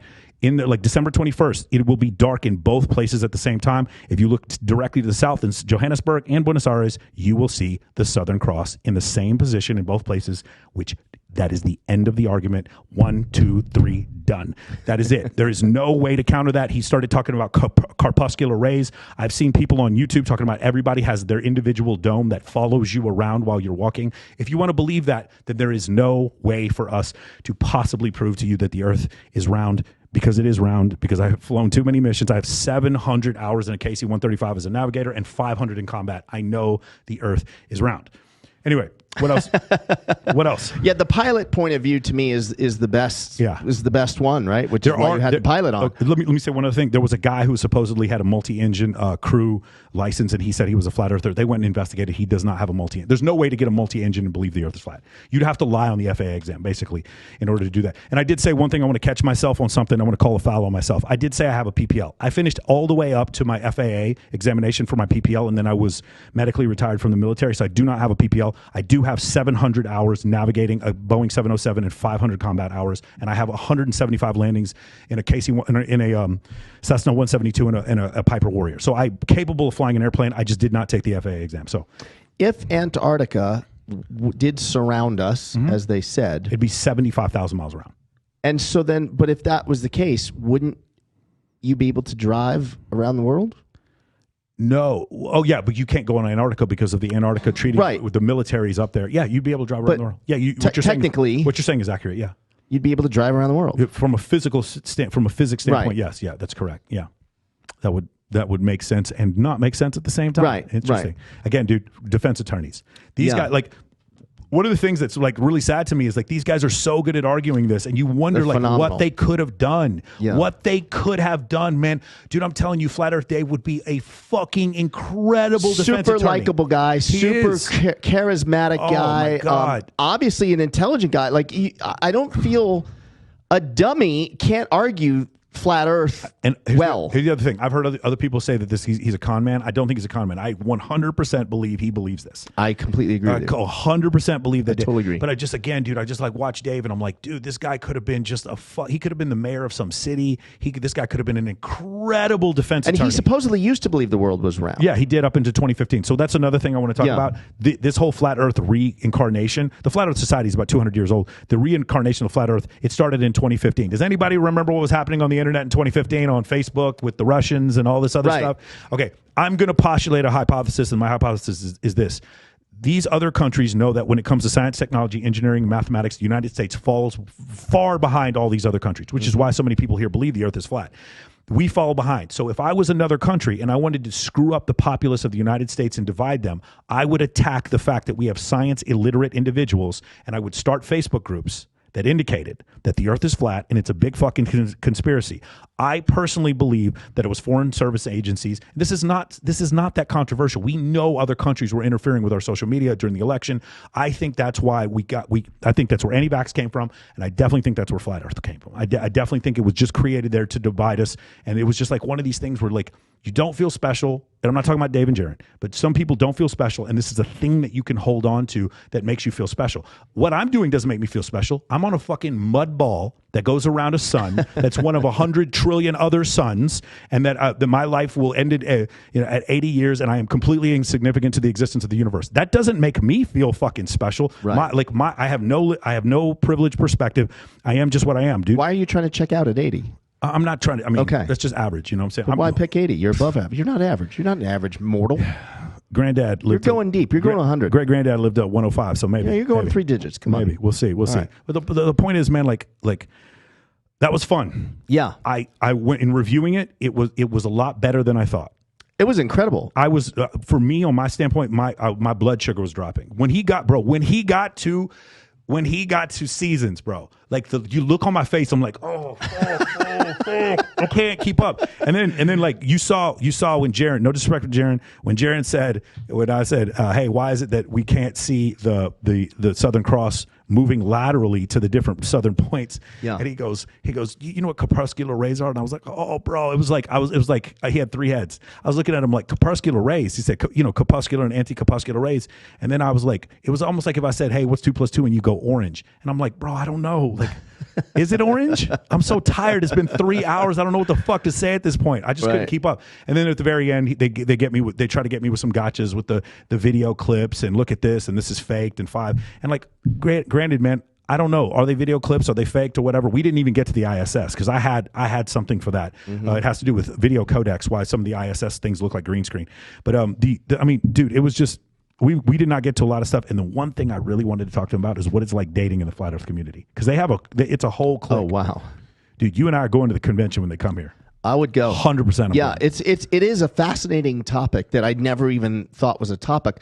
This first got on my radar screen with I'm sure maybe you too, Eddie Bravo talking to Joe Rogan. Bro, I right? know. Yes, that's how I first I remember sitting in shock. Maybe 4 or 5 years. Yeah, it was about 4 or 5 years ago. Yeah. When Eddie Bravo would bring that up, and I was like, wait, is he He's joking, right? And like I was, no, he's serious. He's actually serious. It's just like, bro, do you remember? This is gonna sound really messed up.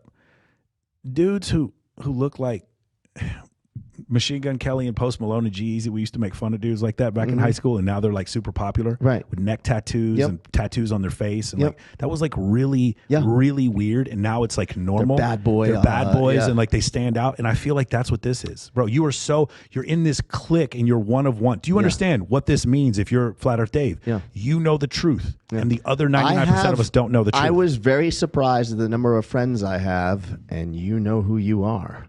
That believe the Earth is flat. Bro, I'm shocked. When you have blonde hair and breast implants, apparently it's like 10x rule. Like the likelihood of you believing the Earth is flat is incredibly high, bro. It is crazy how many of them I know that. But yeah, it was man, it's interesting. Now, here's the other thing. I hope those of you, because I messaged a lot of you who believe the Earth is flat, and you didn't want to come on the podcast. So now I hope you watch this and you aren't intimidated. You see, I'm not rude about it. It's not that big of a deal. I would love for you guys to come on. Hopefully, you guys are not doctors or doctors or This should be at least every 7 or 8 episodes. I don't know about that, but maybe every 6. Too good. 7 or 8 episodes. Yeah, it's too good. Well, I think you need to start thinking about going more than once a week. I really do. Yeah, it's too good. You're the content's so great. You really are. Not that anyone should ever compare anyone to Joe Rogan, but I'll do it.